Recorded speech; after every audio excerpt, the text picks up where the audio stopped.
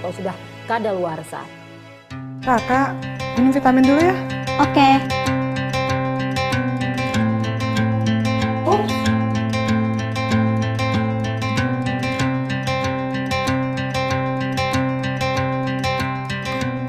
Waspadai jika Anda menemukan obat kadaluarsa di rumah Anda. Mengkonsumsi dan menyimpan obat kadaluarsa berbahaya dan beresiko bagi kesehatan keluarga Anda. Tahukah Anda bahaya obat kadaluarsa? Obat kadaluarsa tidak lagi memiliki khasiat pengobatan. Efek samping obat tidak dapat diprediksi. Kandungan obat dapat berubah menjadi racun. Dapat menyerang sistem metabolisme tubuh, khususnya hati. Dapat menyerang fungsi ekskresi tubuh, yaitu ginjal. Khusus obat antibiotik dapat menimbulkan resistensi atau bakteri kebal terhadap antibiotik. Dan dalam dosis yang tinggi, obat kadaluarsa dapat menyebabkan kematian. Yuk kita cermati ciri-ciri obat kadaluarsa agar kita dapat mengenalinya untuk kita musnahkan. Pada obat padat seperti kapsul, tablet, pil, dan serbuk, obat kadaluarsa biasanya memiliki warna, bau, dan rasa berubah. Ketebalan tablet dan panjang obat berubah. Terdapat bintik-bintik pada tablet. Tablet retak atau berubah menjadi bubuk. Tablet atau kapsul menjadi lengket satu sama lain.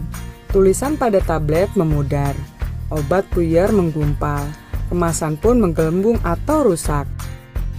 Pada obat semi-solid seperti salep, krim, pasta, jeli, bau dan kekentalannya berubah.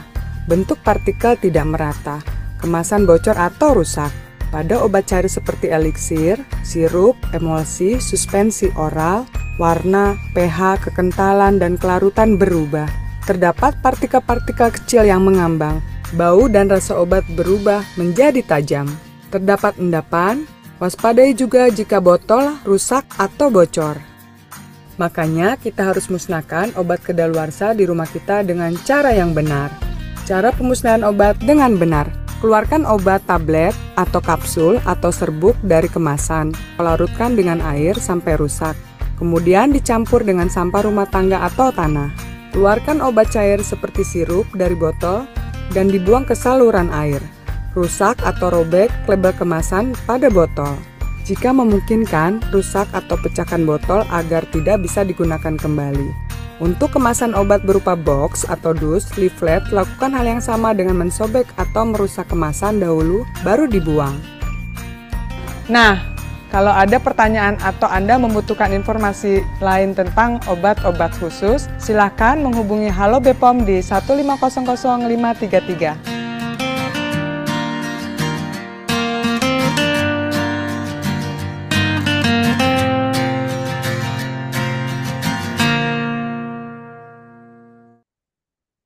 Halo sahabat Badan POM, kalian pasti sering mendengar berbagai nama obat antibiotik yang beredar di apotek. Tapi mungkin banyak dari kita yang belum mengetahui kalau obat antibiotik termasuk ke dalam golongan obat antimikroba. Nah, kita simak yuk informasi penting seputar antimikroba. Penemuan antimikroba telah menjadi capaian yang besar pada abad ke-20, di mana antimikroba sebagai pengobatan untuk infeksi bakteri telah menjadi standar kesehatan yang tidak diragukan.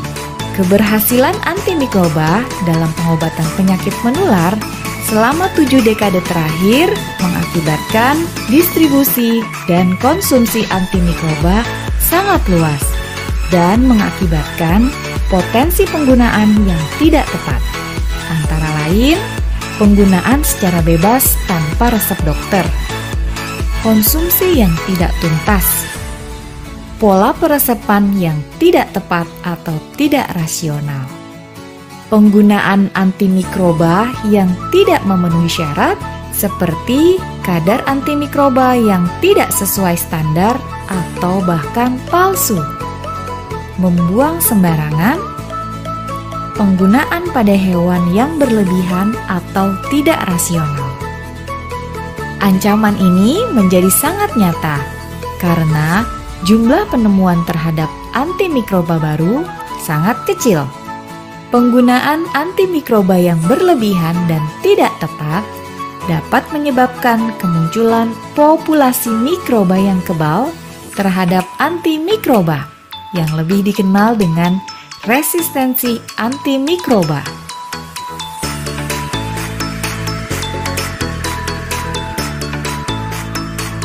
Resistensi antimikroba memunculkan ancaman serius bagi Indonesia dan seluruh dunia.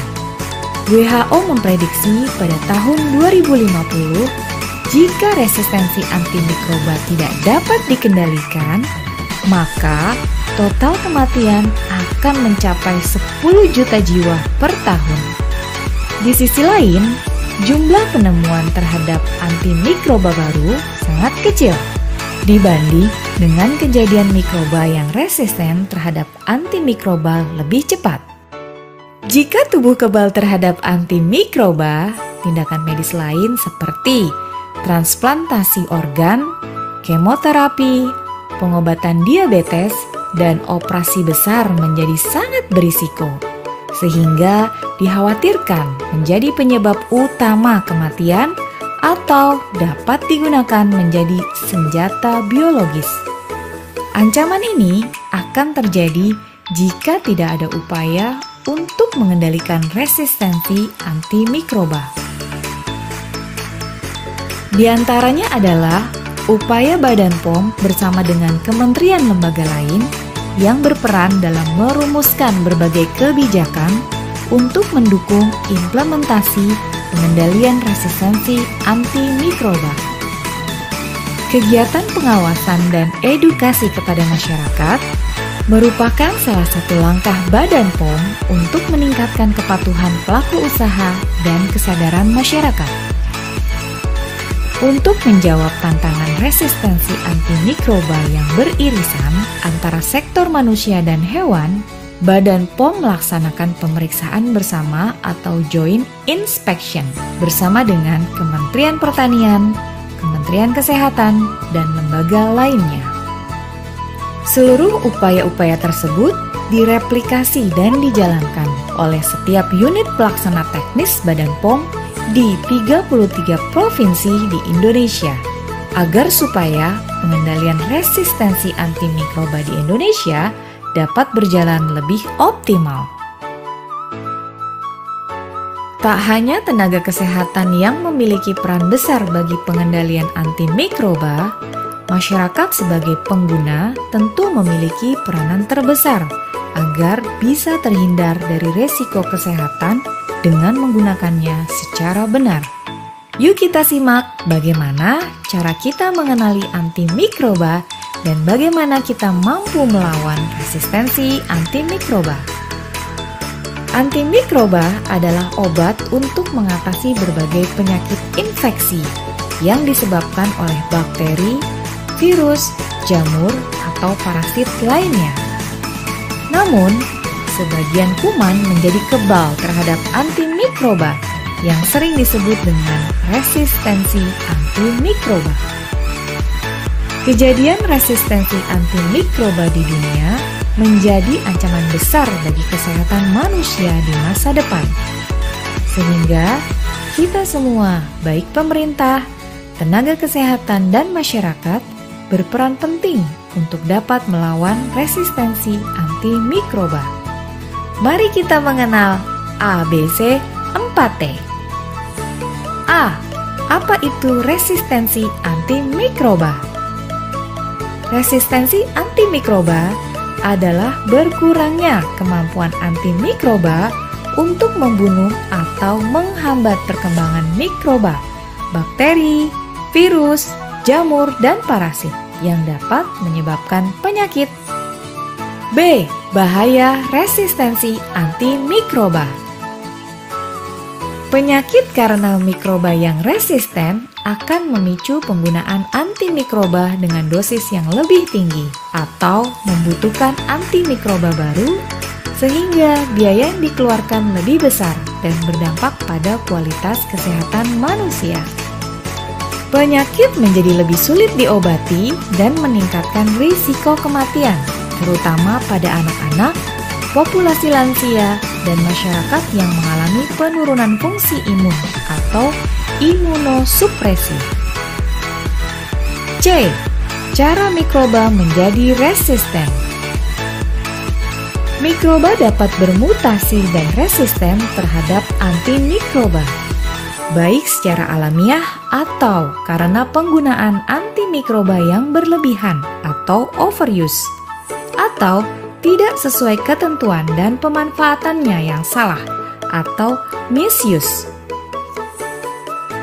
Ayo, lawan resistensi antimikroba dengan 4T. T1. Tidak membeli antimikroba tanpa resep dokter untuk tujuan swamedikasi. Ingat, antimikroba merupakan golongan obat keras yang penggunaannya harus berdasarkan pengawasan dokter. T2. Teruskan pengobatan dengan antimikroba yang diresepkan, walaupun kondisi sudah membaik. Ingat, antimikroba harus diminum sampai habis ya. T3. Tidak membuang antimikroba yang rusak atau kedaluarsa sembarangan, karena dapat mempengaruhi atau mencemari mikroba baik yang ada di lingkungan, serta dapat disalahgunakan oleh oknum menjadi obat palsu. T4. Tegur dan laporkan jika mengetahui ada pihak atau sarana lain yang menjual antimikroba sembarangan atau tanpa resep dokter.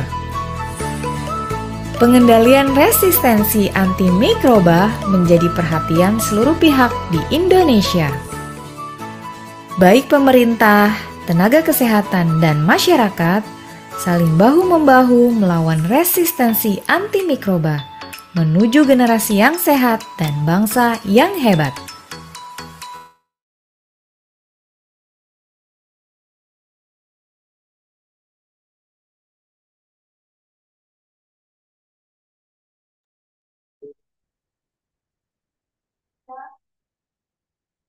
Assalamualaikum warahmatullahi wabarakatuh. Selamat pagi sahabat BPOM dan rekan BPOM Aceh, serta sahabat AMR yang sudah hadir pada hari ini.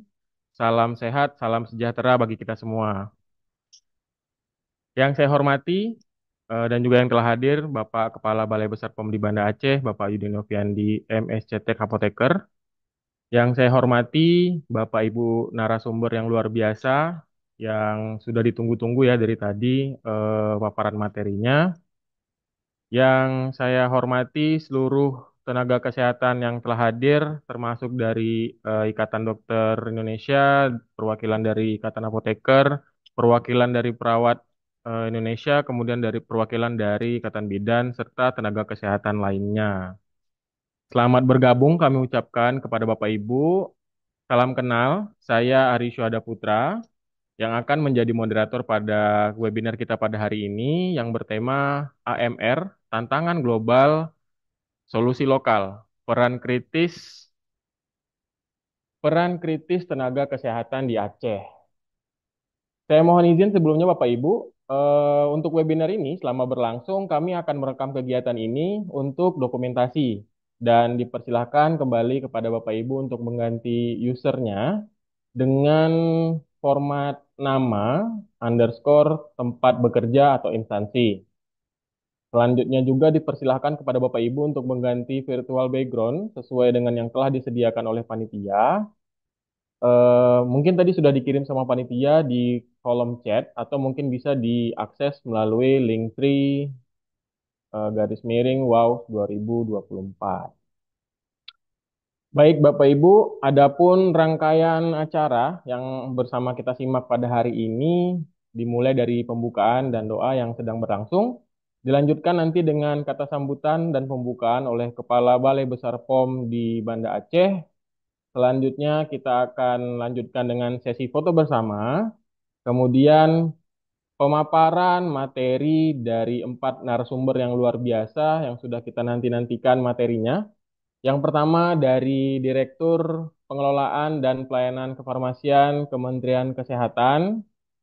Kemudian yang kedua dari dosen dan peneliti farmakologi dan farmasi klinis Fakultas Farmasi Universitas Gadjah Mada. Kemudian yang ketiga ada dari Kepala Dinas Kesehatan Provinsi Aceh atau yang mewakili. Serta yang keempat dari Ketua Komite Pengendalian Resistensi Antimikroba Rumah Sakit Umum Dr. Zainal Abidin. Selanjutnya, kita akan laksanakan diskusi panel serta sesi tanya jawab dan penutup. Namun sebelum kita lanjut, izinkan saya mengawali acara kita dengan pantun. Jadi Bapak Ibu mohon dibantu cakepnya ya. Ke Banda Aceh membeli ikan kerapu. Cakep. Ikan diletak di atas nampan. Bersama bersama cegah AMR dengan bersatu demi terjaga sehat kita ke depan. Baik, baik Bapak Ibu narasumber dan peserta yang saya hormati, untuk memulai acara ini, mari kita bersama-sama sejenak berdoa. Kami persilakan kepada Bapak Ibu untuk berdoa menurut kepercayaan masing-masing. Semoga acara ini bisa berjalan dengan baik, lancar, bermanfaat, dan bisa diimplementasikan di tempat praktek masing-masing dari peserta. Kami ucapkan berdoa dimulai.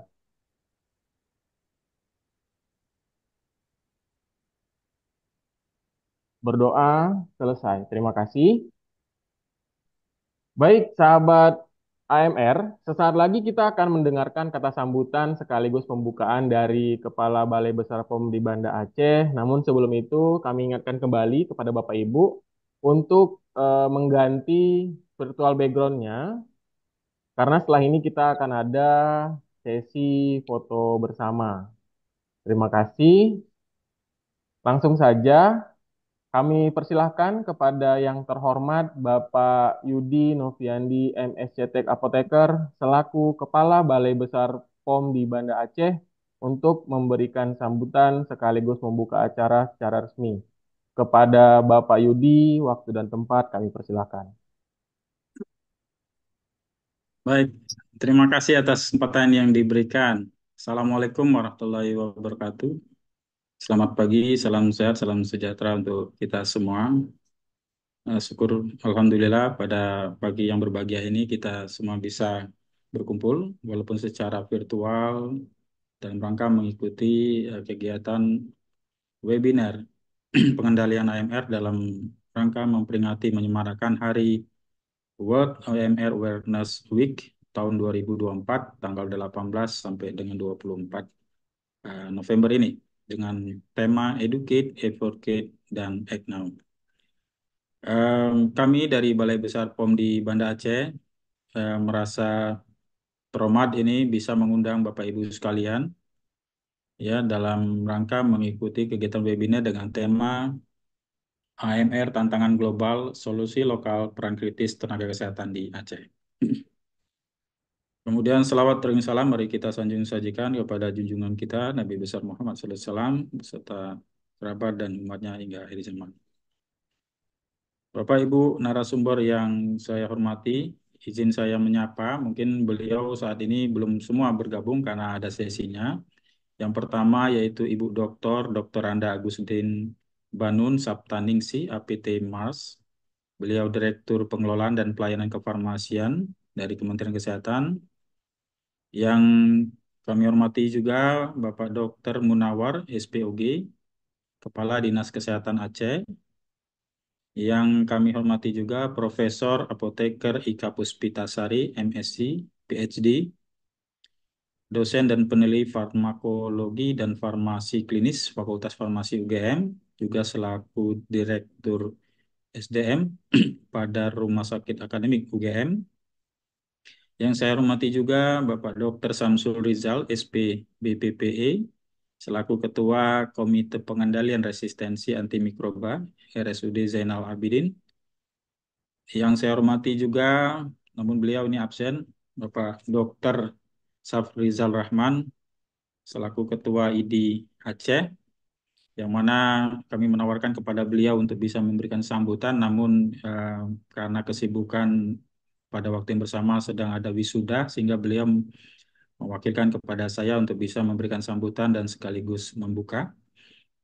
serta seluruh peserta yang kami banggakan, yaitu Bapak Ibu sekalian tenaga kesehatan, meliputi tenaga medis, tenaga keperawatan, tenaga kebidanan, tenaga kefarmasian, serta tenaga kesehatan lainnya. Bapak Ibu sekalian yang kami hormati, jadi webinar antimikrobial resisten AMR bagi tenaga kesehatan di Aceh ini kami laksanakan dalam rangka menyemarakan World AMR Awareness Week tahun 2024. Tema yang kami angkat adalah AMR, Tantangan Global, Solusi Lokal Peran Kritis Tenaga Kesehatan di Aceh. Bapak Ibu sekalian, resistensi antimikroba ini merupakan fenomena yang serius di mana mikroba yaitu bakteri, virus, jamur, dan juga parasit mengalami perubahan yang menyebabkan mikroba tersebut tidak lagi merespon terhadap obat-obatan. Jadi hal ini telah terbukti menyebabkan infeksi lebih sulit untuk diobati, meningkatkan risiko penyebaran penyakit, memperparah kondisi pasien dan berpotensi menyebabkan kematian. Penyalahgunaan dan penggunaan antimikroba yang berlebihan juga telah menjadi masalah kesehatan global yang krusial, mendorong munculnya mikroorganisme resisten yang membahayakan kesehatan masyarakat di seluruh dunia. Ancaman AMR ini semakin mengkhawatirkan, telah mendorong kebutuhan mendesak akan kegiatan salah satunya edukasi dan advokasi terkait dengan AMR, yaitu kegiatan kita pada hari ini. Lonjakan kasus AMR berpotensi membebani fasilitas kesehatan, membuat pengobatan infeksi semakin sulit, dan biaya perawatan semakin meningkat.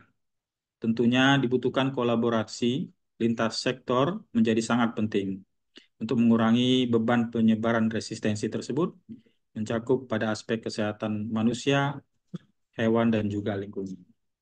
Oleh karena itu, melalui kegiatan edukasi dan advokasi ini, kami mengharapkan tenaga kesehatan mendapatkan refreshment dan pemahaman lebih mendalam lagi mengenai pentingnya pengendalian AMR, sehingga efektivitas antibiotik dan antimikroba lainnya itu dapat terjaga untuk generasi mendatang. Bersama dengan Pekan Kesadaran AMR Sedunia, World AMR Awareness Week 2024 dengan tema Educate, Advocate, Act Now, Balai Besar POM di Banda Aceh mengajak Bapak Ibu semua sebagai tenaga kesehatan untuk berkampanye secara global, meningkatkan kesadaran dan pemahaman tentang AMR ini juga kepada masyarakat dan mempromosikan praktek terbaik di antara para tenaga kesehatan untuk mengurangi dan menyebarkan infeksi yang resisten terhadap obat antimikroba, khususnya antibiotik. Bapak Ibu sekalian yang saya hormati, Bapak Ibu dokter, perawat bidan, farmasis atau apoteker, tenaga kesehatan lainnya. Adapun tujuan dari kegiatan ini adalah pertama, mari kita sama-sama meningkatkan kesadaran, pemahaman, dan komitmen tenaga kesehatan kita semua untuk bisa mengendalikan resistensi antimikroba. Kemudian, mari kita perkuat praktek penggunaan antimikroba yang baik atau bijak. Kemudian, mari kita sama-sama melakukan pengawasan, pengawalan, dan pengendalian AMR di masing-masing fasilitas kesehatan di Aceh. Harapan kami dengan pertemuan ini, kita bisa berhasil menekan laju resistensi antibiotik antimikroba di Aceh, dan kita bisa meningkatkan tata kelola penggunaan antimikroba sesuai ketentuan di Aceh. Saya kira demikian yang bisa kami sampaikan. Pembukaan pengantar dari webinar ini, semoga Bapak Ibu sekalian, para tenaga kesehatan, Bapak Ibu dokter yang terhormat, kemudian Bapak Ibu perawat, tenaga keperawatan, tenaga kebidanan, tenaga kefarmasian, maupun juga tenaga kesehatan lainnya dapat memperoleh ilmu yang bermanfaat. Saya kira demikian pengantar sambutan dari saya. Mohon izin dengan melafazkan basmalah. Bismillahirrahmanirrahim. Webinar AMR dengan tema Tantangan Global Solusi Lokal Peran Kritis Tenaga Kesehatan di Aceh. Dengan ini saya nyatakan resmi dibuka.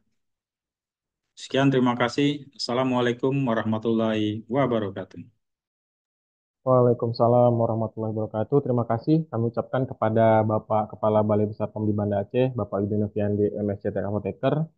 Mohon dibantu tepuk tangannya mungkin ya Bapak Ibu ya melalui reaction. luar biasa sekali harapannya dari kegiatan kita ini. Untuk informasi bahwa kegiatan kita ini sebagai salah satu rangkaian dari kegiatan memeriahkan World AMR Awareness Week tahun 2024, di mana diselenggarakan dari tanggal 18 hingga tanggal 24 November 2024. Baik, Bapak Ibu, selanjutnya kita akan mengadakan sesi foto bersama. Jadi kami mohon bantuan Bapak Ibu untuk mengaktifkan kamera sejenak. Kita akan foto bersama karena saya lihat di sini ada 145 partisipan. Itu kurang lebih kita ada 5 sampai 6 layar. Jadi mohon bantuannya, gunakan virtual background-nya, kemudian diaktifkan kameranya. Kita akan foto sesaat lagi. Mohon dibantu panitia. Baik. Baik Bapak Ibu, silakan siapkan senyum terbaiknya. Kita mulai untuk layar yang pertama. Saya hitung dalam hitungan ketiga. Satu, dua, tiga. Oke, baik. Kita lanjut ke layar yang kedua. Satu, dua, tiga. Oke, selanjutnya layar yang ketiga ya, Bapak Ibu. Silakan persiapkan senyum terbaiknya. Satu, dua, tiga. Oke, layar keempat. Satu, dua, tiga. Oke, selanjutnya layar kelima yang terakhir ya. Oke, layar yang kelima dulu. Masih ada satu layar terakhir. Layar yang kelima, satu, dua, tiga.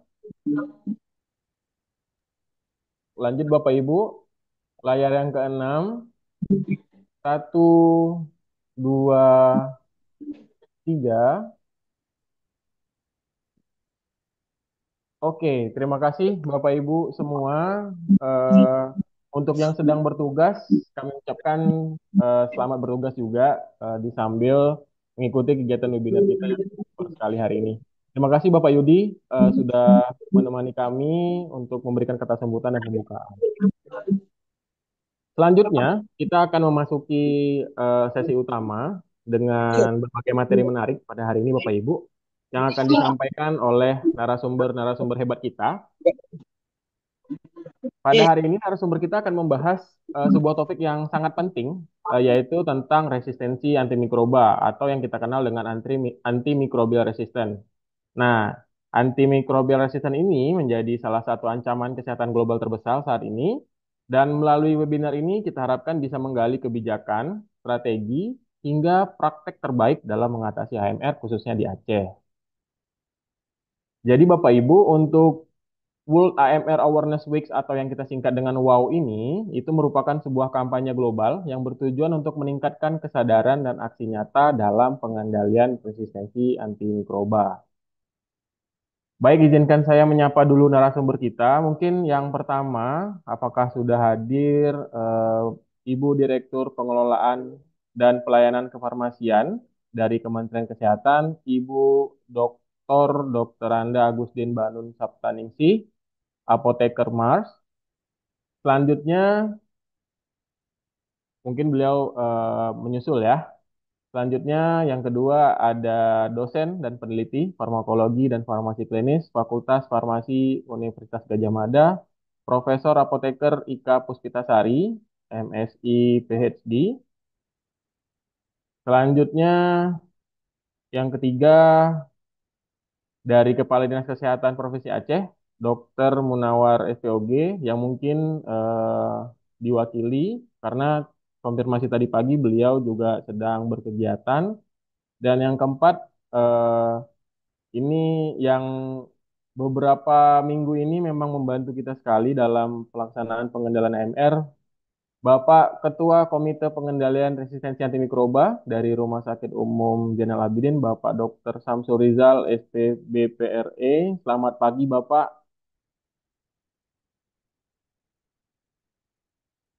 Nah, ini luar biasa. narasumber-narasumber kita. Mungkin mohon izin Bapak Ibu, dikarenakan ada beberapa kegiatan yang bersamaan. Jadi tadi Ibu Direktur mohon maaf untuk mengundur materi beliau. Jadi materi akan kita pindahkan ke materi yang pertama oleh eh, Dr. Samsul. Bagaimana Pak Dokter? Apakah sudah bisa bergabung?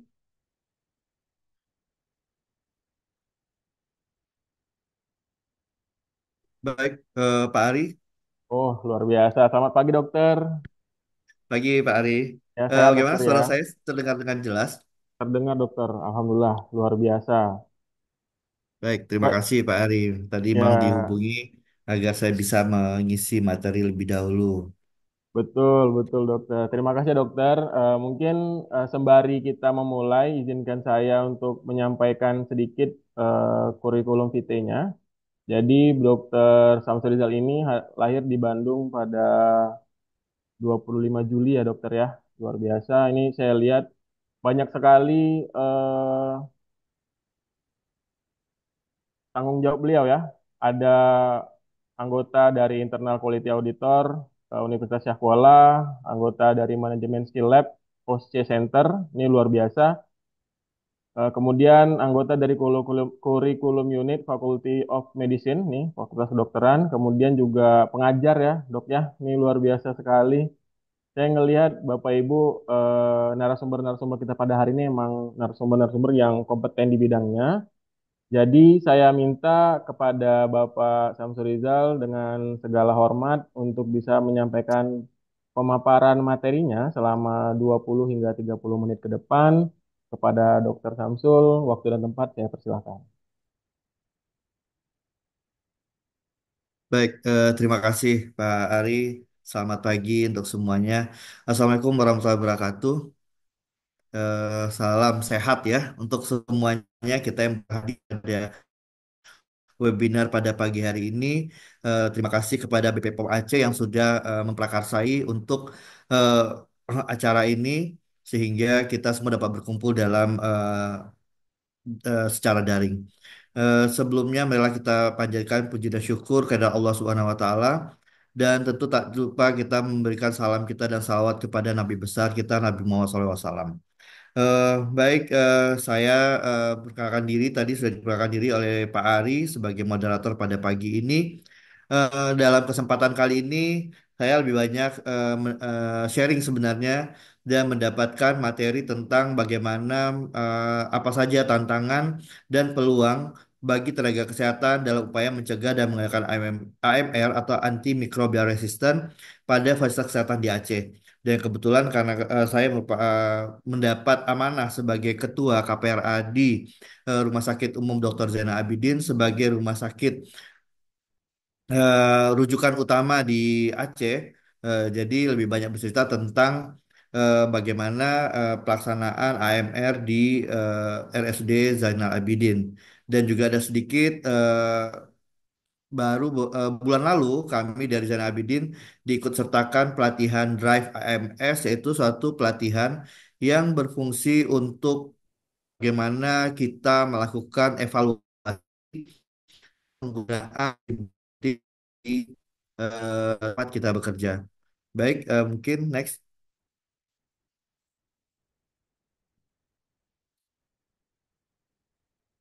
Nah, kalau kita lihat datanya tidak begitu menggembirakan ya. Ini latar belakangnya ya. Eh, tapi kita nggak usah berkecil hati juga, karena kalau kita berkecil hati, kita juga tidak bisa memulai apa yang akan kita perbaiki. Jadi seperti tahun ini harus educate, advocate dan Egno. Jadi Egno aja dari sekarang gitu. Dari hari ini kita harus mulai memperbaiki diri ya. Memang kalau kita berpandangan kepada negara-negara maju hanya 34% ya, dan itu hanya single atau satu obat saja ya, sangat jauh berbeda dengan kita di negara-negara bukan hanya Indonesia, hampir semua negara berkembang. Ini data dari dari penelitian beberapa penelitian yang saya dapatkan dari teman-teman di Drive AMS tahun bulan kemarin, dan di negara berkembang itu hampir dua kali lipatnya, ya, hampir dua kali lipat penggunaan antibiotik, ya, dan tidak kadang-kadang digunakan antibiotik yang tidak hanya satu, tapi beberapa antibiotik. Sehingga hal ini sangat rentan terhadap kemungkinan timbulnya suatu resistensi antimikroba yang sangat kita takuti. Mungkin next.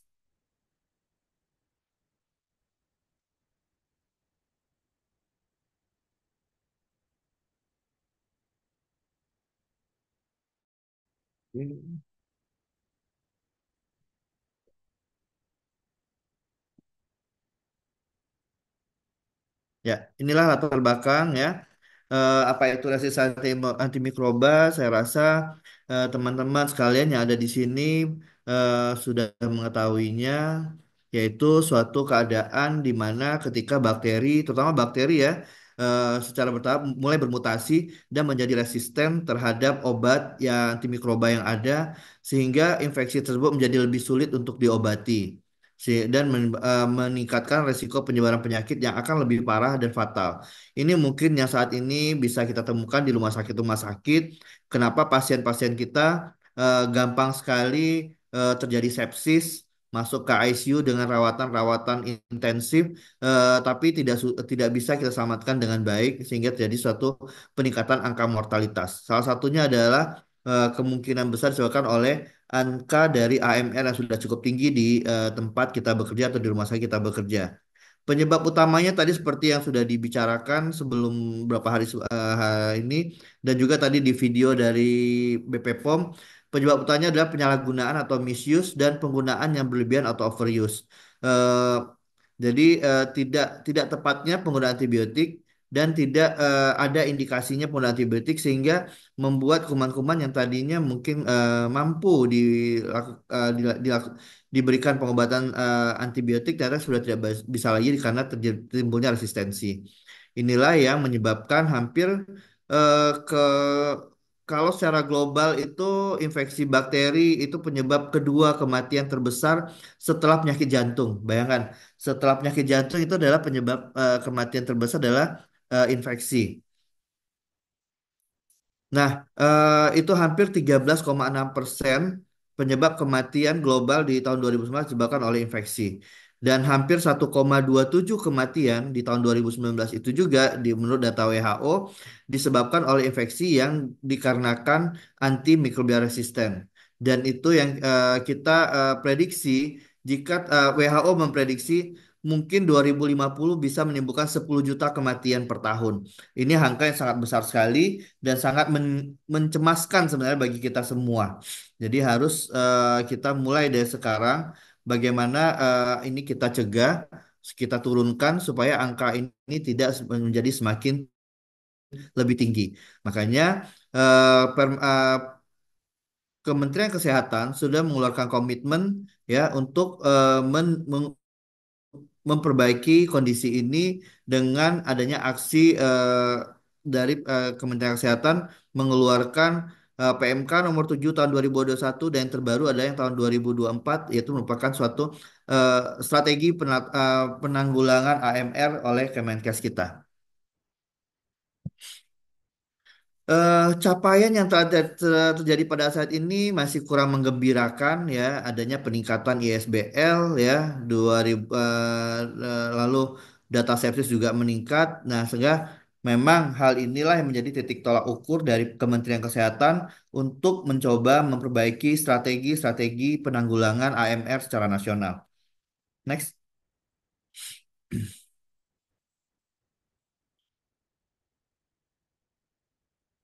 Ya, ini saat ini pelaksanaan AMR di rumah sakit berpanduan kepada Inpres nomor 4 tahun 2019 dan Permenkes nomor 7 2021.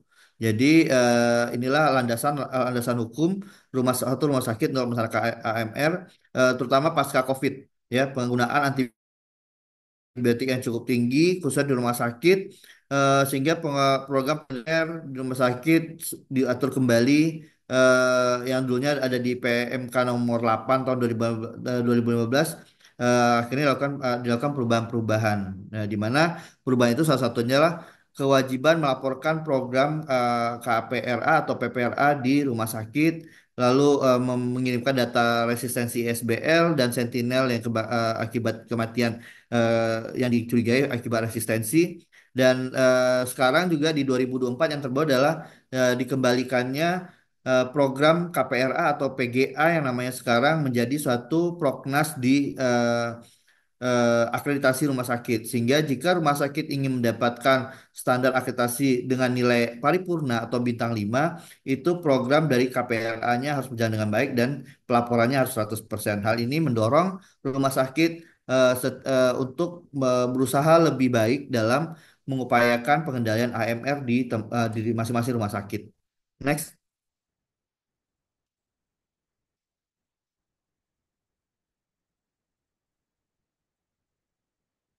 Oke.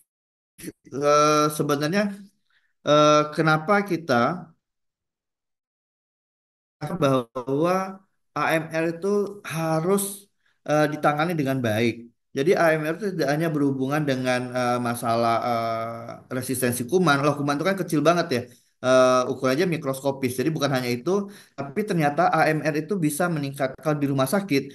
Kalau kita hubungkan dengan pelayanan mutu dan keselamatan pasien, itu AMR sendiri akan meningkatkan length of stay atau rawatan pasien, bisa mengakibatkan readmisi akibat infeksi yang berulang dalam waktu yang lebih singkat, dan otomatis ini akan meningkatkan biaya perawatan, morbiditas dan mortalitas yang akan meningkat, serta mengakibatkan mutu dan keselamatan pasien di rumah sakit tersebut menurun. Hal ini merupakan fokus dari semua rumah sakit agar program ARL ini memang betul-betul harus menjadi suatu prioritas dalam pelaksanaannya di rumah sakit. Next.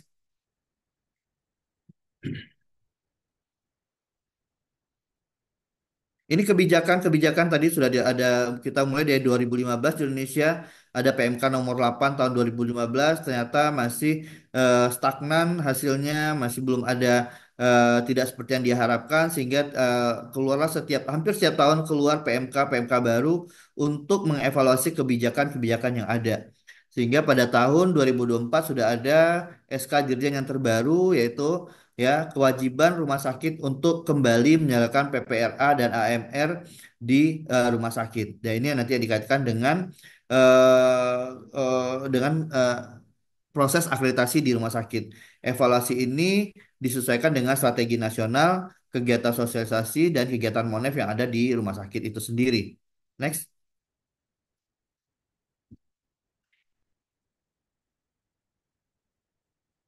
Ini adalah panduan yang saat ini kita pergunakan di rumah sakit, yaitu panduan penata gunaan antimikroba. Dulu namanya adalah PRA atau pengendalian resistensi, sekarang udah PGA atau penata gunaan antimikroba. Ini merupakan suatu panduan agar setiap rumah sakit melakukan kegiatan lebih strategis dan sistematis yang terpadu dan terorganisir untuk tujuan mengoptimalkan penggunaan antimikroba secara bijak, baik secara kuantitas maupun secara kualitas, dan bertujuan untuk meningkatkan kesembuhan pasien, mencegah dan mengendalikan AMR, meningkatkan kualitas penggunaan antimikroba, menurunkan angka hospitalized acquired infection, dan menurunkan tentunya adalah loss atau lama rawatan serta biaya rawatan dari rumah sakit itu sendiri. Next. Ya. Nah, program pengendalian yang terbaru berdasarkan Permenkes nomor 8 2015 disadari juga bahwa pengendalian AMR itu tidak bisa berdiri sendiri atas suatu komite, tapi harus bekerjasama dengan komite lain ataupun dengan tenaga medis lain ataupun staf yang lain termasuk pimpinan. Sehingga eh, pembentukan PPRA atau PGA di rumah sakit itu harus ada integrasi antar pasien. Dalam KPRA itu tidak bisa hanya ada klinisi saja, tapi harus ada unsur keperawatan, unsur dari PPI atau pencegah infeksi, pengendalian pencegah infeksi di rumah sakit, lalu ada dari KFT atau Komunitas Formarioterapi yang ada di rumah sakit, dan juga pimpinan. KPRA di dalam struktur organisasinya harus berada langsung di bawah dari direktur, sehingga mampu melakukan kajian-kajian strategis dan intervensi-intervensi strategis jika terjadi suatu hal-hal yang perlu dilakukan tindakan secara cepat.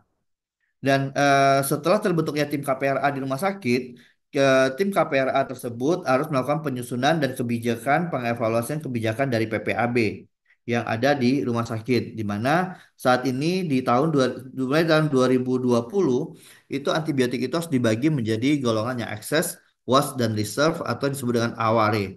Hal ini mempermudah dalam melakukan kita pemantauan penggunaan antibiotik yang ada di rumah sakit. Lalu penatagunaan tersebut harus diturunkan ke dalam PPK, clinical pathway, lalu panduan penggunaan antibiotik, serta formularium yang ada di rumah sakit, baik yang nasional maupun formularium tambahan. Dan tentu saja surveillance baik di mikroklinik maupun dari tim pengendalian infeksi yang ada di rumah sakit. Hal ini harus bekerja sama agar infeksi yang tertimbul, jika terjadi infeksi yang timbul itu betul-betul disebabkan oleh suatu bakteri, bukan suatu infeksi yang didapat akibat kelalaian dalam tindakan pencegahan infeksi di rumah sakit. Next.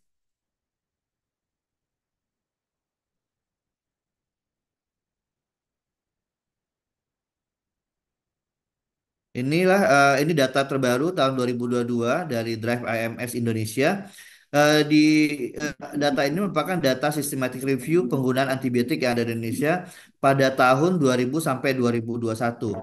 Jadi pada ini ada 100 penelitian yang melakukan penelitian tentang penggunaan antibiotik di Indonesia, dan dari penelitian itu 62% itu ada di Jawa, lalu melingkupi 68,6% populasinya adalah pasien, dan diambil datanya di sektor publik atau rumah sakit umum. Dari sini kita bisa melihat datanya bahwa 45,8% penggunaan antibiotik itu tidak tepat. Ya, masih sangat tinggi sekali di Indonesia, dan itu berhubungan dengan pengetahuan, berhubungan dengan praktek yang terjadi. Lalu hampir 18,7% merupakan antibiotic consumption yang sebenarnya tidak perlu, dan hanya 12,1 yang sesuai dengan panduan yang ada. Ya, di sini juga terlihat bahwa Aceh menyumbangkan data untuk overview ini, bahwa permasalahan presepan yang tidak tepat itu masih jadi permasalahan di Aceh. Ini mungkin menjadi concern kita, BP POM juga, teman-teman dari farmasi juga, bahwa permasalahan presepan yang tidak tepat, tidak layak, tidak tepat, itu masih jadi permasalahan di eh, Aceh, sehingga ini merupakan satu hal yang perlu kita benahi bersama. Next.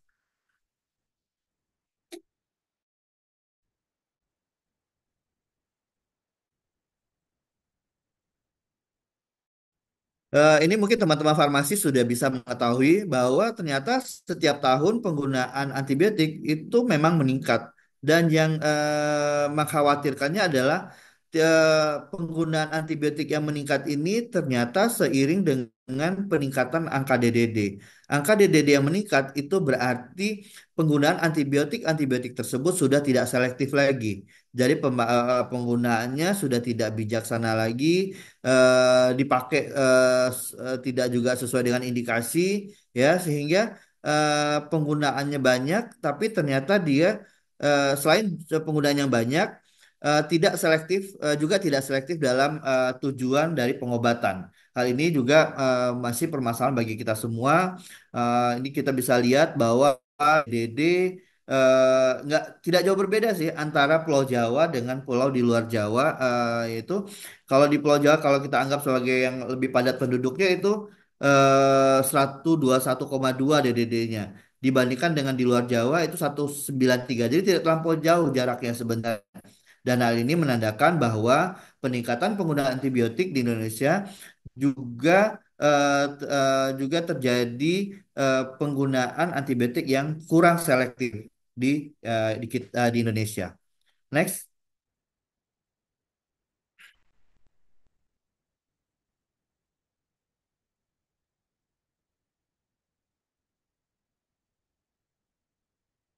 Nah, dari data-data tersebut ternyata tantangan kita dalam program KPRA, PPRA, PGA yang untuk melakukan menekan atau mengendalikan AMR atau antimikrobial resisten di rumah sakit itu beberapa hal yang bisa kami sharing adalah berdasarkan juga dari hasil rapat kami di Zainal Abidin dan juga di beberapa pertemuan-pertemuan nasional yang menjadi permasalahan utama adalah masih kurangnya komitmen pimpinan dalam pengendalian resistensi antimikroba ya, apalagi adanya perubahan-perubahan aturan pada beberapa tahun belakangan itu membuat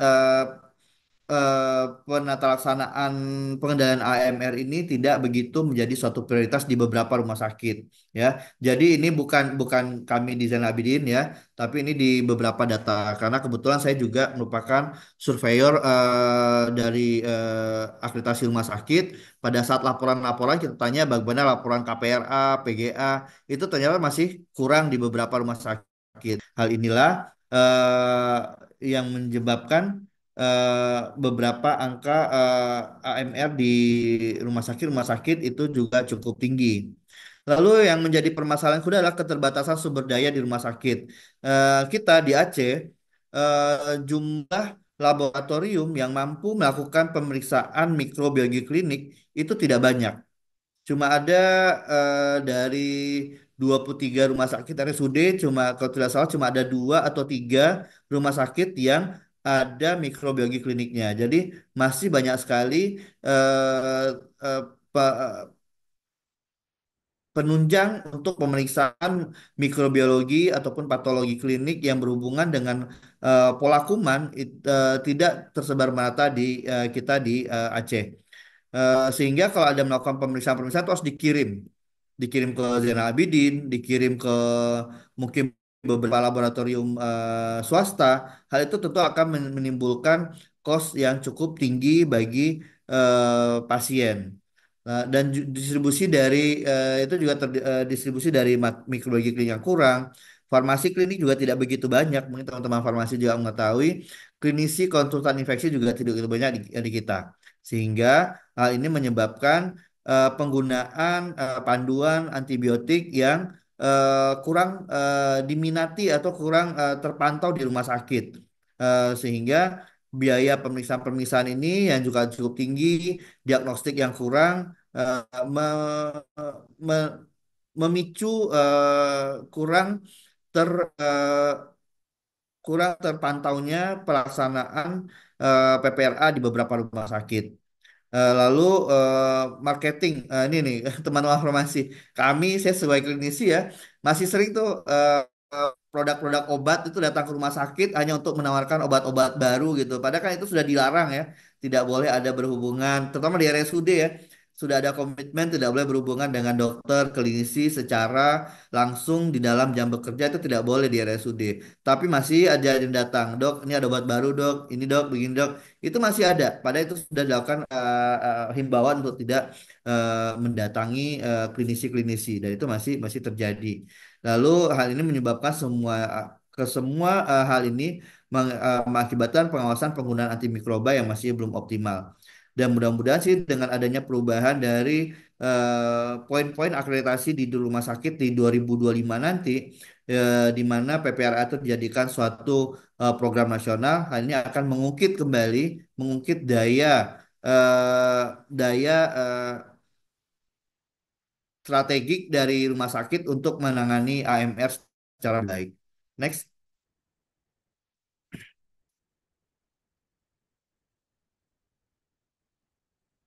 Ya, ini strategi nasional ya, di mana strategi nasionalnya ada tiga landasan, yaitu landasan pertama melakukan penataan kelolaan dan peningkatan kesadaran serta melakukan edukasi yang efektif. Landasan kedua melakukan pengumpulan informasi strategis melalui surveillance dan penelitian. Landasan ketiga melalui melakukan sistem evaluasi eksternal. Dan dari tiga landasan ini dibentuklah empat pilar, yaitu pilar pencegahan, pilar akses terhadap layanan kesehatan esensial, pilar diagnosis tepat waktu dan akurat, serta pilar pengobatan yang tepat dan terjamin kualitasnya. Nah, ini adalah hal-hal yang dilakukan oleh Kemenkes dalam mencegah dan menurunkan angka mortalitas dan morbiditas akibat AMR yang ada di Indonesia. Dan hal ini mungkin bisa menjadi suatu panduan bagi kita di setiap rumah sakit untuk melakukan hal yang sama, strategi yang sama, bagaimana kita mencoba untuk memperbaiki angka angka penggunaan antibiotik menjadi ke arah yang lebih bijak. Lanjut.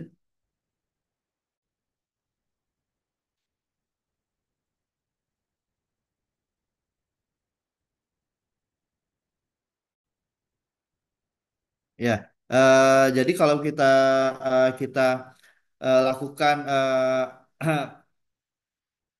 strategi nasional tadi kita pindahkan ke strategi di rumah sakit, landasan-landasan tadi kita tak pergunakan yaitu tata kelola dan peningkatan kesadaran dan edukasi efektif, pengumpulan informasi strategi dan melalui surveillance dan penelitian itu dilakukan di KPRA, tata kelola itu melalui komitmen dari pimpinan yang baik, lalu adanya peninjauan, rapat-rapat dan pimpinan yang langsung melakukan diskusi-diskusi dengan pemangku kepentingan yang berhubungan dengan pengendalian resistensi antimikroba. Kalau di rumah sakit itu ada KPRA, ada PPI, ada KFT, ada mikrobiologi klinik. Itu sudah sering dilakukan pertemuan-pertemuan, ya, sehingga kita bisa mengumpulkan data-data yang bisa kita pergunakan sebagai data surveillance, baik itu data penggunaan antibiotik, baik kualitas maupun kuantitatif, lalu juga data pola kuman, ya. Nah, hal ini akan membuat suatu sistem evaluasi yang baik yang bisa dipergunakan dalam melakukan perbaikan-perbaikan strategis dalam mengendalikan penggunaan antibiotik di rumah sakit. Sehingga kalau kita terjemahkan yang punya Kemenkes tadi ke masing-masing rumah sakit, pilar satunya adalah pencegahan. Sebenarnya pencegahan antibiotik dengan dengan kerjasama dengan PPI, dengan meningkatkan hand hygiene saja itu sudah menurunkan kemungkinan angka penyebaran dari kuman-kuman yang mungkin sudah ada yang kuman resisten di rumah sakit. Jadi memang harus meningkatkan kembali hand hygiene, ya, sehingga juga itu menjadi suatu pencegahan yang baik.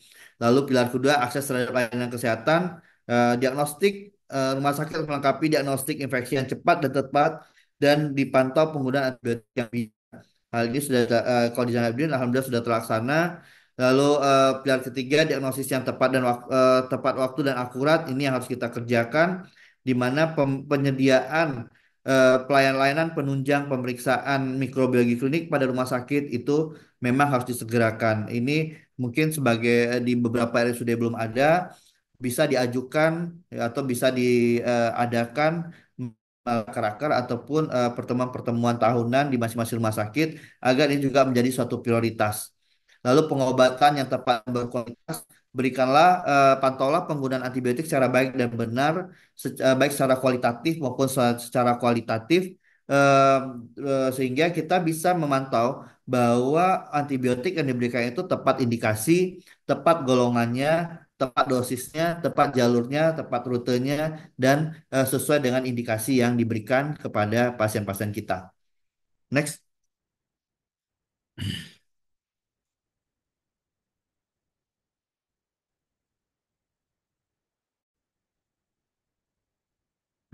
lanjut. Nah, sebagai penutup, ya, antimicrobial resistance merupakan ancaman kesehatan global yang tidak hanya berdampak pada kesehatan, tapi juga dapat menimbulkan beban ekonomi bagi rumah sakit. Jadi hanya bermasalah terhadap kesehatan, tapi juga menimbulkan beban. Eh, Kami pernah pernah menghitung di Rumah Sakit Zainal Abidin, penggunaan antibiotik yang tidak terpantau itu bisa menghabiskan BMHP. Ya, hitungan itu sampai setahun tuh sampai MM-an gitu. Ya, harga antibiotik cukup mahal memang. Ya, jadi kalau misalnya kita tidak mengatur dengan baik, itu akan sangat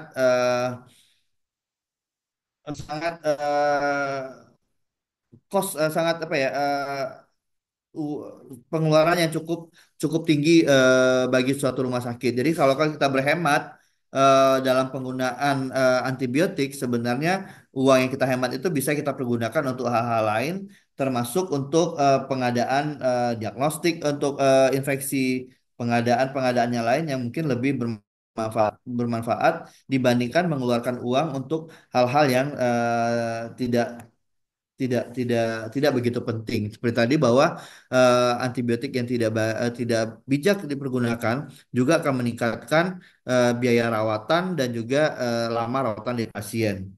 Strategi nasional dalam pengendalian resistensi antimikroba sektor kesehatan yang telah dicanangkan oleh Kemenkes untuk tahun 2025-2029 yang tadi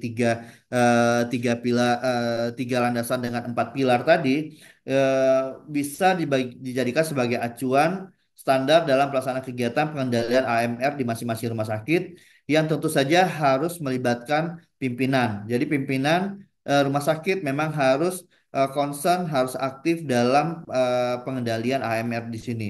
Alhamdulillah kami di Zainal Abidin respon yang positif dari pimpinan itu sangat membantu dalam pelaksanaan AMR di Rumah Sakit Zainal Abidin. Dan kita juga sudah memiliki suatu sistem organisasi yang cukup baik, ya, sehingga alhamdulillah data-data yang kami pergunakan di Zainal Abidin yang kami dapatkan dari survei di Zainal Abidin itu sudah dipergunakan juga sebagai data surveillance di nasional. Ketiga, sebagai penutup adalah secara umum strategi pengendalian resistensi mikroba bertujuan untuk mengurangi dan memperlambat perkembangan AMR serta menurunkan kematian dan kesakitan akibat infeksi AMR itu sendiri. Ya, kita targetkan jangan sampailah 2050 kita tidak kalau targetnya kan 2050 kalau nggak ada perbaikan nih 2050 itu bisa kita loss of antibiotic effect. Jadi kita harapkan itu tidak terjadi, ya, sehingga dengan kegiatan AMR setiap tahun, kegiatan WAAW setiap tahun dilaksanakan itu diharapkan bisa menurunkan angka penggunaan antibiotik yang tidak bijak. Makanya pada tahun ini 2024 WAAW atau AMR Awareness Week yang akan dilaksanakan pada tanggal 18 sampai 24 dan alhamdulillah 3 hari ini kita telah melakukan webinar-webinar edukasi-edukasi. Terima kasih BP POM yang sangat aktif dalam tahun ini dan tahun-tahun sebelumnya juga. Dalam minggu ini kita sudah mulai menggaungkan kembali bagaimana kita harus berperilaku bersikap terhadap penggunaan antibiotik yang tidak begitu baik. Jadi mulailah kita memperbaiki. Kita sudah melakukan edukasi, ya, educate, lalu kita melakukan advokasi, kita melakukan pembimbingan kepada semua masyarakat, semua lapisan masyarakat, ya, agar lebih bijak menggunakan antibiotik. Lalu kita harus melakukannya saat ini, sekarang ini, dan untuk seterusnya. Jadi jangan hanya saat ini saja, kita lakukan saat ini dan untuk seterusnya. Sehingga ketakutan kita dengan ketidakampuhannya antibiotik pada waktu-waktu mendatang itu bisa berkurang. Baik, segitu dari saya. Terima kasih atas waktunya, Pak Ari. Mungkin kita ada waktu sedikit untuk berdiskusi. Saya kembalikan kepada saya. Billahi taufiq wal hidayah. Wassalamualaikum warahmatullahi wabarakatuh. Waalaikumsalam warahmatullahi wabarakatuh. Terima kasih Dokter Samsul Rizal, ini luar biasa dokter. Hari ini materinya sangat berisi ya. Kalau kita bikin tagline-nya materi hari ini tuh memang daging semua ya. Luar biasa dokter. Tadi saya mencatat beberapa hal yang cukup penting menurut kami. Itu mulai dari penyebab kematian kedua terbesar itu adalah resistensi antibiotik ya dokter secara global. Dan luar biasanya AMR itu sendiri bertanggung jawab itu sebesar 13,6%. Nah, di Indonesia sendiri itu disebabkan karena misuse atau penyalahan penggunaan serta overuse. Jadi penggunaan yang mungkin berlebihan dan tidak tepat. Sementara tadi saya menggaris besar bahwa kalimat dari dokter di Aceh sendiri itu permasalahan HMR itu sendiri dimulai dari persepan yang tidak tepat atau tidak layak nih dokter ya. Ini mungkin memang perlu sama-sama kita benahi, makanya Bapak Ibu, sahabat AMR semua yang hadir, kami mengundang Bapak Ibu tenaga kesehatan yang hadir di sini untuk bisa bersama-sama berkolaborasi ya. Kita kolaborasi dan beraksi untuk bisa sama-sama mengendalikan AMR di Indonesia, lebih utama di Aceh.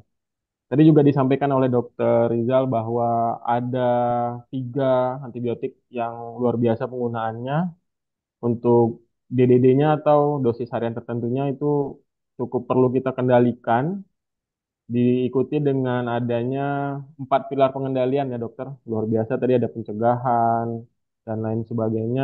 Harapan kita memang ke depan semoga selain bisa ditekan, kita juga bisa mengontrol pengendalian AMR di Indonesia ini. Mungkin dokter saya pengen diskusi sedikit nih dokter sebelum kita lanjut ke narasumber selanjutnya. Terkait tadi itu dokter, memang untuk kita di hari-hari kan sudah menjadi rahasia umum bahwa adanya teknik marketing ya dokter ya, itu yang masih langsung menjurus Ya. ke dokter sendiri gitu. Nah, itu gimana ya dokter? Untuk saat ini himbauannya itu kan saya rasa pasti sudah ke seluruh Ikatan Dokter Indonesia. Nah, kira-kira nih dokter, apa yang mungkin ke depan, ini biar semua tenaga kesehatan juga pahami bahwa apa yang mungkin sebenarnya kita bisa lakukan untuk mencegah hal ini untuk terus berlanjut gitu dokter. Mohon dijawab dokter. Terima kasih. Ya, itu yang terjadi ya, terutama mungkin di beberapa rumah sakit besar, rumah sakit utama itu sering terjadi. Eh, Ya itu tadi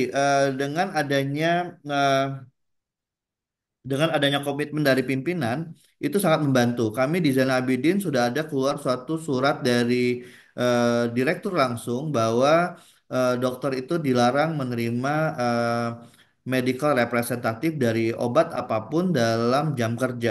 Dan itu sangat sangat berefek gitu ya. Jadi sudah tidak ada lagi tuh yang datang nunggu gitu. Mungkin kalau tapi kalau di rumah sakit swasta saya nggak tahu. Karena kan kalau swasta itu agak sedikit ini ya eh, eh, karena orientasinya tentu berbeda ya kalau swasta dengan RSUD. Jadi komitmen pimpinan saya rasa itu sangat penting. Kedua juga kita sebagai tenaga kesehatan ya terutama dokter eh, gimmick-gimmick ya dari medical representatif itu betul-betul harus hati-hati sekali itu saat ini karena salah-salah langkah itu bisa termasuk ke dalam gratifikasi. Ya, jadi itu harus disadari. Jadi sebagai seorang praktisi kesehatan, dokter, tenaga kesehatan lain, farmasi mungkin, teman-teman di keperawatan, teman-teman di kebidanan mungkin atau siapapun tenaga praktisi kesehatan harus hati-hati dengan hal ini gratifikasi terselubung ya dari pabrik-pabrik obat. Hal itu bisa saja membawa kita kepada hal-hal yang tidak kita inginkan. Jadi memang betul-betul harus hati-hati. Karena memang hal itu sudah tidak diperbolehkan lagi sejak saya rasa mungkin sejak 5 atau 7 tahun belakangan itu tidak boleh lagi. Eh, Sudah sering KPK memberikan suatu penjelasan tentang gratifikasi di bidang kesehatan. Jadi mungkin hal itu menjadi fokus juga kepada kita nantinya ya. Dan saya mengenai eh, kerjasama dengan pabrik obat itu kalau yang masih diperbolehkan saat ini adalah kalau kerjasama itu dalam bentuk suatu penelitian ya jadi bukan suatu kerjasama yang lain tapi dalam bentuk penelitian jadi ada outputnya jadi suatu pabrik A atau farmasi A mendukung satu penelitian B gitu itu masih diperbolehkan ya tapi karena kalau penelitian itu kan nanti harus ada masalah etiknya jadi ditelaah dulu etiknya hal itu saat ini masih diperbolehkan. Ya, jadi memang komitmen dari pimpinan, suatu keputusan dari pimpinan yang mutlak dilaksanakan tentu harus mutlak dilaksanakan oleh semua staf yang ada di rumah sakit. Mungkin itu dari saya Pak Ari. Keren. Jawabannya sangat lengkap, Bapak. Terima kasih banyak. Ya betul, Bapak Ibu ya. Kita juga beberapa tahun belakangan ini sudah sangat-sangat mewanti-wanti, mulai dari MedRep atau yang kita kenal dengan medical representative, untuk selalu waspada ketika melakukan marketing, itu apalagi yang langsung ke dokter atau bahkan sekarang udah langsung ke apoteker nih, dokter kebetulan. Jadi bahkan beberapa apoteker sudah mulai mengadu nih ke BPOM terutama itu cukup risih dengan beberapa medrep yang terkesan memaksa gitu. Nah, makanya harapan kita ke depan mungkin ini tidak hanya untuk med repnya saja, tapi juga untuk tenaga kesehatan lain yang mungkin perlu diperhatikan kembali, jangan sampai nanti malah terkesan gratifikasi ya dokter ya, seperti yang sudah disampaikan tadi. Karena memang beberapa hadiah atau beberapa keuntungannya itu luar biasa yang mungkin efek sampingnya tuh sangat besar. Bisa jadi tadi penyebab penyalahgunaan antibiotik atau obat lain, bahkan juga penyebab penggunaan yang berlebihan terhadap obat. Mungkin sedikit lagi nih dokter ada tambahan tadi beberapa pertanyaan. Panitia pengen tahu nih dokter. Kalau untuk PPRA atau KPRA sendiri itu dokter di rumah sakit itu apakah pembuat keputusan utuh tentang penggunaan antibiotik atau hanya sebatas memberikan masukan-masukan tertentu saja dokter? Karena yang kami tahu kan dokter ya, kalau untuk PPRA itu sendiri kan pengendali sebenarnya kan di setiap rumah sakit. Bahkan harapan kami sebenarnya tidak hanya di rumah sakit dokter. Kalau misalkan nanti memungkinkan kita kerjasama juga sama puskesmas, klinik ataupun apotek terkait pengendalian ini dokter. Nah, kira-kira gimana tuh dokter, gambarannya dokter? Kami pengen tahu nih sejauh apa sih kalau misalkan PPRA di rumah sakit itu sendiri. Terima kasih dokter. Oke. Baik, Pak Ari dan teman-teman semuanya. Jadi kalau secara tugas dan tanggung jawab KPRA memang untuk mengendalikan penggunaan antibiotik. Nah, jadi kalau kita mengendalikan berarti ada satu panduan. Nah, jadi kalau kami di Zenabi biar nggak berantem ya, ada tanda kutip ya, nggak berantem.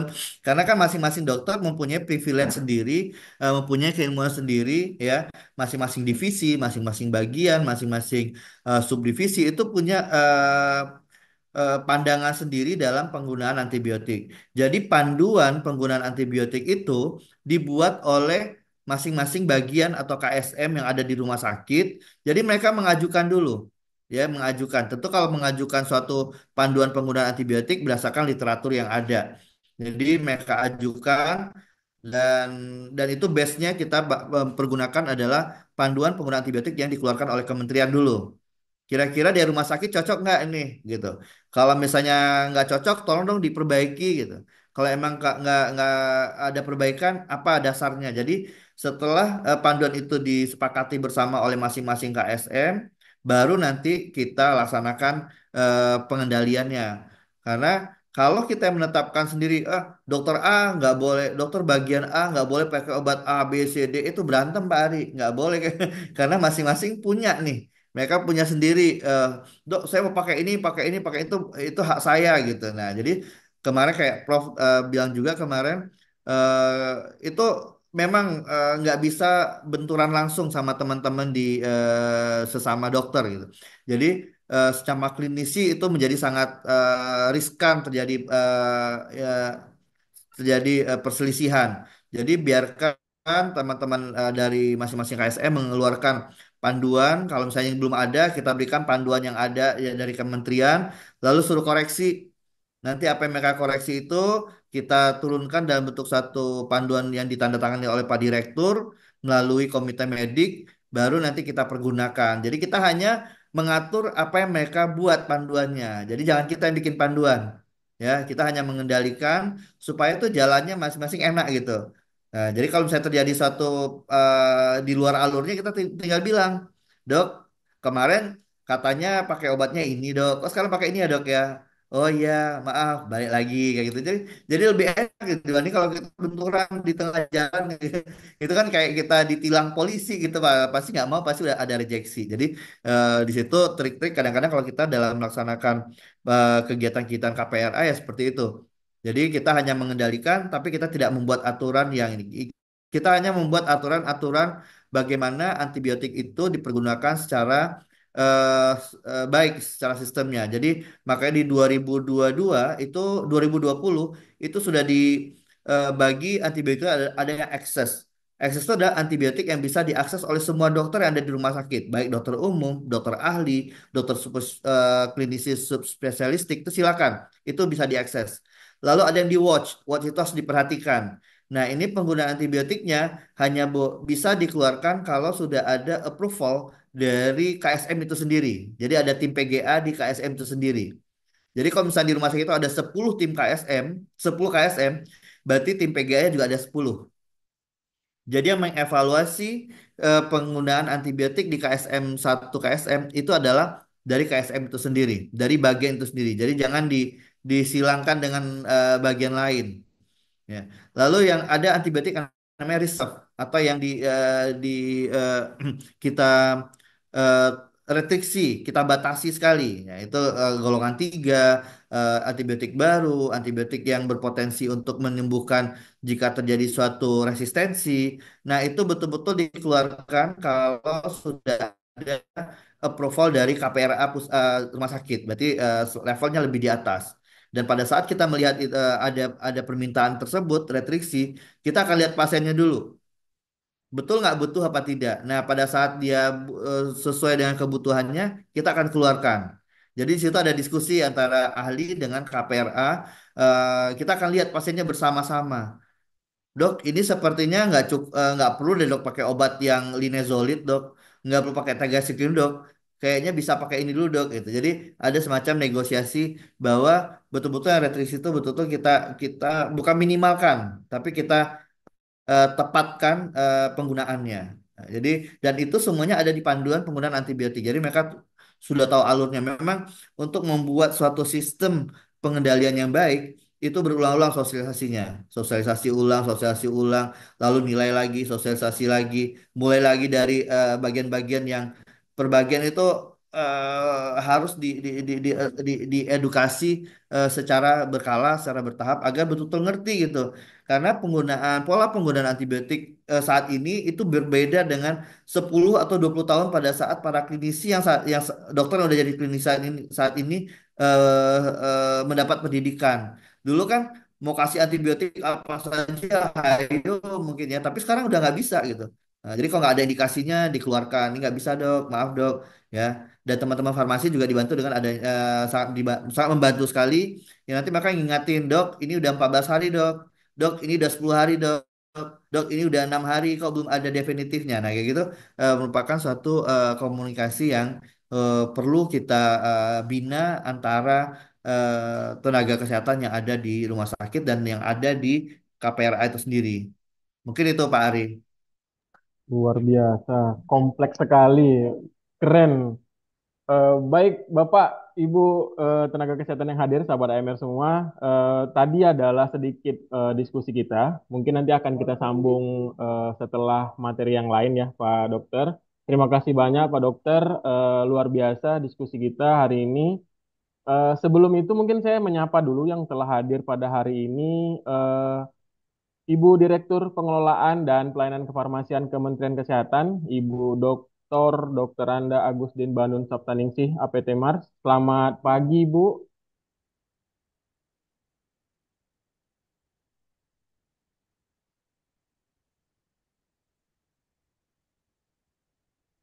Oke, selanjutnya yang kedua ada Ibu dosen dan peneliti farmakologi dan farmasi klinis Fakultas Farmasi UGM, Profesor Ika Puspitasari. Ya, selamat pagi. Ini Bu Dini juga sudah bergabung ini Iya, ya, Bu pagi Dini Bu ya. Ika, Selamat pagi pagi. Bu Dini. Oke. Ya, sehat ya Ibu Pagi. ya. Ketemu lagi kita hari ini Bu Ika ya. Selamat pagi, Prof. Ika. Aku kok Ya, Bu panggil. Dini, pokoknya kita sama-sama untuk AMR gitu ya. Ya. Keren. Selanjutnya juga ada yang mewakili dari Dinas Kesehatan Provinsi, Dr. Iman Murahman, MKM. Beliau juga sudah hadir. Selamat pagi, Pak Dokter.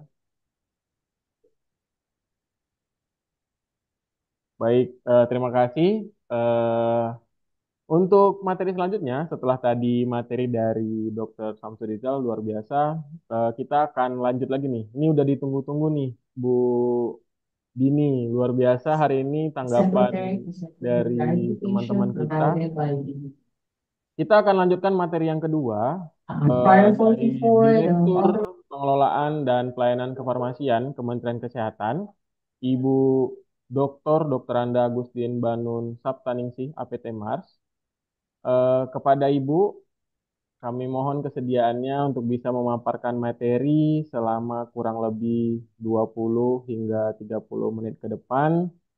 Kepada Ibu Dini, waktu dan tempat kami persilahkan. Ya. Terima kasih Pak Ari sebagai moderator dan juga Prof. Ika dan narasumber yang lainnya serta Bapak Ibu audiens. Ini mungkin juga teman-teman sejawat apoteker maupun dokter dan tenaga kesehatan lain yang berada di eh, Provinsi Aceh. Nah, Bapak Ibu sekalian, ini terkait kebijakan dan strategi dalam upaya pencegahan dan pengendalian resistensi antimikroba di Indonesia, bahwa kita, ya slide berikutnya, bahwa resistensi antimikroba ini merupakan masalah global ya, sehingga telah dimasukkan sebagai indikator utama dalam tujuan pembangunan berkelanjutan. Saat ini kita mendapatkan data dari Global Burden Disease bahwa estimasi kematian global yang disebabkan AMR tahun 2014 adalah 700.000 kematian, 2019 1.290.000 kematian, dan juga diperkirakan nanti di tahun 2050 proyeksinya ada 10 juta orang meninggal karena pemakaian antibiotik yang tidak terkendali. Dan ini juga kematian yang disebabkan AMR lebih besar dibandingkan dengan kematian yang disebabkan oleh HIV, TB, dan malaria. Nah, Bapak Ibu sekalian, kematian global bayi baru lahir juga 140.000 kematian bayi baru lahir berhubungan langsung dengan AMR pada tahun 2019, dan estimasi World Bank bahwa pada tahun 2050 dibutuhkan biaya kesehatan sebesar 1 triliun US dollar sebanding dengan penurunan jumlah ternak sebesar 7,5%. Ini ada hubungannya juga. Dan kemudian menurut WHO tahun 2023, 6 patogen prioritas merupakan sebagian besar infeksi AMR secara global, yaitu 1 Staphylococcus aureus, 2 Escherichia coli, yang ketiga Streptococcus pneumoniae dan Klebsiella pneumoniae, Pseudomonas aeruginosa, dan Acinetobacter baumannii. Kemudian juga Bapak Ibu sekalian, untuk menjamin kehidupan yang sehat dan meningkatkan kesejahteraan bagi semua orang di segala usia, maka target daripada SDG 3D, risiko kesehatan nasional dan global, yaitu memperkuat kapasitas semua negara, khususnya negara berkembang, dalam peringatan dini, pengurangan risiko, dan pengelolaan risiko kesehatan nasional dan global. Kalau kita melihat SDG 3.D.2, proporsi infeksi aliran darah akibat Escherichia coli yang resisten terhadap cephalosporin generasi ketiga itu juga perlu diperhatikan mediannya, dan kemudian juga proporsi infeksi aliran darah akibat Staphylococcus aureus atau MRSA yang resisten metisilin. Ya, slide selanjutnya. Nah, Bapak Ibu sekalian, kita mempunyai rencana aksi nasional pengendalian resistensi antimikroba. Memang sudah selesai 2024 ini. Nah, kami bersama Kemenko PMK, Kementerian Kesehatan, sedang menyusun lagi untuk kerannya rencana aksi nasional di tahun 2025 sampai 2029. Kalau kita melihat pada rencana aksi nasional tahun 2020 sampai 2024, kalau kita lihat yang manusia ya, yang manusia yang berhubungan dengan Kementerian Kesehatan, yaitu persentase penggunaan antimikroba rasional di fasilitas pelayanan kesehatan tingkat pertama, ini memang miliknya pelaksana Dijen Farmalkes, pada ISPA non pneumonia baseline-nya 21,28%.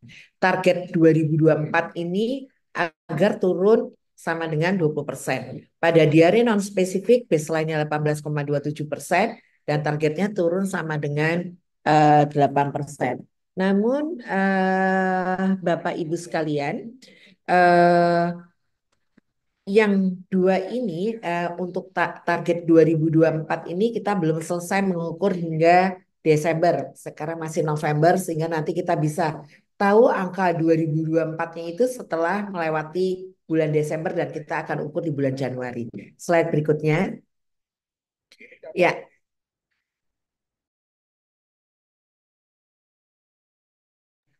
Di tingkat nasional, Indonesia telah menetapkan rencana aksi nasional pengendalian antimikroba sejak tahun 2017, dan yang 2025 ini adalah New National Action Plan atau One Health ini sedang on progress. Ya, slide berikutnya. Kemudian Bapak Ibu sekalian, tentu saja sesuai dengan people centered approach, kami mengedepankan untuk sebagai dasar untuk menyusun National Strategy on AMR 2025 sampai 2029. Jadi tujuannya adalah menurunkan dan memperlambat penyebaran AMR, mengurangi angka kematian dan kesakitan akibat infeksi AMR di Indonesia. Nah, kita mempunyai 4 pilar yang akan kita terapkan di 2025 hingga 2029, yaitu pilar pertamanya adalah prevention, pilar kedua access to essential health services, dan kemudian pilar ketiga timely accurate diagnosis, dan pilar keempat adalah appropriate quality assured treatment. Nah, Bapak Ibu sekalian, ini adalah sebagai fondasi untuk step ketiga yaitu external evaluation system, dan kemudian juga fondasi dari step 2 terkait strategic information through surveillance and research, dan fondasi untuk step 1 adalah effective governance, awareness, dan education. Ya, slide berikutnya. Bapak Ibu sekalian, Kementerian Kesehatan telah menerbitkan tadi strategi nasional terkait pengendalian resistensi antimikroba pada 19 Agustus 2024 dan strategi nasional 2025-2029 ini mengacu pada standar WHO dengan fokus pada People Centered Approach atau PCA, dan Indonesia negara pertama yang mengadopsi PCA WHO. Nah, Bapak Ibu terdapat 14 intervensi utama dalam Stranas sebagai bahan masukan nantinya untuk menyusun rencana aksi nasional tahun 2025 sampai 2029. Slide berikutnya. Studi terkait konsumsi antimikroba di Fasiankes. Jadi kami telah melakukan studi ketika kita melakukan ini, studinya dilakukan di tahun 2021, 2022, dan 2023, 2024 masih on progress, bahwa sebenarnya kalau kita aware antibiotik kategori purchasing trend in Indonesia 2021 sampai 2023, kita sebenarnya sudah sesuai dengan WHO, bahwa WHO menargetkan lebih sama dengan 60% total antibiotik consumption being access group antibiotik. Kalau kita lihat 2021 tadinya ini jelek ya, karena watch-nya itu lebih banyak 69,31%. Tetapi dengan adanya berbagai rencana aksi nasional yang dilakukan oleh pemerintah, kita bisa mengurangi dari watch yang 69,31% turun menjadi 11,95%, dan memang di 2023 ini agak naik. Semoga nanti di 2024 bisa menurun lagi. Tetapi kita sebenarnya sudah sesuai dengan WHO bahwa untuk konsumsinya ini adalah didorong ke antibiotik golongan akses. Kita tahu Bapak Ibu sesuai dengan pedoman antibiotik dan juga WHO bahwa antibiotik yang akses ini terdiri dari apa saja nih, dari amoksisilin sampai tetrasiklin yang kita bisa akses mungkin juga di fasilitas kesehatan.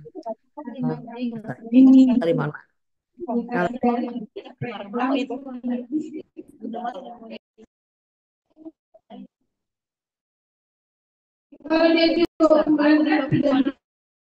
Jadi sesuai ini akses di FKTP dan watch riset sebenarnya adalah di FKTL. Nah, kita saat ini pemerintah selalu memantau belanja antibiotik. Apakah benar di di rumah sakit dan di FKTP pemakaian antibiotik ini berapa persen? Ini karena kita sudah pakai Satu Sehat sehingga kita bisa memantau penggunaan antibiotik di Indonesia. Ya, slide berikutnya. Bapak Ibu, ini penggambaran terkait antibiotik akses yang dikonsumsi orang Indonesia. Ternyata kebanyakan adalah amoksisilin pada tahun 2023 ya. 2022 ini juga amoksisilin. Nah, yang menarik ini 2022, yang 2021 ini yang kurang bagus tadi ya, aksesnya itu sedikit. Tetapi sebenarnya 2022 dan 2023 kita sudah ada perbandingannya lebih banyak untuk akses. Itu sesuai dengan WHO. Kemudian bagaimana untuk watch? Watch ini ternyata kebanyakan di tahun 2021, 2022, 2023 adalah Indonesia itu konsumsi yang terbanyak adalah terkait Cefixim. Kemudian yang kedua diikuti oleh kuning ini berarti sorry, kuning ini azitromisin Cefixim ya. Ya. Kemudian untuk reserve ini kebanyakan yang dipakai adalah merah, yaitu meropenem. Nah, ini hal ini yang menjadi apa ya keprihatinan kita. Ternyata meropenem ini banyak juga dipakai dan kemudian yang kedua ini adalah cefepime dan kemudian vancomycin. Nah, ini kita terus memantau bersama dengan Komite PPRA memantau konsumsi antibiotik secara keseluruhan. Ya, slide berikutnya. Ini adalah rata persentase peresepan antibiotik pada ISPA dan diare di puskesmas. Bapak Ibu sekalian, jadi memang kita dari tahun 2020 kemudian naik 2021 karena mungkin pada waktu itu COVID ya. COVID ini sehingga manusia maksudnya teman rakyat Indonesia itu ternyata banyak mengkonsumsi antibiotik. Dan yang paling banyak itu kalau kita melihat di jurnal-jurnal itulah pemakaian azitromisin ya terlalu banyak sekali sehingga ini termasuk di puskesmas sehingga persentase peresepan antibiotik di ISPA ini meningkat pada waktu tahun 2020, 2021, 2022 kami mengerti ini adalah terkait karena COVID-19. Kemudian 2023 menurun lagi dan ini akan kita tekan sehingga semoga di tahun 2024 tercapai targetnya. Demikian juga dengan peresepan antibiotik pada diare di puskesmas ini juga meningkat hingga tahun 2022, tetapi tahun 2022-2023 berhasil ditekan dan semoga nanti 2024 juga akan lebih menurun lagi. Slide berikutnya, Bapak Ibu sekalian, kita mempunyai data SKI ya. Dari data SKI di tahun 2023, ternyata menunjukkan 22,1% masyarakat menggunakan antibiotik oral dalam satu tahun terakhir. Ya, kemudian 41%-nya diantaranya adalah memperoleh antibiotik tanpa resep. Jadi apoteker sangat berperan penting dalam pengendalian antimikroba. Dan kami apresiasi sekali kepada Daerah Istimewa Yogyakarta. Di sini ada Prof. Ika, narasumber dari DIY, dari RSA UGM. Kami melihat bahwa sebanyak 18 provinsi di Indonesia memiliki proporsi perolehan antibiotik oral tanpa resep dokter di atas rata-rata nasional. Kalau kita lihat dari grafik, ini yang paling rendah kan adalah DIY. Nah, kalau kita rata-ratakan Indonesia 41% ya penggunaan antibiotik tanpa resep dokternya dan ini banyak provinsi yang di atas 41% dari Papua Barat hingga Maluku Utara. Nah, sehingga saat ini Kementerian Kesehatan melakukan intervensi melalui agent of change dari para apoteker yang kita sebar dan kita ingatkan lagi kepada provinsi-provinsi yang tinggi penggunaan antibiotika tanpa resep dokter ini untuk diingatkan kepada agent of change yang dididik oleh Kementerian Kesehatan. Nah, Bapak Ibu sekalian, juga ini terlihat Bapak Ibu lebih dari 60%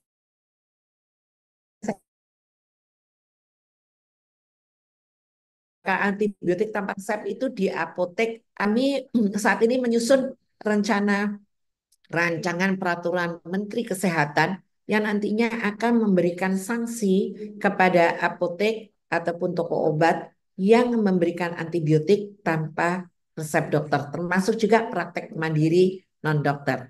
Ya, slide berikutnya. Nah, Bapak Ibu sekalian, untuk kegiatan pengendalian resistensi antimikroba, kegiatan apa saja yang kita telah lakukan sebagai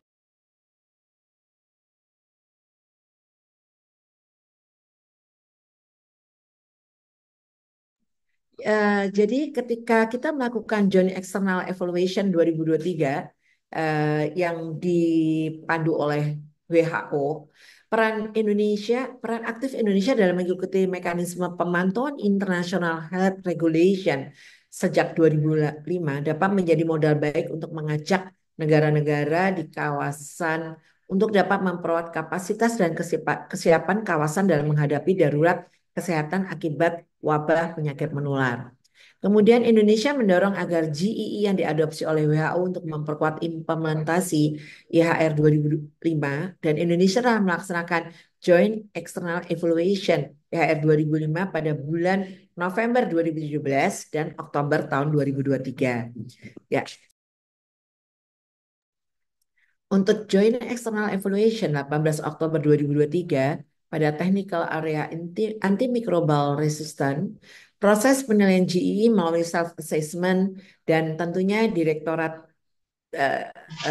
Direktur Pengelolaan dan Pelayanan Kefarmasian ditunjuk sebagai koordinator TA untuk AMR. 5 indikator yang dinilai yaitu koordinasi multisektor, surveillance, pencegahan multi-drug resistant organism, penggunaan optimal obat antimikroba dalam kesehatan manusia, dan penggunaan optimal obat antimikroba dalam kesehatan hewan dan pertanian. Dan alhamdulillah dari hasil dari kelima indikator itu Indonesia berada di level 3. Artinya level 3 itu sudah menengah ke atas, artinya Indonesia sudah dipandang sudah mulai maju untuk menerapkan proses-proses bisnis terkait pengendalian antimikroba. Ya, slide berikutnya. Nah, Bapak Ibu sekalian mungkin tidak saya usahakan baca satu-satu. Ini adalah terkait level 3 untuk penilaian optimal use of antimicrobial medicine human health. Slide Kemudian kita juga aktif dalam mensosialisasikan terkait bincang-bincang penggunaan antibiotik yang aman. Terus kemudian juga kita aktif menggandeng influencer untuk mempromosikan penggunaan antibiotik yang lebih aman. Ya, slide berikutnya. Di sini kita melakukan pelantikan Master Agent of Change untuk pencegahan AMR bersama WHO pada tanggal 13 sampai 16 Juni 2023 dan juga kita selalu mengawal forum update manajemen terapi ISPA dan pneumonia dan diare non-spesifik yang diikuti oleh apoteker di komunitas dari seluruh Indonesia. Ya, slide berikutnya. Ibu sekalian juga pada waktu bulan Maret ya tahun 2024 Pak Wamen beserta Bu Dijen juga mencanangkan gerakan masyarakat cerdas menggunakan obat dan kita melalui Apoteker Agent of Change kita melantik agar Agent of Change 9.346 yang tersebar di seluruh provinsi dan 327 Master Agent of Change di seluruh Indonesia terlibat aktif dalam pengendalian AMR. Ya, slide berikutnya. Kita melakukan World Pharmacist Day di tahun 2024 Oktober kemarin dan Bu Dijen dan pimpinan Kementerian Kesehatan selalu mengingatkan kepada para apoteker untuk melakukan pengendalian AMR khususnya di Indonesia. Ya. Ya, Bapak Ibu sekalian, komitmen apoteker Indonesia dalam World Pharmacist Day 2024 di Jakarta bahwa apoteker berkomitmen untuk berperan aktif dalam memperkuat dan menjaga keberlanjutan transformasi kesehatan di Indonesia yang mengikuti perkembangan ilmu pengetahuan dan teknologi melalui manajemen dan pelayanan kefarmasian yang sesuai standar. Peran apoteker dalam mewujudkan transformasi kesehatan, berkomitmen mendukung strategi transformasi kesehatan dari pendidikan ke pelayanan, dan juga transformasi kesehatan di era digital, optimizing the role of pharmacists in realizing sustainable health transformation. Ya, slide berikutnya. Sekalian kita juga bersama-sama telah melakukan talk show terkait AMR dalam rangka HKN ke-60 9 November 2024 dan kegiatan ini memberikan pemahaman masyarakat akan regulasi pengaturan persepaan antibiotik dan bahaya resistensi antimikroba kepada masyarakat. Dan alhamdulillah antusias dari pengunjung di Hari Kesehatan Nasional sangat tinggi untuk mendengarkan talk show terkait pengendalian antibiotik. Ya, slide berikutnya. Bu, ini juga peran apoteker yang bisa dilakukan oleh para apoteker yang merupakan bagian integrasi dari sistem layanan kesehatan kita dan seringkali menjadi titik kontak pertama untuk mendapatkan nasihat kesehatan dan layanan kesehatan primer serta menangani kebutuhan kesehatan masyarakat. Sehingga tentu saja kita bersama-sama di sini para apoteker untuk memastikan akses terhadap dan memberikan panduan mengenai obat-obatan dan peralatan medis penting termasuk tes diagnostik, memberikan keahlian untuk perawatan pasien dan kesehatan masyarakat, mendorong pencegahan penyakit seperti pemberian vaksin, melakukan pemeriksaan kesehatan karena Bapak Ibu sekali lagi untuk vaksin ini sekarang kita semua pengelolaannya sudah di tangan para farmasis, para apoteker di seluruh dinas kesehatan provinsi dan kabupaten kota. Sehingga kami sangat senang sekali bila saat ini Balai POM Aceh menyelenggarakan talk show atau seminar terkait AMR. Ini juga cocok sekali karena selain AMR kami juga didorong para apoteker ini untuk melakukan promotif dan preventif di pelayanan primer. Ya, tentu saja ini juga mendukung kampanye kesehatan masyarakat, berpartisipasi dalam penelitian pengembangan obat-obatan baru, memimpin dalam pharmacovigilance, tentu saja ya dari Badan POM, memastikan keamanan dan kemanjuran antibiotik dan obat-obat lainnya, menerapkan cara kerja yang lebih ramah lingkungan dan mengatasi dampak faktor lingkungan, advokasi perubahan kebijakan yang mendorong hasil kesehatan lebih baik, dan seperti yang ditunjukkan selama ini, selama pandemi COVID-19, apoteker berada di garis depan, salah satunya dalam mengatasi krisis kesehatan di regional dan global. Artinya ketika kita mengakses vaksin COVID, yang berdiri di garda depan adalah Badan POM dan juga teman-teman dari Kementerian Kesehatan. Ya, slide berikutnya. Ini adalah terkait kegiatan yang dilakukan oleh para apoteker di lapangan terkait KIE. Kemudian slide berikutnya.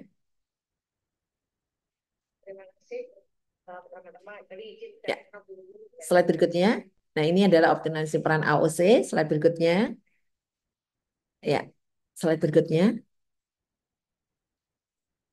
Oh ya, ini peta sebaran AOC tadi yang 9.346 ada di mana saja. Nah, lewat teman-teman ini adalah kita untuk memetakan dan memantau, memonitoring lewat teman-teman 9.346 ini. Slide berikutnya.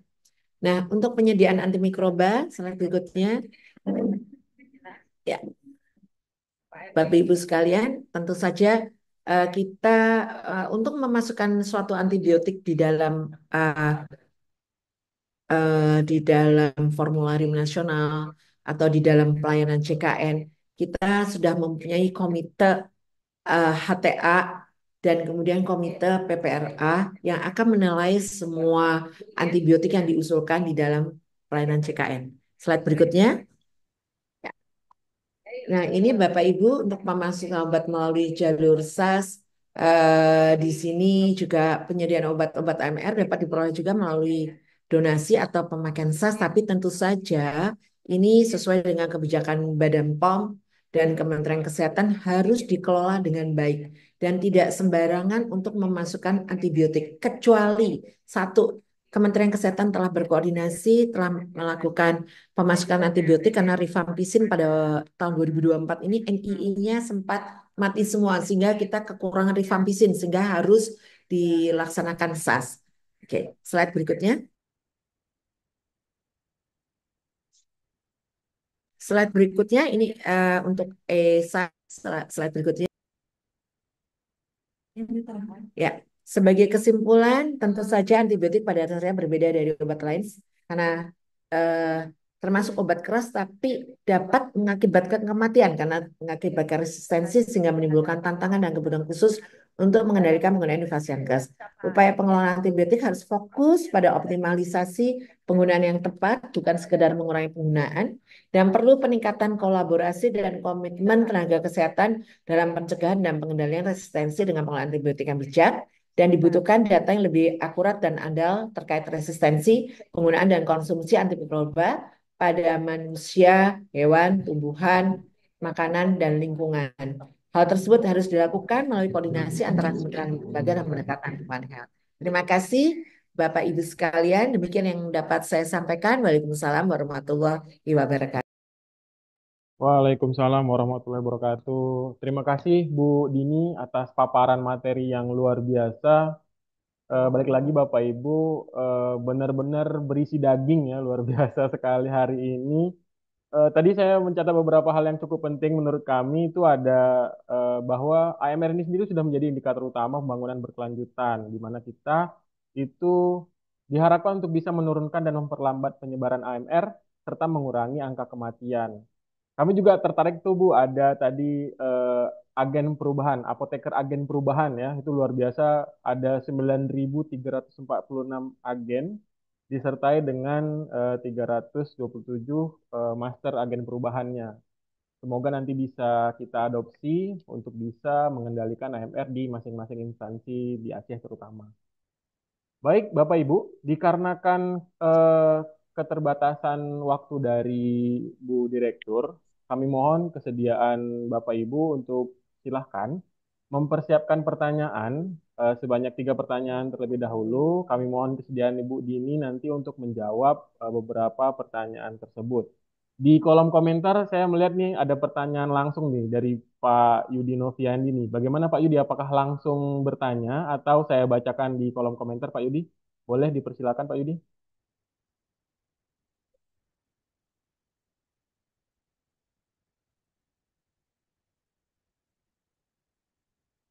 Izin Pak, apakah pertanyaannya mau disampaikan langsung atau saya sampaikan Pak?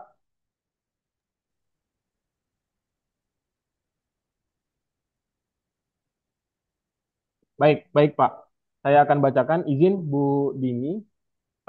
Pertanyaan dari Pak Yudi Noviandi, Kepala Balai Besar Pemdi Banda Aceh. Izin bertanya Bu Direktur, menarik sekali paparan yang disampaikan. Luar biasa. Izin bertanya terkait paparannya perihal rencana pengaturan Saryanfar atau sarana pelayanan farmasian dalam menyalurkan antibiotik. Mohon bisa dijelaskan mekanismenya seperti apa dan semoga dalam implementasinya dapat bersinergi dengan BPOM dan Ikatan Apoteker Indonesia. Bagaimana Ibu Dini? Apakah masih terhubung?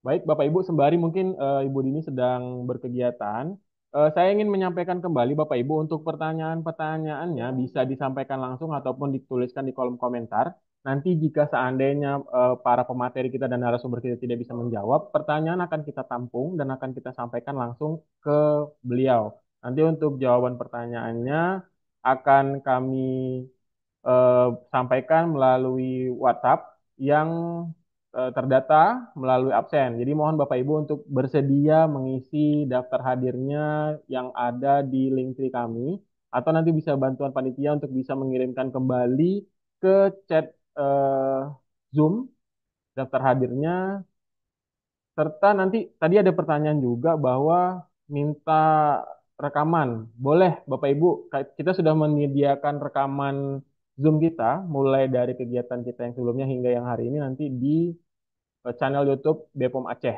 Jadi dipersilakan Bapak Ibu untuk mengunjungi channel kita. Baik Bapak Ibu, kami masih menunggu sembari menunggu Ibu Dini terhubung kembali. Sebagai informasi Bapak Ibu, untuk memperingati WAAW ini, kami dari Balai Besar Pom di Banda Aceh melaksanakan beberapa agenda kegiatan yang mungkin bisa Bapak Ibu lihat di media sosial kita, di Instagram Bepom.Aceh atau bepom.aceh. Itu kita kemarin sudah mengawali pada hari Senin dengan talk show. Kita juga sudah melaksanakan kegiatan edukasi bersama siswa-siswa di SMA di Banda Aceh terutama. Kemudian kita juga melanjutkan dengan webinar yang kemarin sudah berlangsung untuk apoteker penanggung jawab luar biasa. Dan hari ini kita sedang berjalan webinar dengan tenaga kesehatan. Luar biasa juga nih hari ini partisipannya sampai 202 orang ya, luar biasa hari ini.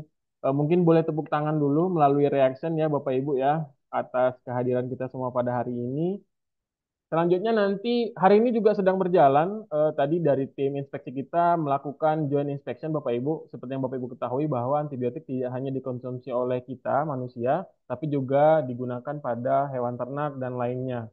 Oleh karena itu hari ini kita melakukan joint inspection bersama Dinas Peternakan, Dinas Pertanian, Dinas Perikanan untuk bersama-sama melakukan pengawasan terhadap penggunaan antibiotik dan pengendalian antibiotik pada hewan dan lainnya.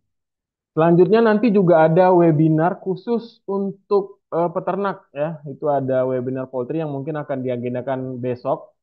Jadi silakan Bapak Ibu kalau misalkan juga nyambi nih sebagai peternak di rumah ya kita sangat apresiasi untuk bisa hadir juga pada besok. Nanti akan kita naikkan flyernya. Silahkan Bapak Ibu hadiri nanti di akhirnya kita akan lanjutkan juga kegiatan kampanye Ayo Buang Sampah Obat. Baik, sepertinya Ibu Dini sedang dalam kesibukan.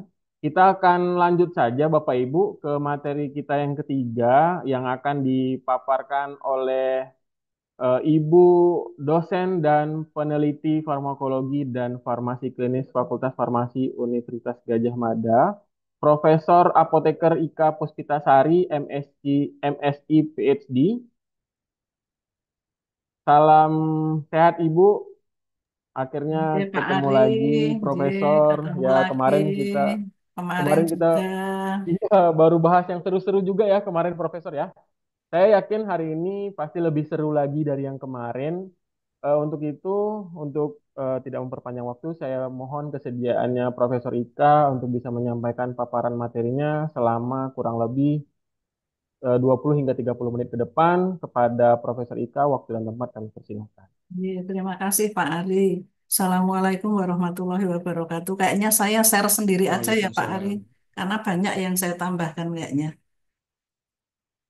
Pada kesempatan kali ini saya mengucapkan terima kasih kepada khususnya Pak Yudi Noviandi ya, yang sudah memberikan kesempatan saya untuk sharing gitu ya, karena saya ikut di tim PPRA ini sejak 2014 sepulang saya dari sekolah gitu ya. Jadi kalau ditanya sering ketemu dengan MDR, enggak sering banget gitu ya. Tadi pagi juga kami melakukan porkit karena tiap minggu kita melakukan porkit dengan teman-teman klinisi gitu ya di tim PPRA-nya RSA UGM. Nah, hari ini saya akan menyampaikan beberapa hal mungkin kalau yang kemarin juga ikut gitu ya, itu mirip tetapi ada tambahan-tambahan yang mungkin agak lebih berat gitu ya, karena nanti saya juga akan menyampaikan terkait dengan antibiogram gitu ya.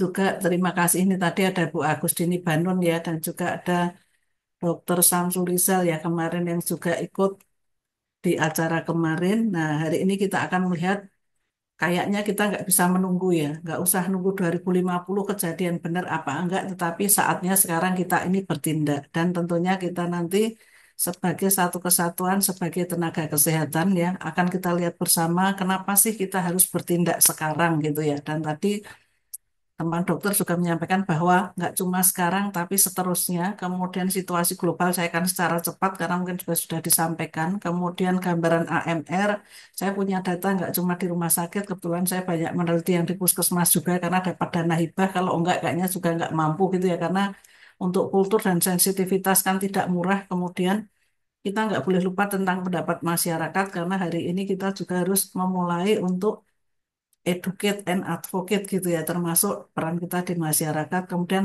One Health Approach, tadi Bu Dini juga sudah menyampaikan banyak hal terkait dengan One Health Approach, karena kita nggak bisa lepas gitu ya, bahwa kita dilingkungi oleh lingkungan, kemudian dengan peternakan gitu ya, yang ini juga ada beberapa residu dari antibiotik, kemudian PGA tadi Dokter Samsurizal juga sudah menyampaikan banyak hal ya, tetapi saya nanti akan memberikan contoh yang kami lakukan gitu ya. Moga-moga bisa menjadi salah satu inspirasi apa yang harus dilakukan. Dan ini tambahannya karena saya nanti tanggal 15 Desember juga akan menyampaikan dengan teman-teman Perdalin ya. Kebetulan saya juga sekretaris Perdalinnya di IY dengan PKPD gitu ya, farmakokinetik and farmakodinamik. Bagaimana kita menjaga agar AMR ini tidak terjadi sampai dengan memetakan therapeutic drug monitoring gitu ya, yang memang di Indonesia belum banyak dilakukan. Tadi juga teman klinisi sudah menyampaikan bahwa ini dimulai ya sejak 2015 ya. Bukunya warnanya persis ini karena saya sangat terkesan dengan buku ini warnanya hijau muda ini. Tetapi ternyata di 2016 saya juga ikut surveillance-nya ya karena waktu itu saya masih membantu di Sarjito dan ini dari hasil 2016 ini ternyata yang kategorinya rasional atau nol menurut algoritma Gisen untuk melihat rasionalitas antimikroba itu hanya 20%. Jadi memang sangat jelek gitu ya. Apalagi kategori 5. Kategori 5 itu adalah yang ternyata tidak membutuhkan antibiotik atau infeksi bukan bakterial. Itu ternyata juga ada. Kemudian prevalensi untuk MDR khususnya adalah ESBL, Extended Spectrum Beta Lactamase ini ternyata ada kenaikan 20%. Nah, oleh karena itu kemudian di 2021 itu diturunkanlah atau dirilis sebuah buku PGA yang mengelaborasi yaitu PPI dan PPRA karena dua-duanya harus berjalan seiringan gitu ya. Kalau kami visit pun kami juga selalu mengajak tidak hanya tim PPRA tetapi juga PPI karena itu terkait erat gitu ya. Kemudian juga tentunya PGA 2021 ini ingin meningkatkan kategori nol nggak cuma 20% lah, paling nggak bisa 80% gitu ya. Dan AMR-nya bisa ditekan. Kalaupun kita tidak bisa menghentikan karena itu adalah proses yang sangat normal pada bakterial gitu ya. Mereka juga ingin bertahan hidup. Ini tadi juga Bu Dini juga sudah menyampaikan bahwa di 2050 diperkirakan ini sejak di jauh sebelum pandemi gitu ya. Itu kan seorang ilmuwan Inggris yang menyampaikan bahwa kita harus bersiap dengan yang namanya silent pandemic karena tidak semua orang itu aware dengan pandemik ini. Di 2050 semua negara gitu ya, di semua benua akan mengalami tidak hanya kematian yang tadi juga sudah disampaikan sekitar 10 juta gitu ya, tetapi juga tentunya beban kesehatan gitu ya. Saya tuh masih menyelesaikan penelitian ini ya terkait dengan loss dan juga berapa rupiah sih gitu ya yang kita belanjakan pada misalnya kita bisa membandingkan asinetoba ya, Acinetobacter baumannii antara yang Kreb dan non Kreb gitu ya. Saya tuh pengen banget membandingkan itu termasuk lossnya berapa gitu ya. Hari ini kita juga ketemu yang pasien dengan vancomycin intermediate. Kita juga penasaran gitu ya sebenarnya. Karena sekarang sudah mulai muncul hal-hal yang baru-baru lagi. Dulu waktu di Sarsito pun saya pernah memetakan terkait dengan MDR ini dan tadi disampaikan oleh Dr. Samsurizal kan juga cukup besar gitu ya. Menghabiskan AMHP dan BMHP di rumah sakit. Nah, oleh karena itu Indonesia masuk dalam GLASS system yaitu Global Antimicrobial Resistant and Use Surveillance System. Tetapi ini setidaknya memberikan gambaran gitu ya untuk kita ini aware gitu ya bahwa walaupun kita ikutnya itu terlambat gitu ya, tetapi dengan kita ikut di sini kita akan bisa melihat bahwa yang selama ini diduga bahwa terjadinya contoh salah satu kasus adalah BSI atau bloodstream infection yang disebabkan oleh MRSA ini ternyata baik antara yang di low and middle income Indonesia dan yang lainnya dengan high income itu sama-sama mengalami peningkatan gitu ya, tidak terus nol di high income gitu ya. Bahkan kita sering ketemu dengan teman-teman dari negara-negara Eropa misalnya yaitu yang belajar infeksi di negara kita. Maka kita yang punya banyak infeksi ini jangan terus lengah gitu ya. Kita tetap harus mengedepankan pelayanan, kemudian juga penelitian tidak boleh berhenti. Kemudian bagaimana dengan UTI yang disebabkan oleh E. coli yang ini sudah resisten dengan second line-nya yaitu dengan ciprofloxacin. Apakah hanya terjadi di rumah sakit seperti yang selama ini kita duga, tetapi ternyata di komunitas pun sudah terjadi dan ini cukup mencengangkan gitu ya. Ditambah dengan misalnya Acinetobacter itu tadi ya, yang kita takuti sekarang ini termasuk kuman-kuman escape, ini ternyata tidak hanya resisten terhadap gentamisin loh ya, tetapi amikasin yang ini kelasnya adalah sudah reserve. Kemudian tadi meropenem, carbapenem ya, ini meropenem, imipenem, doripenem semuanya adalah reserve pun ini sudah resistensinya sangat-sangat tinggi. Oleh karena itu sekarang yang menjadi target di semua negara ya secara global adalah patogen yang namanya escape ini karena kita pengen escape, pengen keluar dari AMR gitu ya. Maka ada Enterococcus, ada Staphylococcus, Klebsiella dan yang menakutkan adalah Acinetobacter baumannii karena cukup sulit untuk diberantas. Kemudian Pseudomonas dan juga Enterobacter. Ini hasil dari rumah sakit kami pun gitu ya. Sudah ketemu yang namanya CREB, Acinetobacter baumannii yang carbapenem resisten. Kita lihat ini meropenemnya sudah resisten, tinggal bisa menggunakan ampisul ataupun amikasin. Kemudian kalau kita lihat penemuan sejarah penemuan antibiotik itu cepat sekali. Contohnya penisilin mulai 42 cuma 1 tahun mereka sudah resisten. Artinya bahwa kita tidak bisa ya mengandalkan akan ada industri farmasi ataupun peneliti yang nantinya akan menghasilkan antibiotik-antibiotik baru. Karena apa? Tidak mudah gitu ya bagi pabrik. Saya ingat satu kasus yaitu Tigasil yang masuk Indonesia belum lama gitu ya. Itu kan tigecycline yang harapannya bisa menjadi senjata pamungkas baik untuk MRSA sekalipun. Tetapi ternyata tidak lama, nggak nunggu 10 tahun itu sudah resisten. Maka kalau tadi teman-teman klinisi juga ada beberapa yang menanyakan bahwa industri farmasi itu berupaya untuk melakukan pendekatan kepada teman-teman klinisi, mungkin untuk kasusnya Tigasil atau tigecycline ini berbeda. Jadi saya pernah ikut dengan mereka ya, kebetulan ini punyanya Pfizer, mereka pengen ada awareness terkait dengan tigecycline ini dan saya ikut di dalamnya untuk awareness terkait dengan AMR karena apa? Kalau pabrik farmasi yang lain ini pengennya kalau punya produk obat itu sebanyak-banyaknya dikonsumsi, tapi kalau tigecycline ini pengennya malah nggak banyak dikonsumsi. Kenapa? Karena belum sampai BEP sudah resisten kalau sering dikonsumsi. Udah gitu kan ini juga tidak masuk di Fornas ya. Jadi ternyata kita ini menghadapi kendala yang cukup besar gitu ya. Antibiotik yang baru masuk aja sudah resisten. Beberapa teman-teman kalau di luar negeri kan sering nanya, Ika, is there any itu ya yang generasi 5 dari keluarga Cephalosporin. Saya bilang kayaknya nggak akan lah. Mending kita menghemat saja gitu ya. Karena negara kami adalah negara yang mungkin harus berhemat gitu ya. Maka WAAW ini penting sekali gitu ya. Oleh karena itu kita harus mengantisipasi ya yang namanya MDR. Yang ini adalah resisten setidaknya dari satu di antara dua atau lebih golongan misalnya taruhlah apa aminoglikosida kemudian makrolida satu beta laktam itu sudah MDR. Kalau yang XDR lebih banyak lagi.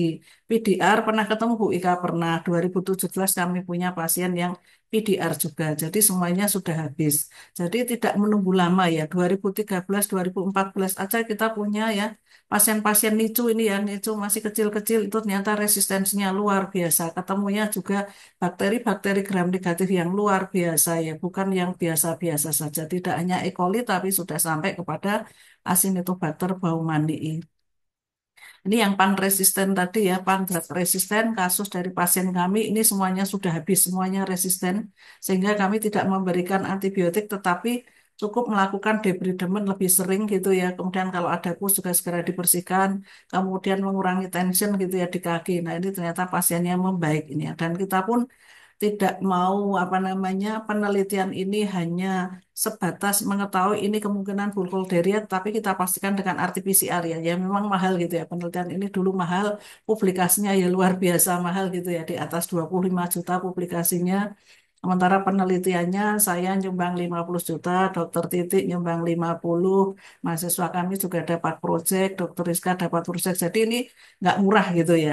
Tetapi kita lakukan termasuk ini juga kami dapat proyek terkait dengan ternyata tidak hanya apa namanya ketakutan munculnya multi drug resisten, tetapi juga adanya biofilm. Ini pembentukan biofilm ya.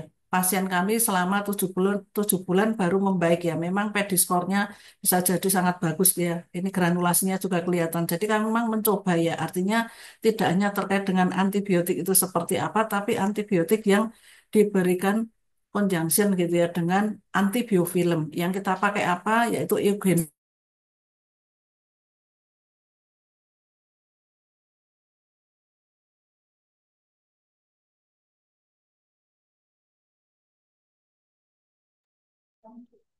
Baik, sepertinya Prof.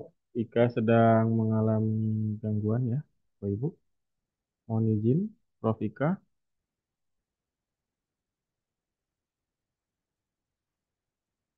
Oke, sembari kita menunggu kembalinya Prof. Ika bergabung bersama kita, saya ingin ingatkan kembali Bapak Ibu untuk mengisi link daftar hadir yang sudah disediakan oleh panitia di kolom komentar.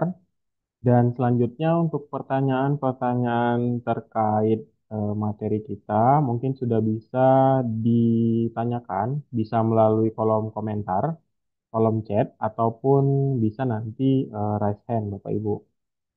Nanti diskusi dan tanya jawab akan kita lakukan secara panel. Eh, Akan kita sampaikan secara panel bahwa kegiatannya nanti di akhir kegiatan seperti itu. Bapak Ibu panitia mungkin boleh dibantu, ini ada yang chat di kolom komentar, link daftar hadir mohon dibantu. Dan untuk Bapak Ibu lainnya yang masih belum menggunakan virtual background juga bisa dibantu kesediaannya untuk menggunakan virtual background kita. Jadi nanti insya Allah eh, kalau ada kesempatan kita akan lakukan kembali sesi foto bersama lengkap dengan narasumber yang lengkap. Ya, terima kasih panitia udah dikirimkan linknya di grup chat. Bapak Ibu, tadi mungkin gambaran sedikit yang disampaikan oleh Profesor Ika bahwa memang sangat penting sekali kolaborasi untuk bisa menyelesaikan permasalahan pengendalian AMR ini. Karena tadi yang baru beberapa waktu yang lalu Prof. Ika juga menyampaikan pasien NICU saja itu sudah sampai resisten terhadap asitonit Asitinitobacter itu luar biasa itu bakteri yang cukup ganas ya Bapak Ibu. Makanya mungkin sudah saatnya kita untuk terus menggaungkan kampanye kita dalam mengendalikan AMR. Seperti yang disampaikan di logo kegiatan kita ini, Bapak Ibu, itu adalah handle antimikrobial with care ya. Dan kembali lagi kami sampaikan, Bapak Ibu, untuk kegiatan kita pada hari ini merupakan kegiatan rangkaian dari Semarak memeriahkan Pekan Dunia terhadap pengendalian resistensi antibiotik yang diselenggarakan dari tanggal 18 hingga tanggal 24. Kembali lagi kami ingatkan Bapak Ibu untuk bisa follow Instagramnya BPOM Aceh. Jangan lupa bahwa nanti kegiatan-kegiatan kita akan kita share beritanya di sana dan untuk recordingnya akan kita masukkan ke YouTube kita di BPOM Aceh. Mungkin sembari menunggu, nih Bapak Ibu sepertinya kendalanya cukup lama. Saya ingin bertanya terlebih dahulu untuk Bapak Ibu yang hadir. Ini kita dari panitia menyediakan 3 hadiah ya, Bapak Ibu panitia ya. Nah, ini yang cepet-cepetan jawab nih. Boleh di kolom komentar, boleh raise hand, boleh. Kalau yang raise hand, pas yang duluan raise hand langsung kita tunjuk untuk menjawab. Kalau nggak ada yang raise hand, kita lihat cepet-cepetan di kolom chat. Oke. Baik, pertanyaan yang pertama. Ya, sebutkan kepanjangan dari WAAW disertai dengan tema. Silahkan, Bapak Ibu. Bisa dijawab, ada yang raise hand. Mohon dibantu panitia jika ada yang raise hand. Pertanyaan yang pertama adalah apa kepanjangan dari WAAW disertai dengan tema? Silakan, Bapak Ibu.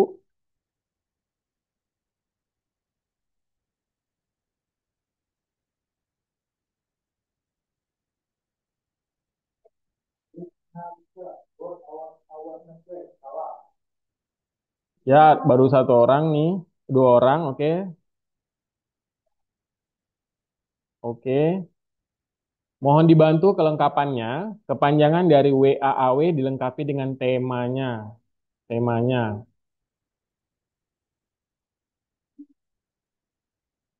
Oke, kita memiliki satu orang pemenang.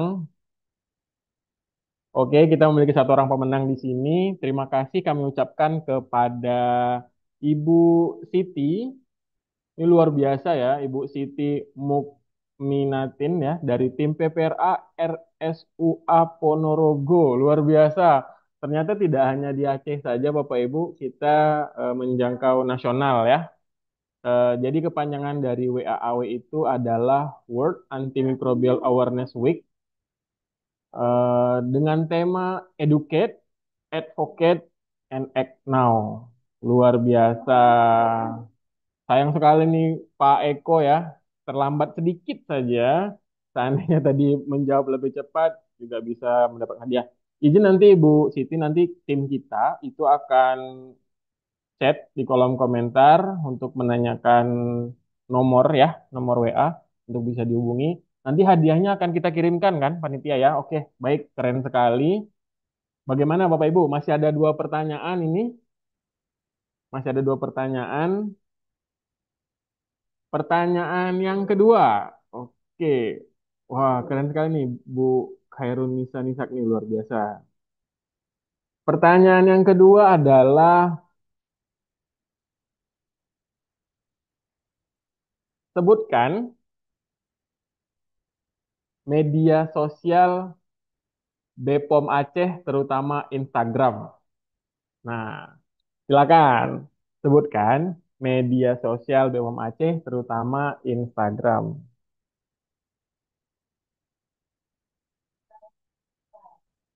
Oke, kita sudah dapat pemenangnya. Ini luar biasa ini. Ibu Yaiza Safira ya, panitia ya. Oke, Ibu Yaiza Safira dari Puskesmas Pelimbang. Benar sekali Bapak Ibu, Instagram kita itu adalah @bepom.aceh. Luar biasa. Wah, luar biasa nih. Ini semoga yang sudah ngetik-ngetik sudah follow ya Bapak Ibu ya. Kita insya Allah ke depan juga tetap ada konten-konten menarik, baik terkait obat ataupun makanan. Dan di minggu WAAW ini kita sudah mempersiapkan beberapa konten yang akan kita bahas terkait pengendalian resistensi antibiotik. Mungkin izin nanti Bu Yaiza Safira akan kita chat juga dari tim panitia untuk minta nomor WhatsApp-nya atau nomor HP-nya agar bisa terhubung untuk pengiriman hadiah. Selamat kepada Bu Yaiza, selamat juga kepada ibu yang lain. Sedikit lagi kurang beruntung ya, luar biasa. Nanti mungkin bisa kita bantu bahwa pertanyaan yang ketiga ini semoga bisa terjawab.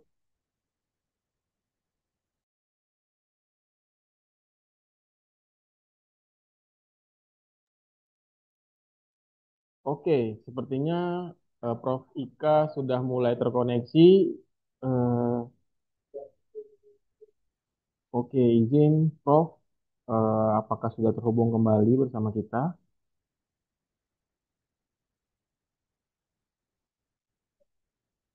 Oke, masih belum. Kita sudah menyiapkan satu pertanyaan lagi, Bapak Ibu. Untuk kegiatan hari ini, kita ada 4 narasumber. Saya ingin tahu, eh, Pak Ari, saya iya, sudah join. Minta maaf ini tadi ada pembangunan di sebelahnya rumah sakit gitu. Tahu-tahu ada yang berhenti kabelnya gitu. oh baik Bu, Oke. baik, baik, Lanjut, Profesor. nggih. Baik, silakan. Nggih, nggih. Pertanyaannya akan kita Minta simpan dulu. maaf. Nggih, Kita disimpan dulu. ya mohon kesediaan Profesor Ika untuk melanjutkan kembali. Nggih, Pada Profesor minta Ika kami maaf. persilakan. Karena yang saya sampaikan pasti menarik. Karena saya kebetulan adalah juga praktisi di rumah sakit, bukan hanya dosen gitu ya. Jadi saya juga praktek gitu. Nah, ini kita lihat ternyata beberapa ini memang membentuk biofilm ya. Jadi sekarang tantangan kita itu semakin semakin berat gitu ya, karena banyak apa namanya mikroba gitu ya yang membentuk biofilm. Jadi kita harus punya tidak hanya antibiotik tapi yang anti biofilm juga harus diberikan gitu ya. Kita mencoba yang eugenol dan ambroxol. Ternyata eugenol itu cukup bagus ya. Eugenol adalah minyak atsiri yang diekstrak dari cengkeh gitu ya. Nah ini juga kita nggak main-main ya kalau penelitian ini karena ini mahasiswa S3 saya biasanya. Nah ini juga sampai pakai apa namanya mikroskop juga gitu ya. Ini yang hijau ini adalah bakteri yang hidup, ternyata diberikan tadi ya antibiotik plus antibiofilmnya itu banyak yang mati juga gitu ya. Kemudian ini yang data di puskesmas ini ternyata juga kalau kita mengira bahwa UTI di puskesmas itu hanya muncul E. coli, tetapi ternyata ada Klebsiella juga, ada Proteus dan ada S. aureus, itu kan hal yang biasa. Tetapi untuk resistensinya ini kita petakan ternyata susceptibility kalau WHO adalah sekitar 80% ya yang diinginkan, tetapi ini ada yang sudah tinggal 57% yaitu ampicillin, berarti memang sudah resisten untuk UTI di puskesmas. Kemudian untuk yang ISPA gitu ya, ISPA ini tidak hanya muncul bakteri-bakteri gram positif ini di puskesmas, tetapi ternyata Klebsiella cukup banyak. Hemophilus kita bisa melakukan karena ini diperlukan media tambahan nggak murah gitu ya Kak. Kalau saya kalau penelitian sih beneran gitu ya, karena saya pengen banyak data yang bisa kita kumpulkan dan kita bisa slow down untuk AMR ini gitu ya. Jadi yang lucu-lucu juga banyak muncul ya, termasuk Pseudomonas pun juga muncul. Padahal ini adalah spesimen dari puskesmas. Dan untuk bakteri gram negatif ini tadi ya sensitivitas kita minta dari WHO adalah 80%, ternyata untuk chloramphenicol, kemudian tetrasiklin, kemudian ampicillin memang sudah jauh dari 80%, untuk gram positifnya juga ada yaitu untuk tetrasiklin dan juga penisilin. Jadi ini untuk UTI tampaknya kok kita juga sudah harus bersiap-siap ya. Kemudian ini data rumah sakit kami untuk MDRO, ini kita temukan di 2022 dan 2023 karena 2024 baru nanti di Desember. Ini tadi kita lihat memang MRSA gitu ya. MRSA-nya itu naik, krepnya juga naik gitu ya. Kemudian Klebsiella pneumoniae yang ada karbapenemase juga tambah. Pseudomonas dengan karbapenemase tambah. Artinya apa? Bahwa selama ini kita mengandalkan kepada keluarganya karbapenem, yaitu yang masuk Fornas adalah meropenem. Kadang-kadang kita harus naik kelas menjadi imipenem silastatin gitu ya, walaupun tidak di cover ya gimana karena kondisi pasien gitu ya, karena sudah biasanya terjadinya ini tadi ya ada yang karbapenemasenya sudah muncul gitu ya sehingga kita harus menggunakan yang lebih tinggi lagi. Ini juga 2024 ini krep dari tempat kami gitu ya, imiropenemnya gitu ya. Kemudian kalau sudah menghadapi yang seperti ini kita harus juga belajar tentang CLSI ya, Clinical Laboratory Standard Internasional di mana kita harus tahu gitu ya. Selama ini mungkin kalau teman-teman apoteker gitu ya dikira satu keluarga Cipro dan Levo itu sifatnya sama, padahal tidak ya, tergantung jenis bakterinya. Untuk bakteri Acinetobacter baumannii itu ternyata kalaupun dia sudah resisten dengan levofloxacin, kita coba ciprofloxacin. Kadang-kadang kita menganggap bahwa levofloxacin saja sudah resisten, apalagi dengan Cipro. Tetapi ternyata tidak ya, untuk Acinetobacter itu tidak ada OR. OR itu artinya saling menggantikan, tetapi tidak ada OR artinya mereka itu bisa berbeda sifatnya. Keluarga Carbapenem resisten dengan Meropenem saya biasanya akan saya kasih dengan imipenem silastatin gitu ya. Apalagi ini adalah dari sputum berarti kasusnya paru. Atau bisa kita carikan yang lain lagi gitu ya. Yang lain lagi biasanya minocycline. Ini kan penetrasi di parunya juga bagus gitu ya. Tetapi kita juga harus melihat kondisi pasien gitu ya. Artinya kalau kita memberikan terapi ke pasien itu tidak hanya melihat sumber infeksi di mana, tetapi adakah komorbid lain yang menjadi perberatan. Contohnya pada pasien-pasien akut kidney injury, pada pasien CKD. Nah itu kan biasanya kita akan memilihkan yang tidak di metabolisme di renal gitu ya supaya tidak memperberat kerja dari ginjal. Maka minocycline itu menjadi pilihan karena untuk kasus pada paru minocycline ini penetrasi paru bagus dan dia metabolismenya adalah mostly ada di hepar, tidak akan membebani di ginjal. Jadi kalau kita ini visit bersama ya dengan teman-teman klinisi itu kita itu memikirkan pemilihan antibiotik itu sampai kepada apakah ada adverse drug reaction-nya, apakah ada komorbid yang akan menjadi penghalang, itu selalu kita pikirkan bersama. Ini yang saya kemarin bilang fresh from the oven, kita punya data tanggal 17 November gitu ya. Ternyata ketemu pasiennya adalah ada Acinetobacter yang XDR, extended gitu ya. Tinggal apa di sini? Ternyata hanya tinggal tigecycline itu pun hanya intermediate. Kemudian di situ ketemu dua, ada MRSA-nya, methicillin resistant Staphylococcus aureus, buktinya dengan apa? Dengan cefoxitin test gitu ya. Kemudian ternyata dengan vancomycin sudah intermediate, maka ini menjadi kasus pada pagi ini tadi. Tapi untungnya kondisi pasien kemarin diberikan meropenem dan membaik gitu ya. Harapannya moga-moga ini adalah apa namanya eh, bukan source of infection-nya gitu ya. Harapannya mungkin ini adalah kontaminasi ataupun juga kolokalisasi gitu ya. Harapannya memang seperti itu. Karena ini pagi tadi kita tengok dengan dokter paru juga bahwa ternyata tanda-tanda infeksinya sudah cukup membaik gitu ya. Sehingga tapi ini bukan berarti terus kita lupakan. Ini kita telusur terus gitu ya. Ternyata pasiennya adalah pernah readmisi paling tidak di rumah sakit kami itu sampai 3 kali ya di tahun ini juga dan pernah di rumah sakit lain dan di sana juga mendapatkan kalau nggak salah adalah metronidazole dan cefixim karena kasusnya waktu itu adalah ulkus DM. Nah, ini juga yang kami lakukan tentang evaluasi antibiotik profilaksis gitu ya, karena pada surveillance nasional itu kan 4 besar yang dinilai, yaitu satu penyakit dalam, dua adalah anak, tiga bedah, maka profilaksis masuk, kemudian juga oksgen gitu ya, oksgen juga termasuk yang diprofilaksis. Yang mencengangkan adalah ternyata yang tidak rasional itu ada sekitar di atas 80%. Tidak rasionalnya apa terbanyak di banyak tempat juga terlalu adalah dosis yang tidak tepat. Mungkin pemilihannya sudah sesuai, misalnya sudah menggunakan cefazolin, tetapi ternyata berat badan pasien yang kurang dari 80 kilo itu kan harusnya dapatnya adalah 2 gram, tetapi biasanya diberikan 1 gram, apalagi nanti butuh redosing juga gitu ya. Jadi itu yang sering-sering terjadi gitu ya.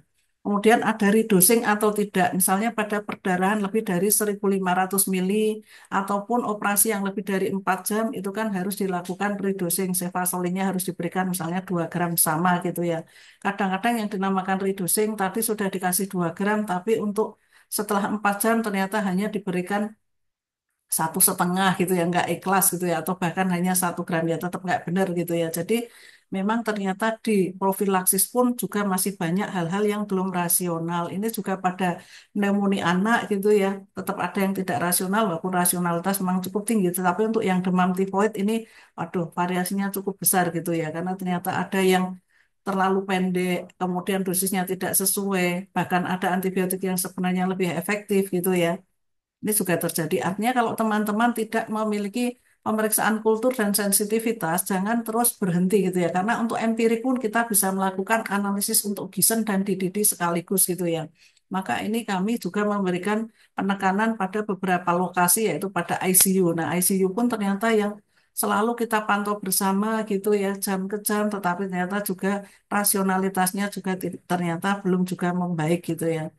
Kemudian juga ini pada yang definitif kalau teman-teman mengira enak karena sudah pakai kultur pasti sesuai ternyata enggak juga. Definitif pun ternyata juga banyak yang masih belum rasional. Misalnya dosisnya tidak tepat. Pemilihan jenisnya benar karena sudah definitif tetapi dosisnya itu ternyata juga banyak yang belum sesuai gitu ya. Ini tadi yang disampaikan Bu Dini juga gitu nggih.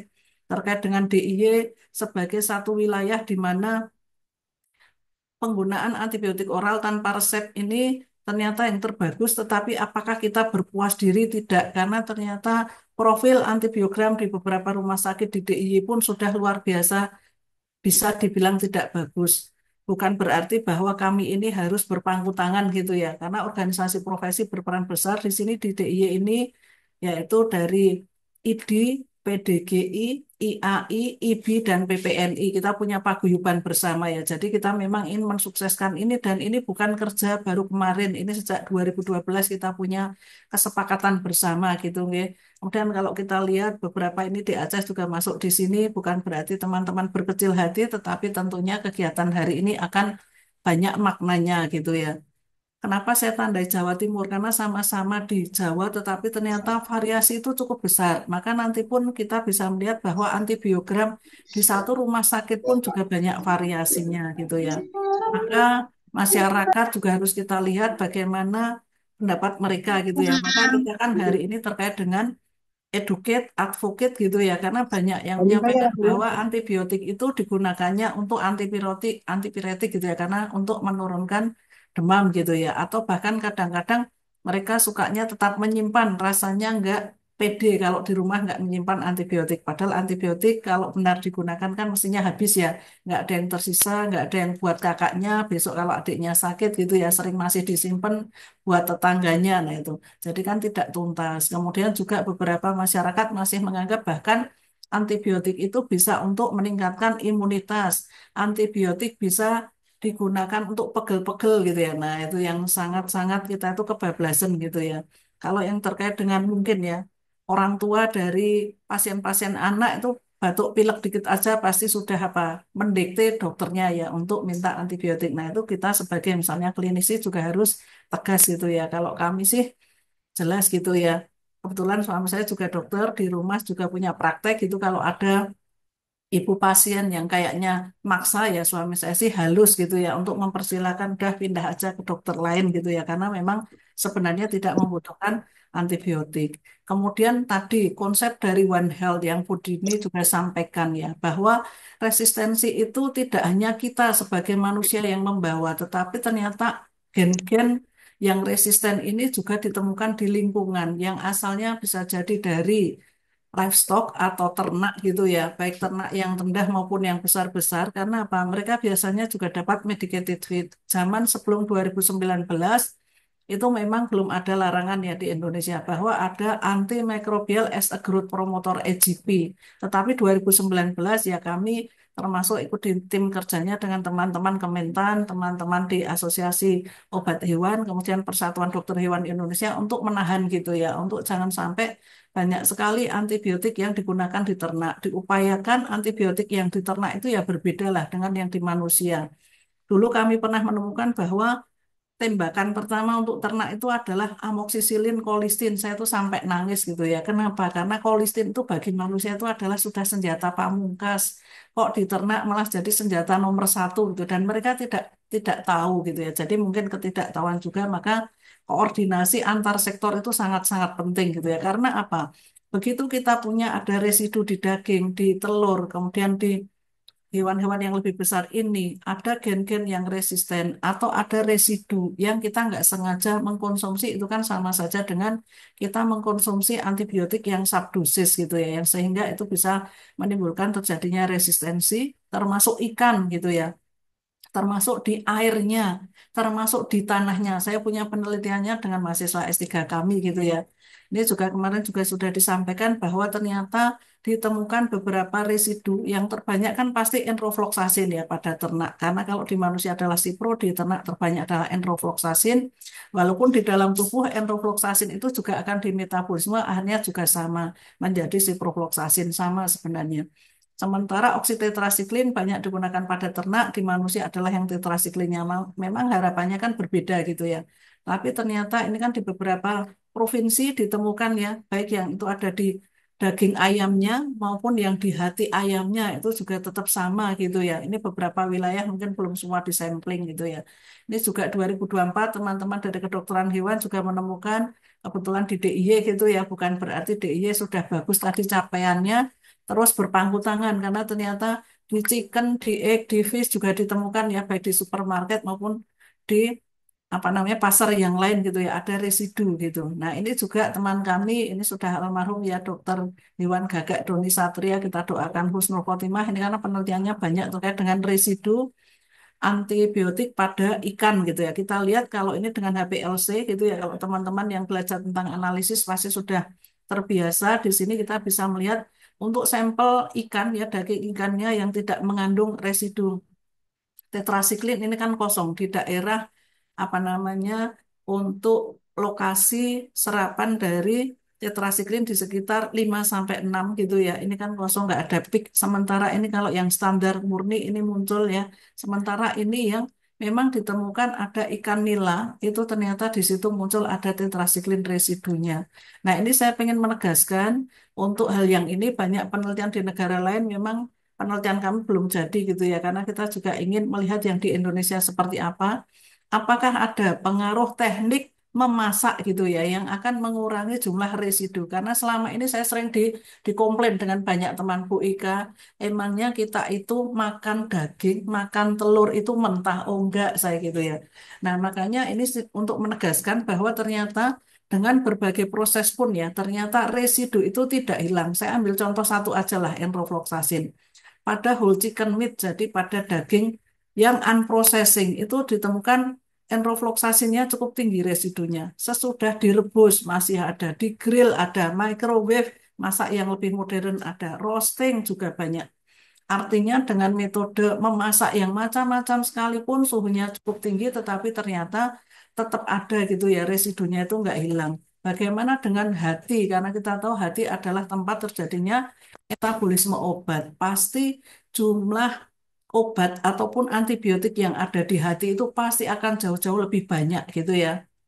Contohnya, sama-sama yang unprocessed. Tadi kan 700-an, ini sudah 1.000 lebih gitu ya. Dan seiring dengan waktu, seiring dengan cara memasak, baik itu direbus, digoreng, di microwave, di roasting, semua tetap ada. Artinya apa? Kita tidak bisa berlindung terhadap AMR ini dengan menyatakan bahwa toh daging yang kita konsumsi adalah yang matang gitu ya, yang di microwave, yang di grill, yang di boil gitu. Begitu pula dengan telur itu ternyata juga sama, tetap ada residunya gitu ya.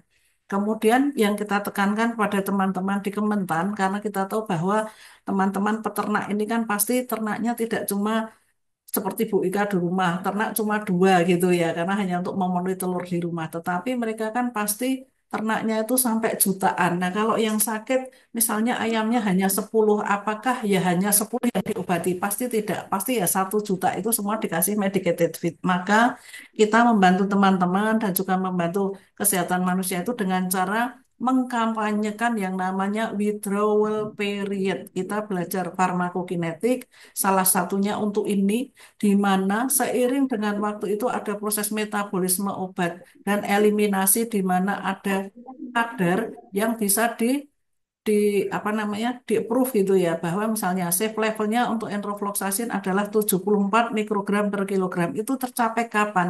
Kira-kira 10 hari setelah diberikan medicated feed yang isinya adalah enrofloxacin.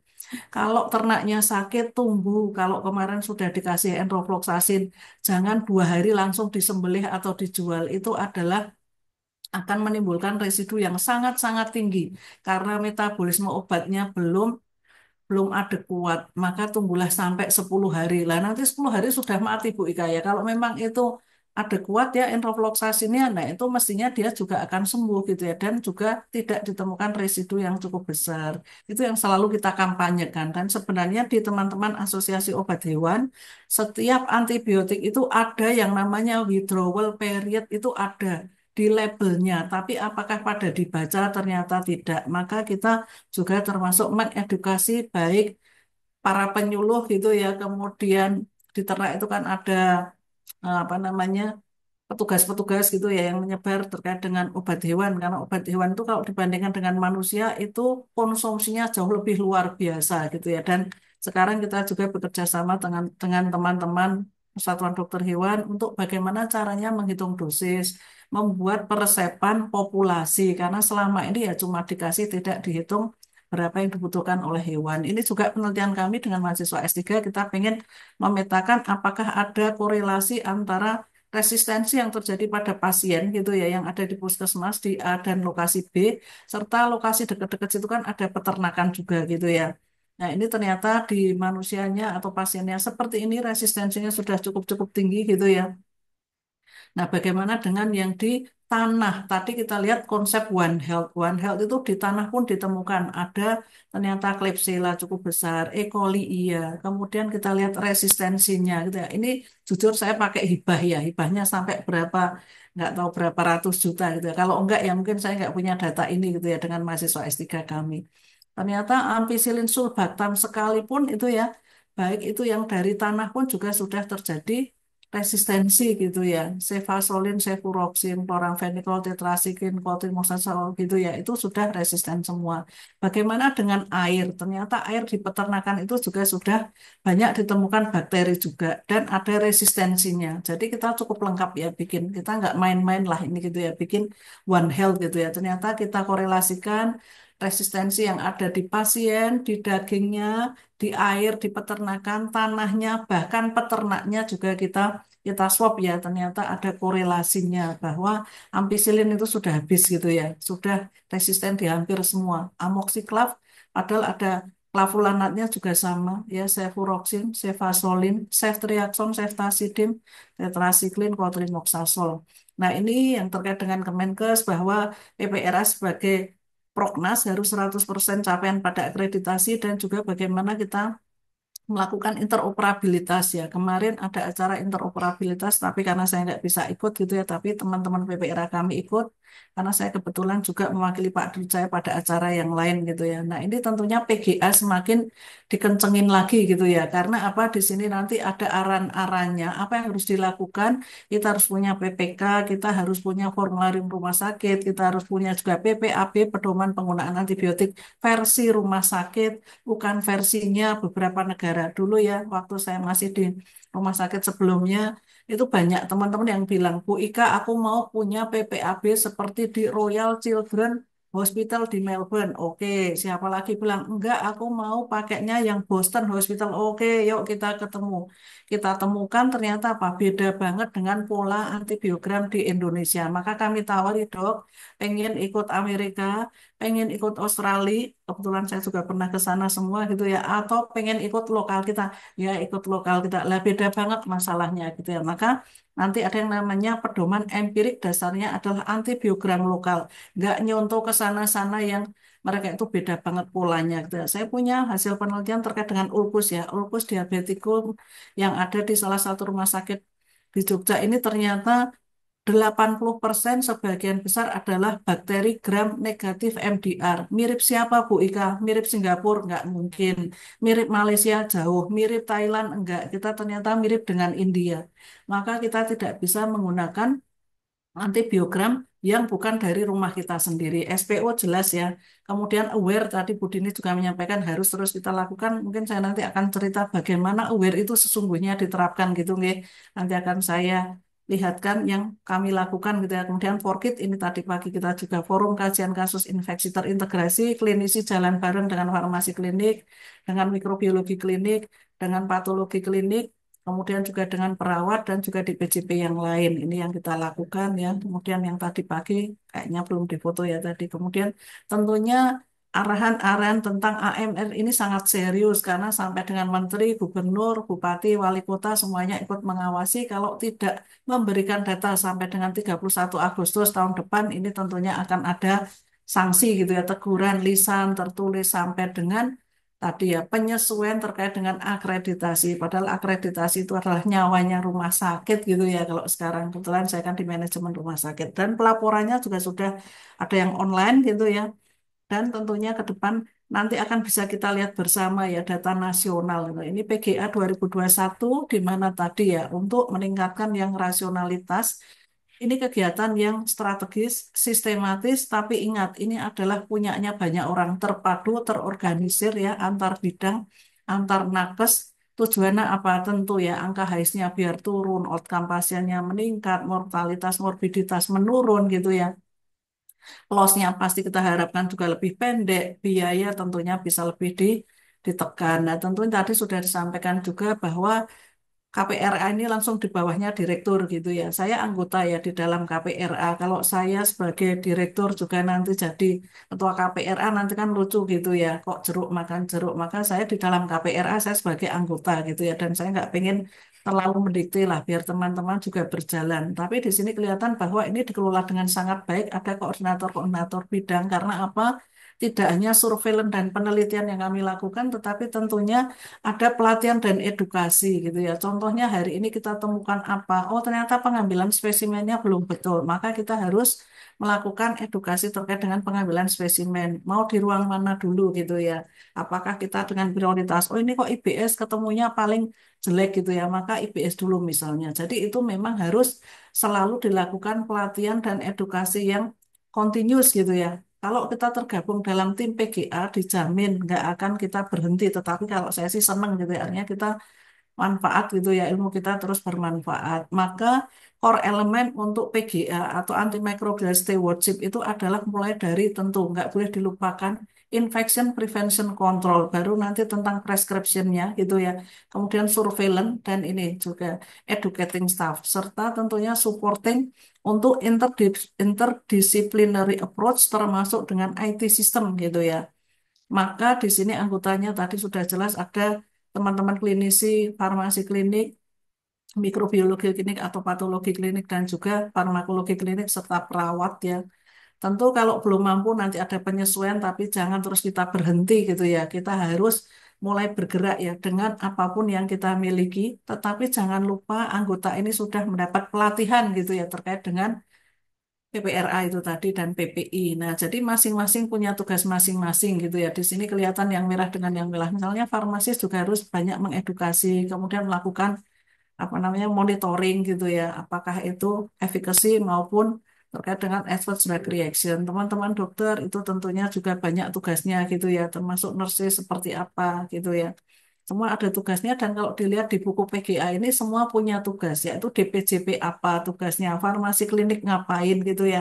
Kemudian untuk pembatasan aware tadi seperti apa polanya ya, termasuk konsultan infeksinya, teman-teman tropik infeksi itu juga sangat penting itu ya. Maka di sini ada alur dan kalau di kami ada namanya ASO ya, Automatic Stop Order untuk pemberian antibiotik. Maka tugasnya farmasi klinik itu sehari-hari bertugas di ruang rawat pasien loh ya. Jangan sudah mengaku farmasi klinik tapi tetap di belakang layar nggak guna gitu ya. Kalau Bu Ika sih nggak cuma omong doang, tak lakonin gitu ya, walaupun saya adalah dosen gitu ya. Karena apa? Dengan begitu ilmu kita itu berkembang. Apa yang kita sampaikan ke mahasiswa juga real ya, yang ada di setting klinik sesungguhnya, bukan yang masih teoritis, apalagi yang itu sudah usang gitu ya. Dan juga harus melakukan reviewnya adalah prospektif, nggak cuma retro gitu ya. Dan nanti hasil-hasilnya disampaikan kepada DPJP. Kalaupun misalnya DPJP tidak menerima, ya jangan sakit hati gitu ya. Kita bekerja sebagai tim, jadi tidak melibatkan perasaan gitu ya. Tetapi kita adalah urusan yang terkait dengan profesionalisme gitu ya. Dan kita selalu mengedepankan yang namanya respect dan trust gitu ya. Kemudian di sini farmasi ini juga harus ikut loh ya untuk Waltron gitu ya, visit jangan cuma di belakang layar. Ini juga banyak tugasnya termasuk surveillance tadi. Nah ini mikrobiologi klinik pasti ya melakukan uji biakan ini yang sesuai. Kemudian juga ikut Watron pun ikut ya visit, kemudian pembuatan antibiogram beberapa saat ini juga farmasi klinik ikut membantu ya untuk pembuatan antibiogram, kemudian untuk farmakologi klinik pasti ya untuk monitoring efek samping dan juga efikasi termasuk tadi ya penetrasinya yang paling bagus di mana. Kalau kasusnya adalah menembus blood-brain barrier maka diperlukan yang sifat-sifat antibiotiknya adalah lebih kepada yang lipofil bukan yang hidrofil gitu ya.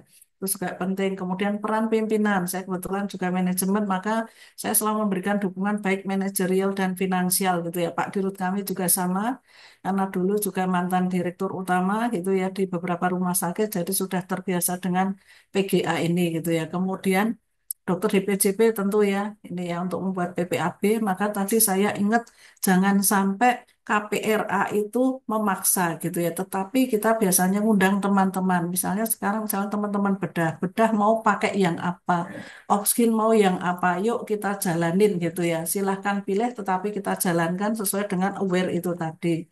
Maka jangan lupa bahwa untuk pemberian antibiotik empirik itu kita memang harus apa namanya ada alurnya yang jelas gitu ya. Kalau kemudian kita berikan antibiotik empirik itu hasilnya membaik, outcome pasien membaik, maka kita lanjutkan. Biarpun kita sudah punya hasil definitif, tidak dengan serta-merta kita ganti sesuai definitif kalau hasilnya sudah outcome-nya membaik gitu ya. Tetapi kalau kemudian jelek, maka tentunya kalau belum ada hasil kulturnya ya, hasil dari KS-nya, maka kita pakai antibiotik empirik yang lain dengan mempertimbangkan berbagai hal.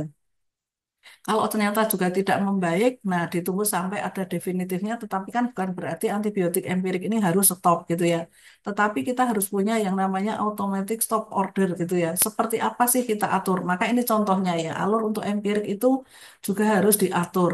Mulai dari diagnosis ya, kemudian onsetnya apakah lebih dari 2 hari. Ini bukan PPRA yang bikin ya, tetapi teman-teman di PJP bersama PPRA. Jadi ini adalah bentuk dari kesepakatan. Oke, maunya berapa dok? Onset lebih dari 2 hari. Oke, kalau iya, cek prokal ya, prokalsitonin. Karena kami rumah sakit sudah tipe B dan yang sebelumnya adalah tipe A gitu ya. Jadi kemudian kalau prokalnya memang lebih dari 0,2, berarti ini infeksi bakterial. Oke, dapat empirik yang sesuai dengan strata, follow up ya 48 sampai 72 jam. Farmasi juga harus ikut gitu ya, klinisi juga ikut. Kemudian apa? Responnya membaik terus gitu ya. Mau berapa lama? Jangan lupa untuk stop gitu ya. Jangan sampai lebih dari 7 hari ya, tetapi harus tetap diobservasi. Kalaupun memang misalnya ya pada kasus jamur butuhnya lebih dari 7 hari, harus 14 hari, ya tetap kita lakukan follow up, bukan berarti terus-terus gitu ya, karena setiap saat kita itu akan mengalami entah itu perubahan outcome, entah itu perubahan adverse drug reaction gitu ya.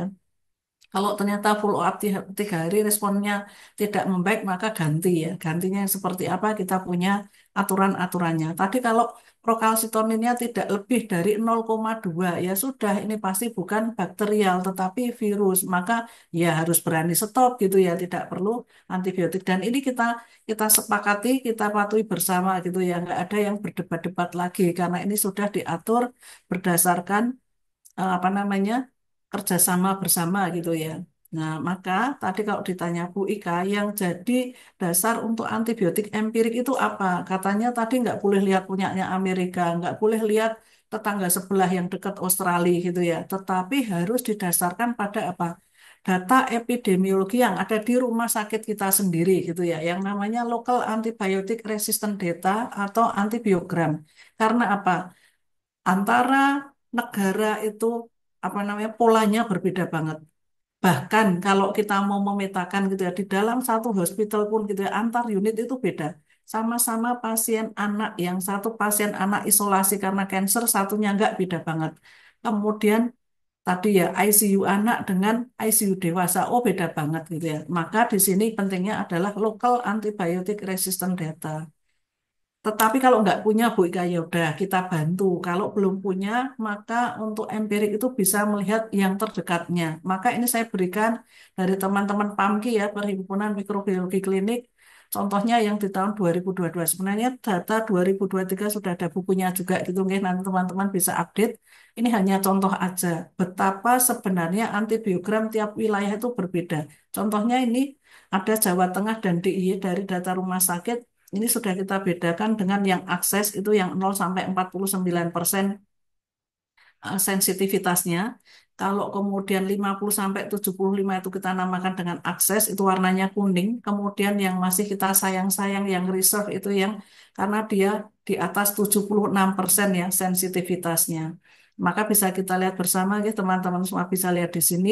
Contoh, saya kasih contoh aja. Di sini kita bisa melihat, misal salah satu aja lah, E. coli yang sangat sangat sering ya pada UTI misalnya. Oh, amikasinnya ini masih warnanya hijau, berarti kita simpen. Ini adalah yang reserve.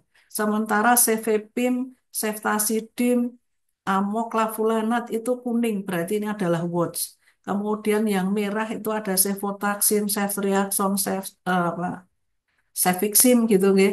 Yang merah-merah ini berarti apa? Ampisul. Nah, ini adalah yang akses. Kita bikin aturan siapakah yang bisa menggunakan akses, siapakah yang boleh menggunakan watch, siapakah pasien yang langsung begitu masuk rumah sakit kita langsung boleh pakai yang reserve. Contohnya nanti akan saya contohkan. Saya ingin memperlihatkan ini di Jawa Tengah dan ini yang Sumatera, karena yang Banda Aceh sendiri nggak ada. Yang Sumatera ternyata teman-teman lihat tadi, Cefepimnya apa? Cefepimnya yang di Jawa Tengah masih kuning ya, yang di Banda Aceh sudah jadi akses. Jadinya ini adalah tembakan pertama gitu ya, di Jawa Tengah bukan tembakan pertama. Ceftazidime, tapi tadi Jawa Tengah juga kuning, di Aceh, Sumatera ini sudah merah. Artinya apa? Ini dipakainya untuk tembakan pertama. Nah, ini yang kita namakan dengan stratifikasi penerapan aware yang sesungguhnya seperti apa. Kalau teman-teman yang mungkin belum terpapar tentang aware itu sesungguhnya seperti apa, maka kita memberikan SOP gitu ya. Akses itu apa? Asumsinya ini adalah komunitas base. Jadi kuman-kuman yang asalnya dari komunitas itu siapa? Oke, pasien kalau dia sebelumnya belum pernah ada kontak dengan layanan kesehatan, tidak pernah mendapatkan antibiotik sebelumnya, atau pasien usia muda tanpa komorbid, udahlah merem, kasih aja yang akses. Jangan aneh-aneh langsung dikasih yang watch, apalagi reserve gitu ya. Itu sudah kesepakatan gitu ya, dan itu dibuat di rumah sakit masing-masing. Tetapi begitu kita lihat ternyata, oh pasien ini pernah ada kontak sebelumnya, walaupun tidak ada prosedur invasif, dan pernah mendapat terapi antibiotik sebelumnya, oke, masuknya watch, atau pasiennya sudah sepuh dengan komorbid multiple. Tapi kadang-kadang ada pasien datang ke rumah sakit kita itu kan dengan kondisi sudah belum pernah kontak dengan rumah sakit, usianya sebenarnya tidak terlalu tua, tetapi kalau sudah imunokompromis, DM pun itu kan imunokompromis gitu ya, apalagi pasien-pasien keganasan, cancer, pasien-pasien HIV atau neutropeni ataupun yang menggunakan imunosupresan lain, apakah itu steroid, apakah itu siklosporin gitu ya. Bahkan sudah pakai tacrolimus pada pasien-pasien transplant misalnya. Itu harus langsung pakai yang reserve gitu ya. Reserve itu apa yang hijau misalnya tadi amikasin, meropenem gitu ya. Nggak usah lewat dengan yang bawah-bawahnya gitu ya. Maka di sini juga perawat harus menjalankan tadi selain protokol PPI juga pengambilan spesimennya harus benar. Perawat ini cukup besar ya perannya karena yang lebih sering dengan pasien kan perawat ya bahkan 24 jam. Kemudian kegiatan PGA itu jangan mengandalkan harus nunggu kultur dan sensitivitas. Apapun yang kita miliki yang empirik pun bisa dilakukan surveillance untuk kuali dan kuantitatif. Kemarin kayak apa, semester ini kayak apa, atau kemarin kayak apa, tahun depan kayak apa, itu kan bisa menjadi dasar gitu ya, sehingga ada edukasi berkelanjutan. Kemudian kualitatif ini tentu melibatkan antar profesi gitu ya, dengan mengetahui apa namanya menggunakan algoritma Giessen itu harus ada clinician and farmasi klinik, nggak boleh hanya farmasi klinik gitu ya. Karena apa? Kadang-kadang kita nanti ada perbedaan pendapat gitu ya, maka kita harus ada rekonsiliasi. Misalnya klinis ini, oh itu kemarin dikasih ini karena ini itu. Nah, jadi kita nanti ada rekonsiliasi. Juga di Didi ini juga bisa dilakukan ya, switching juga iya gitu ya. Dan ini tentunya hasil-hasilnya ini tadi harus disampaikan kepada pimpinan dan ini menjadi continuous improvement. Maka yang ingin saya tekankan pada kesempatan kali ini adalah banyak penelitian yang menyampaikan bahwa dengan adanya apa? Dengan adanya multidisciplinary approach itu ternyata pasien outcome-nya jauh lebih baik, kualitas perawatan, cost of care delivery itu juga lebih optimal gitu ya. Selain itu, interprofessional collaboration itu penting. Mengapa?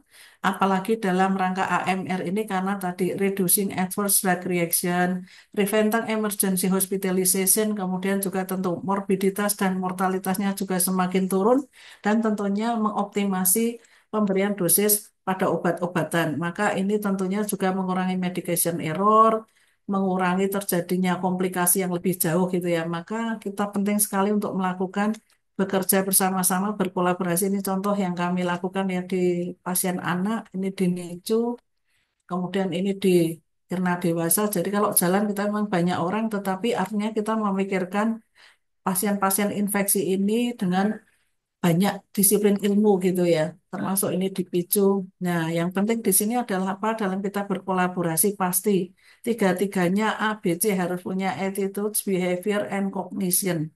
Saya selalu menekankan mutual respect, mutual trust, cooperation. Kalau kita sudah menjadi anggota tim, tidak boleh merasa paling tahu, paling pinter gitu ya. Tetapi semua kita saling menghargai sesuai dengan kompetensi masing-masing. Saya paling senang kalau visit bersama dengan teman-teman klinisi gitu ya. Karena teman-teman klinisi akan menceritakan kondisi pasien, kita yang farmasi klinik bisa memetakan kira-kira nanti konsep perawatannya akan ke arah mana, apakah ada komorbid yang harus diperhitungkan dalam memilihkan obat gitu ya.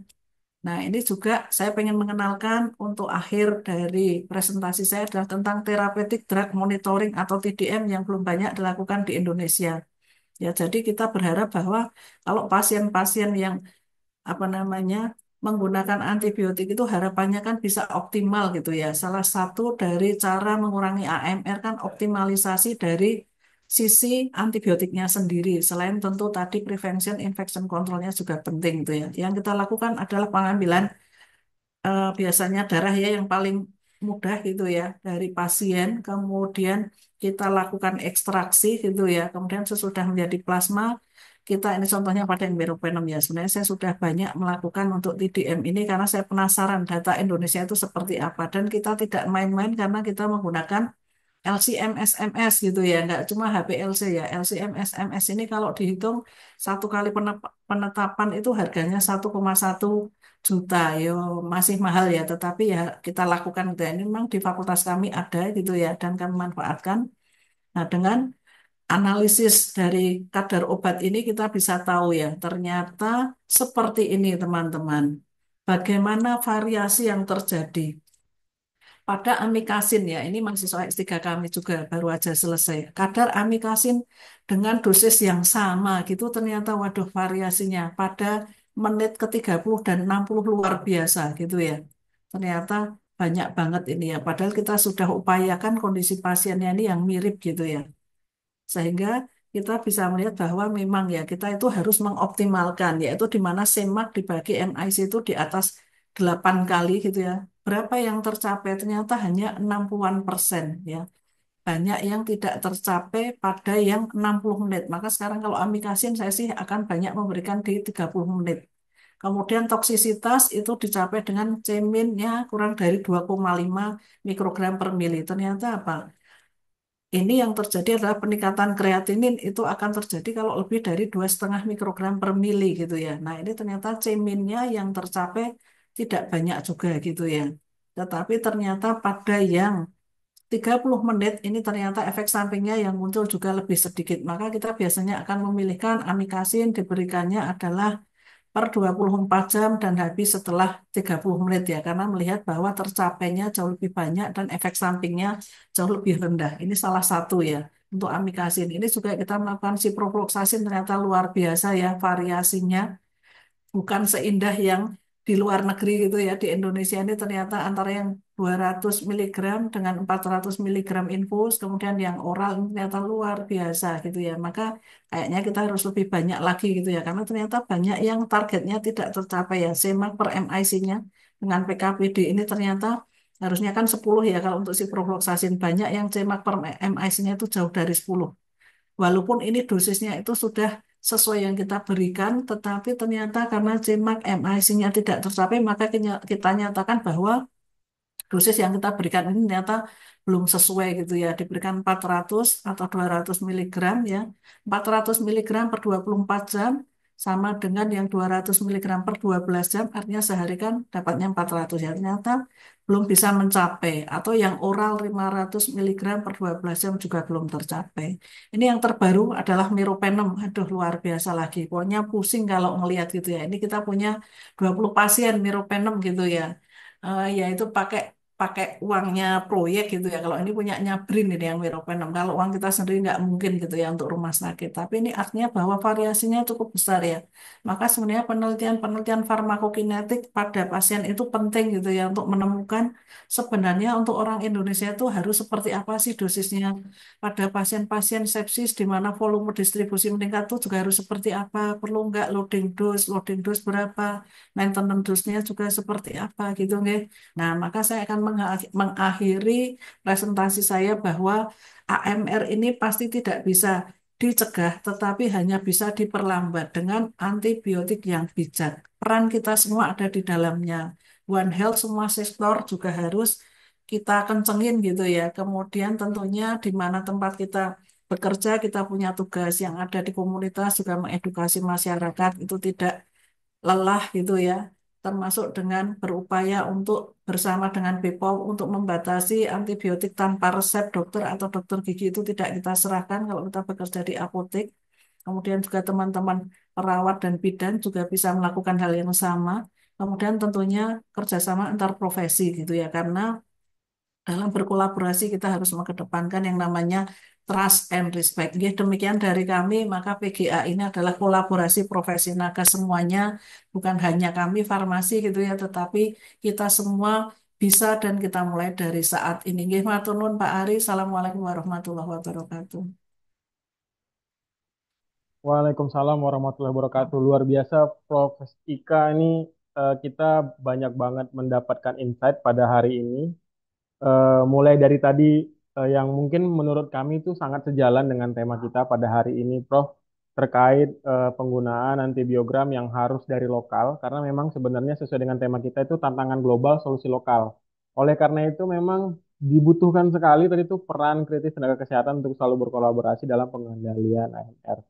Terima kasih sekali lagi Profesor Ika, mohon kesediaannya untuk tetap bersama kita karena kita akan masuk ke materi kita yang terakhir yang akan disampaikan oleh perwakilan dari Dinas Kesehatan Aceh yang langsung akan disampaikan oleh Kepala Bidang Pencegahan dan Pengendalian Penyakit Dinas Kesehatan Provinsi Aceh.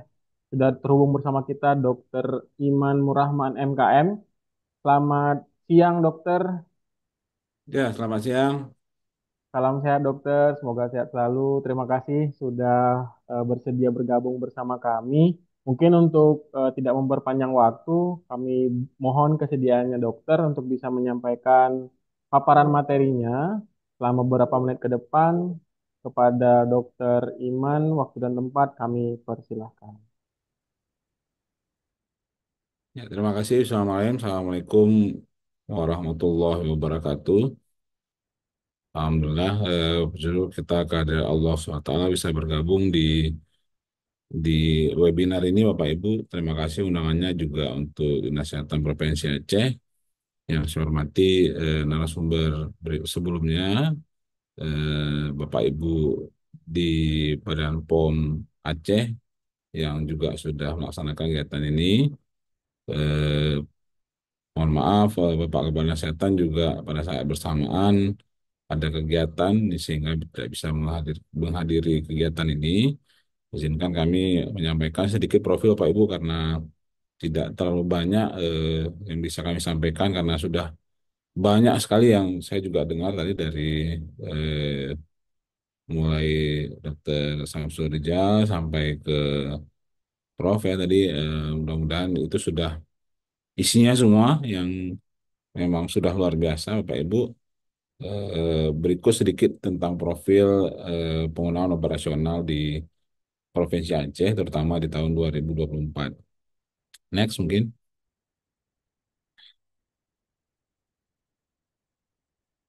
Ya, saya pikir ini adalah rekapitulasi dari data baik dari triwulan pertama, triwulan kedua, dan triwulan ketiga di 2024. Dan laporannya adalah memang kita ambil dari puskesmas, sampai terutama di puskesmas, karena ini adalah terutama dari indikator-indikator yang persiapan obat antibiotika di puskesmas kabupaten kota di Provinsi Aceh. Next. Nah, seperti kita ketahui memang ini adalah rekapitulasi dari laporan indikator persiapan antibiotik di kabupaten kota di Provinsi Aceh. Seperti kita ketahui kalau ini dari masing-masing Januari, Februari, Maret, April, Mei, Juni, Juli sampai dengan Agustus dan September dari 23 kabupaten kota yang ada di Aceh. Kalau kita lihat di rata X2 itu adalah dari pelaporan untuk persiapan untuk antibiotik untuk ISPA non pneumonia. Kemudian kalau yang Y2 itu adalah untuk persiapan antibiotika untuk diare yang non spesifik. Terus kemudian kalau yang eh, Z2 itu adalah rata untuk penggunaan resep. Kita lihat memang masing-masing sudah punya indikator Pak Ibu seperti juga disampaikan oleh Bu Direktur tadi ya, Direktur Pelayanan Kefarmasian. Memang dari sisi indikator ini targetnya kalau kita lihat tadi untuk yang ISPA non pneumonia itu harusnya hanya maksimal itu 20% Pak Ibu. Jadi ada beberapa kabupaten kota yang memang sudah bagus. Kita lihat apakah ini bagus yang memang betul-betul bagus seperti Aceh Selatan ya, dan juga termasuk Kota Banda Aceh dan Kota Langsa, atau memang yang pendataannya memang masih kita harus dekati kembali. Tapi memang rata-rata di masing-masing kabupaten kota yang lain kalau kita lihat dari mulai Januari, Februari sampai dengan September itu masih di atas target ya, karena memang targetnya itu harusnya 20%, tapi dari masing-masing Januari sampai dengan September itu masih rata-rata 33%, 34% ya, jadi rata memang walaupun secara nasional juga kita bisa lihat tadi untuk antimikrobial resisten sesuai dengan hasil SKI yang disampaikan oleh juga oleh Bu Direktur juga dari Prof juga tadi bahwa Aceh itu termasuk 10 besar di bawah ya, yang paling bawah tadi ada Jogja ya, jadi Aceh juga termasuk di bawah nasional memang di bawah 41%, tapi memang eh, hal ini terus terjadi ya, jadi memang butuh eh, effort dari kita semua seperti beberapa kabupaten kota yang memang lumayan tinggi sebenarnya kalau dari sisi eh, dari X tadi. X itu adalah untuk ISPA non pneumonia yang sebenarnya tidak perlu menggunakan antibiotik sebenarnya. Terus kemudian yang Y itu adalah diare diare non spesifik ya.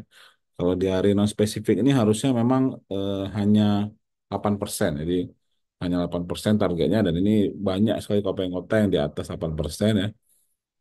Bahkan ada yang sampai 50% tuh seperti Aceh Tenggara, terus kemudian Aceh Timur, kemudian PD ya, Aceh Barat Daya itu masih sangat tinggi bahkan di atas 50% penggunaan untuk diare ya. Kalau kita pikir-pikir kalau diare sebenarnya yang diare non spesifik tidak menggunakan, bahkan itu tidak menggunakan antibiotik ya, tidak ada penggunaan antibiotik yang dianjurkan yang untuk penggunaan untuk tata laksana diare. Jadi untuk tata laksana diare dan juga tata laksana ispa dan pneumonia itu memang tidak ada anjuran sebenarnya dari Kementerian Kesehatan ataupun dari Dinas Kesehatan bahwa memang tidak ada penggunaan. Tapi memang ini tetap dari puskesmas masih ada. Jadi harus betul-betul kita evaluasi kembali. Kemudian yang ketiga adalah Z2 itu adalah untuk peresepan. Memang kalau kita lihat sudah sangat bagus ya untuk Z2. Ini Z2 ini adalah peresepan rata untuk peresepan untuk penggunaan resep. Jadi rata penggunaan resep ini itu angkanya adalah di 3,14 targetnya. Tapi secara Aceh memang rata-rata sudah bagus ya. 3,8, 3,7, 3,6, 3,7, 3,6, 3,8, 3,4, 3,6, 3,4 ya. Jadi tapi kalau kemudian kita breakdown di kabupaten kota memang masih ada juga yang 4, juga masih ada juga yang beberapa yang eh, di atas 3 ya. Tapi memang ratanya itu antara 2 sampai ada yang beberapa masih ada yang 7. Tapi memang untuk rata untuk penggunaan resep ini memang untuk antibiotik artinya adalah memang tidak banyak yang meresepkan di tingkat puskesmas dengan menggunakan lebih dari satu antibiotik. Jadi memang ini sudah sangat baik sekali sebenarnya untuk dari sisi penggunaan atau persepan dari obat antibiotik di puskesmas. Lanjut. Nah, kemudian kalau kita lihat data indikator persepan antibiotik dan dari Dinas Kesehatan Provinsi Aceh, kalau kita lihat Januari sampai dengan September tadi ya, kalau kita lihat tadi kan yang per bulan. Kalau kita lihat di X2 ya, tadi yang harusnya ratanya adalah 20% ya, kita memang di tahun 2021 sebenarnya sudah lumayan bagus, Bapak Ibu. Jadi memang apakah ini 2021 juga terkait juga dengan COVID pada saat itu, tapi memang di 2021 malah lumayan bagus ya, karena kalau kita lihat di X-nya itu yang targetnya itu 20% ya, kita hanya beda dikit dari 20%. Kemudian di Y-nya itu 8%, tapi kita 20%. Terus kemudian Z-nya bahkan di bawah target indikator nasional karena 2,7 ya. Jadi ini mungkin lebih baik dibandingkan di tahun 2024 yang memang sudah mulai tinggi kembali mungkin untuk rata penggunaan obat rasional. Lanjut. Nah, ini juga terkait juga dengan penggunaan obat rasional, Pak Ibu, karena kita juga punya puskesmas yang non rawatan dan juga puskesmas yang rawatan. Kemudian harapannya sebenarnya adalah dari masing-masing puskesmas itu punya punya walaupun tidak punya apoteker tapi minimal ada tenaga teknis kefarmasian D3-nya. Jadi memang kalau kita lihat jumlah tenaga teknis apa namanya kefarmasiannya itu memang beberapa daerah itu belum semua punya ya. Jadi contoh misalnya Aceh Singkil eh, itu eh, non rawatannya 7, kemudian rawatannya 5, sementara yang kita punya itu hanya 8. Jadi kita butuhnya itu harusnya 12, tapi eh, kita hanya punya 8. Jadi memang ini juga termasuk salah satu faktor yang memang nantinya bisa menghambat untuk penggunaan obat rasional karena memang tidak punya tenaga teknis kefarmasian yang memang sangat lebih mengetahui bagaimana eh, kondisi di puskesmas tersebut. Jadi mudah-mudahan ini bisa nantinya teratasi terutama oleh bantuan-bantuan dari Kemenkes dan juga dari organisasi-organisasi profesi yang dan ini biasanya memang menumpuk di kota-kota besar ya, jadi lebih banyak di kota-kota besar ketimbang di kabupaten kota yang jauh dari kota ya. Jadi ini butuh perhatian kita semua. Kemudian dari sisi jumlah pengkajian dan pelayanan resep yang didokumentasikan itu demikian jumlahnya kalau kita lihat di seluruh Aceh untuk rawat jalan itu bisa sampai 300.000 pengkajian dan pelayanan untuk rawat jalan. Untuk rawat inap bisa 16.456 ya.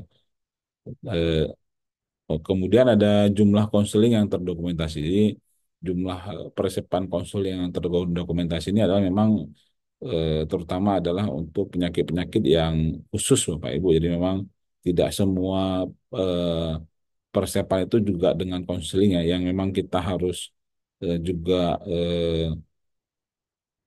untuk kita sampaikan itu adalah yang jumlah PIO yang terdokumentasi. Jadi pelayanan informasi obat yang terdokumentasi itu yang memang harus kita sampaikan karena memang terkait juga dengan dosis cara pakai yaitu memang itu PIO memang hampir sejumlah resep itu kita lakukan ya. Tapi memang untuk jumlah konseling terdokumentasi ini memang tidak semua penyakit. Jadi ada beberapa satu dua penyakit yang memang harus sering juga kita eh, konselingkan sehingga tidak semua persepan juga kita lakukan. Lanjut. Ya, mungkin demikian yang bisa saya sampaikan. Kesimpulan biasanya kalau untuk di Aceh itu bisa kita sampaikan bahwa untuk pelayanan persepan obat rasional itu juga masih tetap menjadi masalah karena memang terkait juga untuk indikator terutama adalah untuk yang minimalis seperti ISPA non pneumonia dan juga diare non spesifik itu yang pertama. Walaupun tidak setinggi seperti yang hasil survei kesehatan Indonesia bahwa memang Aceh juga masih di bawah nasional, tapi memang kita juga seperti kata Prof tadi nggak bisa berbangga diri juga karena Aceh juga masih terkendala dengan pembelian obat-obatan di eh, apotek-apotek dan juga di depo-depo obat ya, dan memang itu juga biasanya memang masyarakat juga udah tahu duluan bagaimana antibiotik itu yang seperti yang Prof bilang tadi saya lebih prefernya lebih inginnya menambahkan dengan obat-obat antibiotik seperti ini ya itu memang sudah apakah itu sudah kebiasaan atau kalau di Aceh biasanya sering ngobrol-ngobrol di warung kopi ya jadi warung kopi itu jadi pusat informasi utama untuk ya mengetahui bagaimana cara hidup jadi sehingga tahu oh ya ini kata si A lebih ini ya lebih jadi lebih kata si A ketimbang kata si dokter ya saya pikir ini jadi PR kita semua karena memang bahwa memang di masyarakat juga masih terutama di masyarakat Aceh Prof karena memang masyarakat Aceh ini gampang sekali ya kalau memang sakit ya udah masuk rumah sakit itu jadi karena di Aceh ini kita ada JKA Prof jadi jaminan kesehatan Aceh kita aman-aman aja nih kalau mau sakit tinggal masuk rumah sakit jadi nggak perlu ada pakai-pakai pencegahan yang penting cepat sembuh jadi kalau bisa antibiotiknya 5-6 biji juga nggak ada masalah Prof jadi aman-aman aja jadi nggak mikir tuh resisten kayaknya nggak mikir jadi literasi kita juga masih kurang Prof kalau di Aceh memang untuk membaca itu kalau Prof tadi menyampaikan ke semua nakes saja Prof nggak usah yang masyarakat wah itu udah luar biasa menakutkan apa yang penelitian yang sudah dilakukan Prof tadi itu luar biasa menakutkan apalagi ke masyarakat ya tapi saya pikir masyarakat yang penting sembuhnya nih bukan dari sisi resistennya dulu yang penting sembuhnya dulu.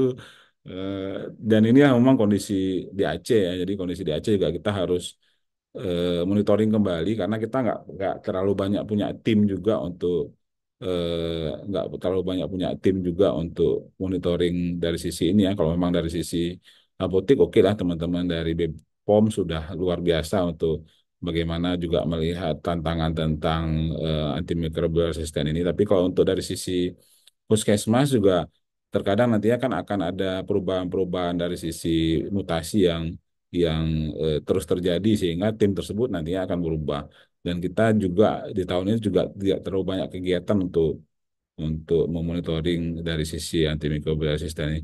Mungkin demikian singkat, mudah-mudahan bisa bermanfaat. Terima kasih. Mohon maaf atas segala kesalahan. Sempurna milik Allah. Assalamualaikum warahmatullahi wabarakatuh. Waalaikumsalam warahmatullahi wabarakatuh. Terima kasih Dokter Iman. Luar biasa paparannya sampai ditutup dengan mungkin benar tuh Prof. Ika dan teman-teman serta tenaga kesehatan lainnya. Di Aceh juga kita punya kebiasaan bahwa memulai hari itu dengan warung kopi, ya dokter ya. Karena memang kebetulan kita juga dokter untuk menyikapi hal tersebut, kita dari Aceh juga sudah membuat inovasi Sanggar Urang Aceh. Kita menyasar warung-warung kopi kebetulan untuk memberikan informasi dan komunikasi, melakukan pengawasan langsung hingga pengujian di tempat. Maka itu mungkin bisa sejalan dengan inovasi-inovasi lainnya untuk bisa meminimalisir nih penyalahgunaan obat dan pengendalian khususnya antibiotik melalui warung kopi. Oke, baik Bapak Ibu semua peserta yang hadir, sahabat AMR, kita sudah hampir sampai ke penghujung acara. Kita akan melanjutkan kegiatan kita dengan diskusi panel. Kami mohon kesediaannya para narasumber untuk bisa berhadir, bergabung. Di pertama tadi ada Dr. Samsur Rizal. Izin saya menyapa kembali. Apakah sudah kembali bergabung bersama kita?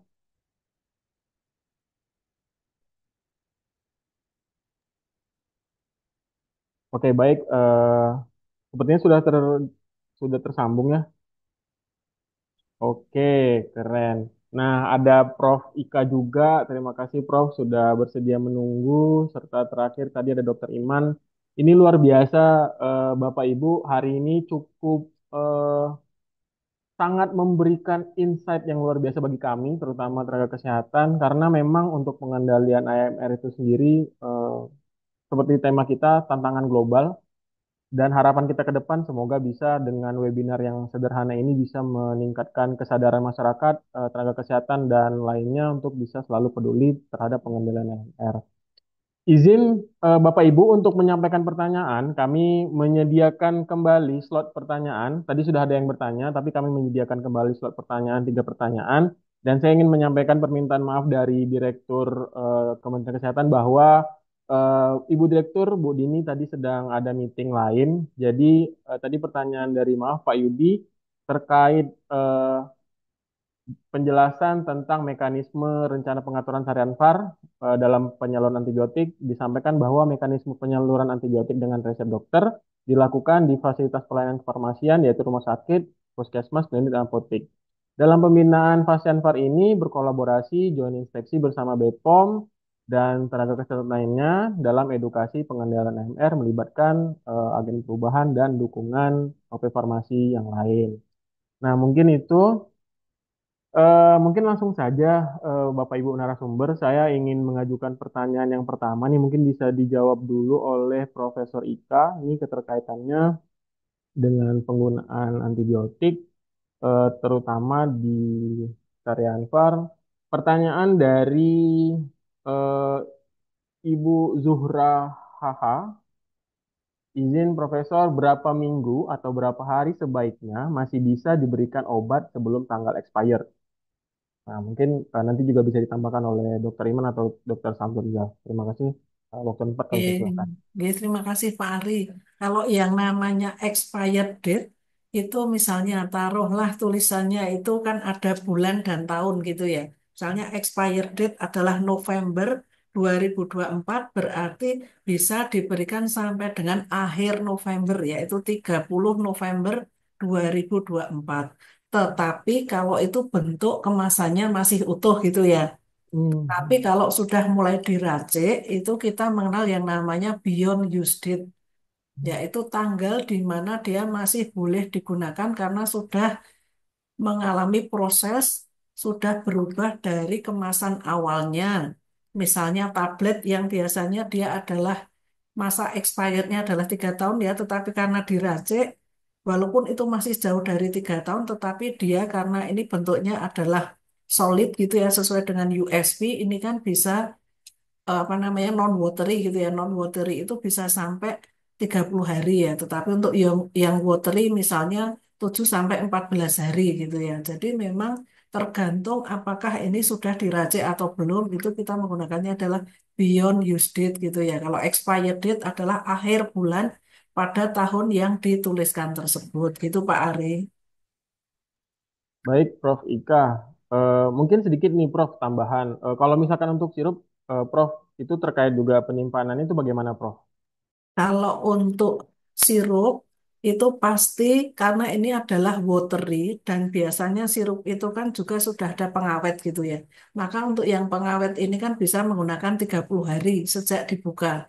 Tetapi kalau ini adalah dry sirup, misalnya sirup-sirup antibiotik itu dry sirup, karena dia awalnya adalah bentuk padat kemudian diberikan aqua gitu ya, aquades, kemudian diracik. Nah, ini tentu dia tidak boleh digunakan lebih dari 7 hari gitu. Nah, tentunya mestinya juga sebelum 7 hari pun kalau misalnya dia hanya diberikan kur antibiotik misalnya 3 sampai 5 hari ya, 5 hari itu mestinya sudah tidak digunakan lagi gitu ya. Jadi kita tidak hanya memperhatikan stabilitas obat, tetapi juga kalau antibiotik itu terkait dengan kurnya juga gitu ya. Gitu Pak Ari. Baik, terima kasih, Profesor. Luar biasa. Jadi gitu ya, Bu Zuhra, untuk jawabannya. Mungkin bisa ditambahkan mungkin dari Dr. Samsul Rizal. Boleh, Dokter, sedikit tanggapannya? Ya, Pak Ari, ketemu lagi, Prof. Prof. Dokter Iman. Em, Memang kalau untuk penggunaan antibiotik sendiri, kalau untuk penyimpanan dan untuk penggunaan itu memang dari sesuai dengan apa yang sudah ada dituliskan di label atau etiketnya. Termasuk tadi yang kata Ibu Prof. Ika, bahwa kalau sudah dilarutkan itu tidak boleh lebih dari 7 hari, ya. Dan juga yang obat tetes mata ya Bu ya, obat tetes mata, obat tetes telinga itu juga kalau sudah dibuka itu sebenarnya nggak bisa lagi disimpan lebih lama gitu ya. Jadi mungkin itu harus diperhatikan. Tapi kalau biasanya di rumah sakit, karena kalau saya kan membahasnya dalam ruang lingkup di rumah sakit. Kalau rumah sakit biasanya memberikan sesuai kalau untuk yang tablet itu memang dosis per kali pakai. Jadi kalau Oh, misalnya sering 3 kali potong. sehari akan 3 kali sehari akan dipergunakan diberikan. Kecuali yang sirup itu emang diberikan langsung kepada pasien dengan catatan ada di label obat itu nanti akan diperiksa oleh teman-teman dari kefarmasian. Jadi memang obat yang masuk ke depo farmasi itu sudah diperiksa oleh teman-teman dari farmasi, baik itu expirednya, baik itu kondisinya, baru didistribusikan ke depo farmasi yang ada di ruangan-ruangan. Setelah itu baru dipergunakan. Sebelum dipergunakan pun nanti akan di dicek kembali oleh teman di depo farmasi yang ada di masing-masing ruangan. Jadi itu juga untuk membantu agar pasien mendapatkan obat yang dengan kualitas yang baik. Sedangkan untuk obat pulang pun biasanya nanti dari teman-teman farmasi akan langsung menginformasikan kepada orang tua bagi anak-anak bagaimana cara penggunaan dan penyimpanan dari obat-obat tersebut. Mungkin itu Pak Ari, terima kasih. Terima kasih dokter. Luar biasa. Ternyata di rumah sakit sendiri itu juga sudah punya tata laksana untuk bisa memberikan antibiotik, Bapak Ibu. Untuk pertanyaan selanjutnya, ini mungkin kembali kita tujukan kepada Prof. Ika dan Dokter Iman. Ini terkait penggunaan. Nanti mungkin akan ditambahkan juga yang sudah bergabung bersama kita, Ketua Tim Inspeksi dan Pengawasan BPOM Aceh, Bu Naila, mungkin sudah hadir ya, Ibu. Iya, iya Pak Aris. Ya. Baik, terima kasih Bu Nela. Nah, ini keterkaitannya dengan penyaluran dan penggunaan. Pertanyaan dari Ibu Yaiza Safira dari Puskesmas Polimbang Kabupaten Biren. Assalamualaikum, izin bertanya, bagaimana pengendalian atau antisipasi khusus terhadap antibiotik yang dijual bebas di apotek tanpa resep dokter dan praktek mandiri atau bidan atau perawat seperti pemakaian amok sirup yang dicampur dengan obat-obat lain dalam satu botol sehingga hanya diminum beberapa kali saja yang menjadi sebagian besar penyebab resistensi antibiotik. Terima kasih. Mungkin boleh dari Prof. Ika dulu. Saya Ini dulu ya, Oke, ya dan boleh. saya lebih menjawab ke urusan mungkin bukan sisi peraturan ya, karena nanti sudah ada Ya, Bu Naila ya yang terkait dengan distribusi dan yang lainnya, tetapi terkait dengan ketidaktepatan dalam pencampuran gitu ya. Karena satu antibiotik itu harus sampai habis. Sementara kalau dicampur dengan obat-obat yang lain yang sebenarnya adalah simptomatik itu kan begitu sudah tidak sakit kan tidak diperlukan gitu ya. Sehingga satu bisa jadi nanti digunakan antibiotiknya tidak tuntas karena merasa sudah enakan gitu kan. Atau yang kedua sebaliknya bahwa karena ini ada obat-obat simptomatis yang ternyata dia melebihi waktu dibutuhkannya antibiotik, dia menjadi lebih panjang gitu ya, sehingga antibiotiknya dikonsumsinya terlalu lama gitu. Jadi nanti masalahnya dua-duanya ini adalah kita selalu di dua sisi ya. Satu adalah terjadinya resistensi, dua terjadinya adverse drug reaction itu pasti terjadi gitu ya. Jadi memang ini nggak pas. Sehingga memang sarannya itu mestinya kalau obat-obat simptomatis ya jangan dicampur dengan yang antibiotik karena aturannya kan berbeda. Satunya adalah Signa-Prorenata atau jika dibutuhkan, sementara antibiotik harus memenuhi kur yang sudah dipastikan dari yang dituliskan oleh teman-teman dokter di resepnya gitu, Pak. Baik, Prof. Mungkin selanjutnya nih tanggapan dari Dokter Iman mungkin boleh dibantu menambahkan terkait ini nih pengendalian antisipasi khusus terhadap penjualan bebas, terutama di bidan sama perawat. Kira-kira gimana dokter? Apa tindakan-tindakan yang bisa kita lakukan? Terima kasih dokter. Iya, saya pikir ini sebenarnya juga terkait di kabupaten kota sebenarnya karena kan untuk pemberian perizinan prakteknya perawat dan bidan itu kan tidak menjadi kewenangan dari Dinas Kesehatan Provinsi, itu menjadi kewenangan di masing-masing kabupaten kota. Terus di Dinas Kesehatan Kabupaten Kota juga mereka hanya memberikan rekomendasi terhadap pemberian praktek-praktek mandiri dan juga termasuk klinik-klinik yang memberikan izinnya itu kan ada di DPMTSP atau dinas satu pintu di masing-masing kabupaten kota. Nah, ini yang memang harus juga kita advokasi agar mereka juga bisa lebih ini ya. Jadi kesannya nantinya biasanya dinas kesehatan nggak bisa ini ya, nggak bisa kalau datang terus kemudian melarang nih kami tutup, oh, nggak bisa karena bukan dinas kesehatan yang tutup. Jadi itu juga jadi dilema untuk kita.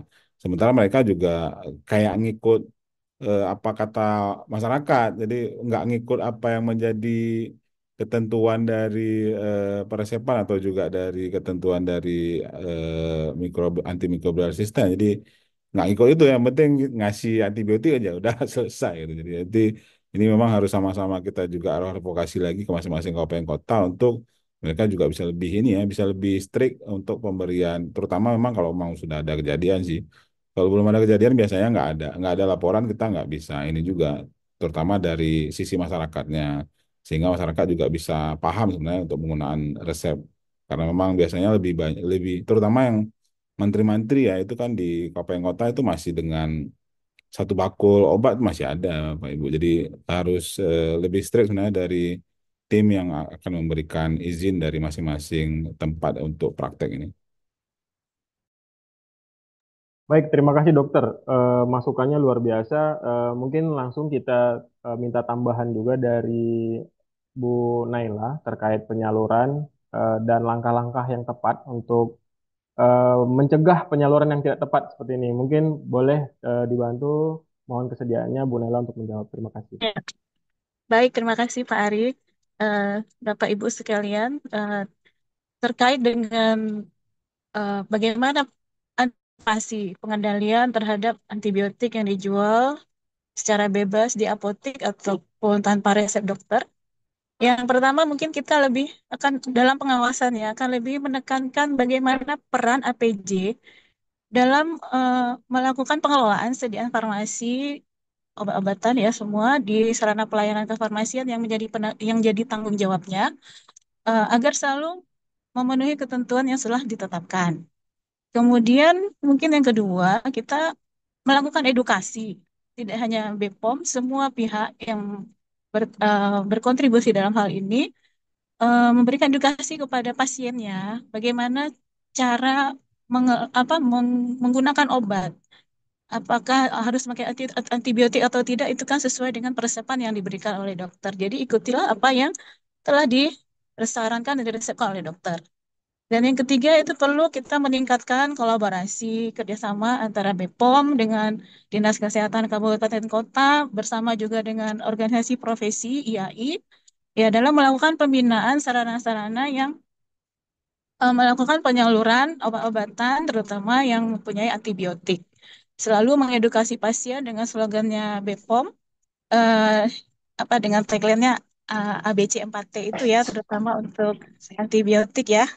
Yang kemarin materinya sudah disampaikan oleh Bu Dir, Bu Mimin, apa itu resisten antibiotik, apa bahaya resisten itu bagaimana, bagaimana cara mikroba menyebabkan resistensi, kemudian 4T-nya apa, yaitu tidak membeli antimikroba tanpa resep dokter, kemudian teruskan atau tuntaskan penggunaan antibiotik yang telah diberikan oleh dokter Anda, tidak membuang sampah antibiotik secara sembarangan, ada cara buang sampah yang benar. Dan besok itu kami juga akan melakukan kampanye hari Jumat tentang cara pembuangan sampah yang benar di salah satu apotek kerjasama kita. Kemudian tegur atau laporkan Yang bila tiga ada itu. tegur Tuh, dan laporkan apabila ada sarana pelayanan kefarmasian yang enak kali pakai handshake. menjual obat antibiotik tanpa resep dokter. Kami akan siap menindaklanjutinya sesuai dengan ketentuan dan akan memberikan pembinaan tentunya. Terlebih dahulu baru ada tindak lanjut berikutnya. Demikian Pak Ari. Terima kasih Bu Nela, luar biasa kompleks. Mungkin benar yang disampaikan sama Bu Nela tadi bahwa ini juga sesuai dengan tema Minggu Anti Resistensi Antibiotik ini juga membahas tentang educate, advocate, and act now ya, di mana kita harus mengedukasi, mengadvokasi, dan ya gerak sekarang. Keren sekali. Kami juga ingin menyapa nih, kebetulan turut hadir di tengah-tengah kita perwakilan dari Direktorat Pengawasan Distribusi dan Pelayanan Obat, Narkotik, Psikotropik, dan Prekursornya Badan POM. Selanjutnya, Bapak Ibu narasumber, ada pertanyaan dari Bu Maria. Ini mungkin tertuju langsung ke Prof. Ika. Pertanyaannya adalah, tadi Prof. Ika sudah membahas tentang adanya resistensi yang disebabkan oleh livestock atau hewan ternak. Nah, Prof, izin bertanya, dengan adanya risiko mikroba AMR yang mengkontaminasi bahan makanan, sejauh apa bahaya terhadap manusia yang mengkonsumsinya? Mungkin boleh dijawab dokter, waktu dan tempat kami persilakan. Saya dulu nggih. Tentunya tadi ya dengan adanya residu antibiotik di dalam livestock itu ya. Kan kita terus kalau mengkonsumsi itu tidak merasa bahwa kita mengkonsumsi antibiotik kan ya. Padahal ternyata di dalam daging, di dalam telur yang kita konsumsi itu termasuk ikan gitu ya. Itu ternyata ada antibiotik tetapi jumlahnya kan kecil gitu ya. Tetapi masih memungkinkan untuk terjadinya subdosis gitu ya. Sehingga kalau misalnya kita punya apa namanya gen-gen yang resisten itu juga akan ikut di dalamnya gitu ya. Nah, itu gampangnya seperti itu gitu ya. Tetapi memang harus kita pastikan lagi. Tetapi itu sudah menjadi salah satu pintu masuk gitu ya. Karena apa? Kita tidak merasa mengkonsumsi antibiotik, tetapi kita terpapar terus ada residu antibiotik dengan jumlah yang tidak adekuat sebagai antibiotik itu gitu ya. Itu Pak. Saya minta izin ini kok saya ada tamu dari Rumah Sakit UNS gitu nggih yang harus saya temui. Baik, Profesor, mungkin sebelum Profesor Rif boleh dibantu closing statement-nya, Prof. Nggih, nggih. Izin. Ya, terima kasih. Jadi memang AMR ini harus semua sektor ya. Kita tidak hanya yang tenaga kesehatan, tetapi juga sektor pertanian, perikanan harus bersama-sama untuk bisa slow down gitu ya, untuk memperlambat AMR yang terjadi. Kemudian jika nanti ada teman-teman yang mungkin butuh untuk ngobrol dengan saya, silakan ya Pak Ari diberikan nomor saya. Dengan senang hati kita akan berdiskusi gitu ya, termasuk misalnya aran-aran untuk yang ingin apa namanya setup untuk PPRA itu seperti apa gitu ya. Kita punya tips-tipsnya karena pernah mengalami dengan dua rumah sakit gitu ya dan itu moga-moga nanti bermanfaat untuk teman-teman. Artinya apapun yang teman-teman lakukan pasti ada manfaatnya. Yakin yang kita lakukan hari ini pasti ada manfaatnya untuk kita semua dan untuk bangsa dan negara kita. Nggih, matur nuwun Pak Ari, minta maaf Dokter Iman, minta maaf Bu Naila dan juga minta maaf kepada Dr. Samsul Rizal ya ini kok kebetulan ada tamu dari Rumah Sakit UNS yang kebetulan studi banding di kami. Baik, terima kasih Profesor Ika. Assalamualaikum warahmatullahi wabarakatuh. Izin Wa- saya live. Salam, terima kasih, Waalaikumsalam. Prof. Makasih, Terima kasih Prof. banyak Prof, luar biasa materi hari ini. Eh, kita masih terhubung dengan Dokter Iman dan Dokter Samsul. Mungkin untuk beberapa pertanyaan terakhir nih, Dokter, izin untuk terkait salep mata atau tetes setelah kita pakai itu kira-kira berapa lama masih bisa kita gunakan, terutama untuk yang mengandung antibiotik. Mungkin boleh dibantu, Dokter. Silakan mulai dari Dokter Samsul Rizal dulu, mungkin boleh. Silakan. Baik, terima kasih Pak Ari. Seperti tadi yang sudah disinggung oleh Ibu Prof. Ika, bahwa kalau penyimpanan obat-obatan yang yang sudah dikemas seperti obat tetes dan obat salep, itu setelah dibuka dari kemasannya atau setelah dipergunakan itu cuma bisa 7 hari maksimal. Walaupun disimpan di dalam tempat yang misalnya lemari pendingin, itu tetap tidak bisa karena eh, setelah dia dibuka itu kontaminan bisa masuk ke dalam, bisa saja kontaminasi masuk ke dalam eh, eh, tempat penyimpanannya atau wadah penyimpanan. Jadi sebaiknya tidak digunakan lebih dari 7 hari. Hampir sama juga dengan tadi obat yang sudah disimpan, yang sudah dilarutkan juga 7 hari tidak bisa dipergunakan lagi. Jadi mungkin sudah ada reaksi antara lingkungan dengan bagian dalam dari wadah. Mungkin itu Pak Ari. Terima kasih dokter. Apakah dokter Iman ingin menambahkan? Boleh, eh, kesediaan waktunya, boleh dokter Iman? Wah, itu Prof. Samsurja udah luar biasa, Udah, baik udah dokter. makan tuh udah sempurna sekali tuh, Pak Ari. Baik dokter, terima kasih kepada Bapak Ibu narasumber.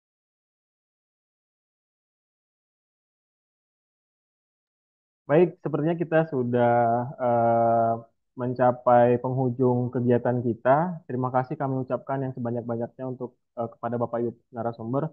Mungkin sebelum closing, saya mohon kesediaan Dr. Iman dan Dr. Samsurizal untuk menyampaikan closing statement-nya. Mungkin bisa dimulai dari Dr. Iman dulu. Kami mohon kesediaannya untuk menyampaikan closing statement terkait AMR ke depan. Silakan, Dokter. Ya, terima kasih.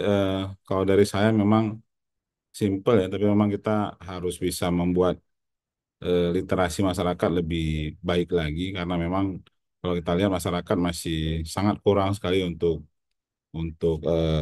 untuk bahan ajar sebenarnya untuk jangankan masyarakat mungkin saya pikir untuk tenaga kesehatan juga masih sangat kurang sekali dan terutama teman-teman puskesmas saya pikir ya puskesmas teman-teman rumah sakit nah itu juga masih sangat kurang walaupun seperti disampaikan oleh Dr. Samsurja tadi kita sudah mulai tidak ada lagi tidak banyak lagi lah sebenarnya yang banyak apa namanya mendapatkan keuntungan dari penjualan antibiotik oleh dari obat ya tapi memang eh, paling tidak bisa bisa untuk kita tuh selalu ini kan Badan POM juga punya media sosial yang sangat aktif sekali ya tapi bisa juga nantinya mengedukasi masyarakat terutama dan Badan POM ini juga saya pikir sangat aktif ya terutama pada saat terjun ke lapangan itu juga pemberitaannya bisa kita buat bombastis bahwa memang ini adalah hasil dari ini ya yang tadi juga disampaikan oleh Prof tadi itu saya pikir kalau di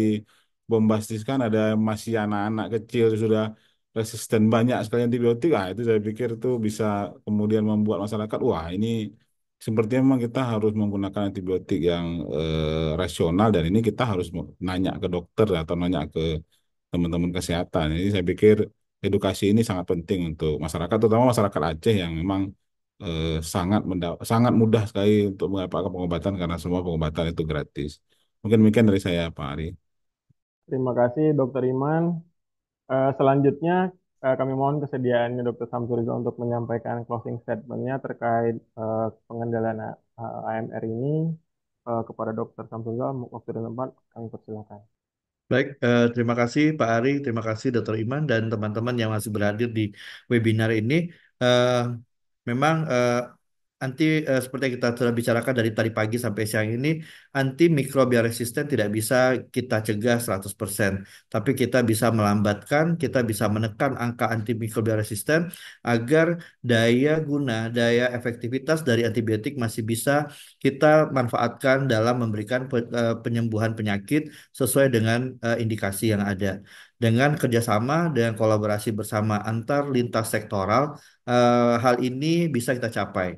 Insya Allah kita bisa menekan laju AMR di daerah kita, terutama di daerah Aceh, dengan kerjasama secara lintas sektoral. Mungkin itu saja dari saya. Terima kasih Pak Ari. Terima kasih Dr. Samsurizal. Luar biasa closing statementnya sangat berisi ya, Bapak Ibu narasumber kita ini. Yang kami hormati Bapak Ibu peserta webinar yang masih bersedia hadir dan bergabung bersama kita, tidak terasa kita telah sampai di penghujung acara webinar kita dengan tema AMR, Tantangan Global, Solusi Lokal, Peran Kritis Tenaga Kesehatan di Aceh. Kami ucapkan terima kasih atas antusiasme dan partisipasi aktif Bapak Ibu selama webinar, juga terutama kepada narasumber yang telah memaparkan materi yang luar biasa. Sebagai kesimpulan dari diskusi kita hari ini, yang pertama itu AMR adalah ancaman global yang membutuhkan aksi luar biasa dari kita, karena resistensi antimikroba itu tidak hanya membahayakan kesehatan manusia, tapi juga berdampak pada hewan, pertanian, dan lingkungan. Selanjutnya, yang paling utama adalah adanya kolaborasi lintas sektor. Karena seperti tadi disampaikan sama Dr. Rizal, Samsudin, bahwa semua pihak itu mulai dari tenaga kesehatan, pemerintah hingga masyarakat perlu bersinergi dalam pengendalian AMR, terutama memperlambat laju AMR ini sendiri. Kemudian pentingnya penggunaan antibiotik secara bijak. Jadi kita juga harus terus-menerus mengedukasi kepada masyarakat, kepada sesama tenaga kesehatan tentang bahaya penggunaan antibiotik yang tidak sesuai dengan aturan. Dan yang terakhir tadi juga sudah disampaikan oleh Prof. Ika bahwa sebenarnya Aceh bisa memiliki peluang besar sebagai model pengendalian AMR, karena melalui kebijakan dan best practice yang sudah kita terapkan itu, Aceh bisa menjadi pelopor hingga nanti ke tingkat nasional. Baik Bapak Ibu, kami berharap ilmu dan wawasan yang didapat pada hari ini dapat diterapkan di bidang kerja masing-masing, serta menginspirasi kita semua untuk terus berkontribusi dalam pengendalian AMR demi kesehatan dan masa depan yang lebih baik. Sebelum menutup, izinkan saya berpantun. Mohon kembali dibantu cakepnya ya. Kalau tadi dibuka sama pantun, saya tutup dengan pantun. Berlayar sampan ke seberang lautan, Cakep.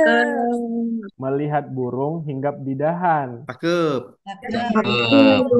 Tuntas sudah diskusi dan pembahasan, semoga bermanfaat untuk masa depan. Terima kasih atas perhatian dan kehadiran Bapak Ibu semua. Kami mohon maaf apabila ada kekurangan selama acara berlangsung. Sampai jumpa di kesempatan berikutnya. Wabillahi taufiq wal hidayah. Wassalamualaikum warahmatullahi wabarakatuh. Waalaikumsalam warahmatullahi wabarakatuh. Terima kasih. Salam. Terima kasih banyak. Sampai ketemu.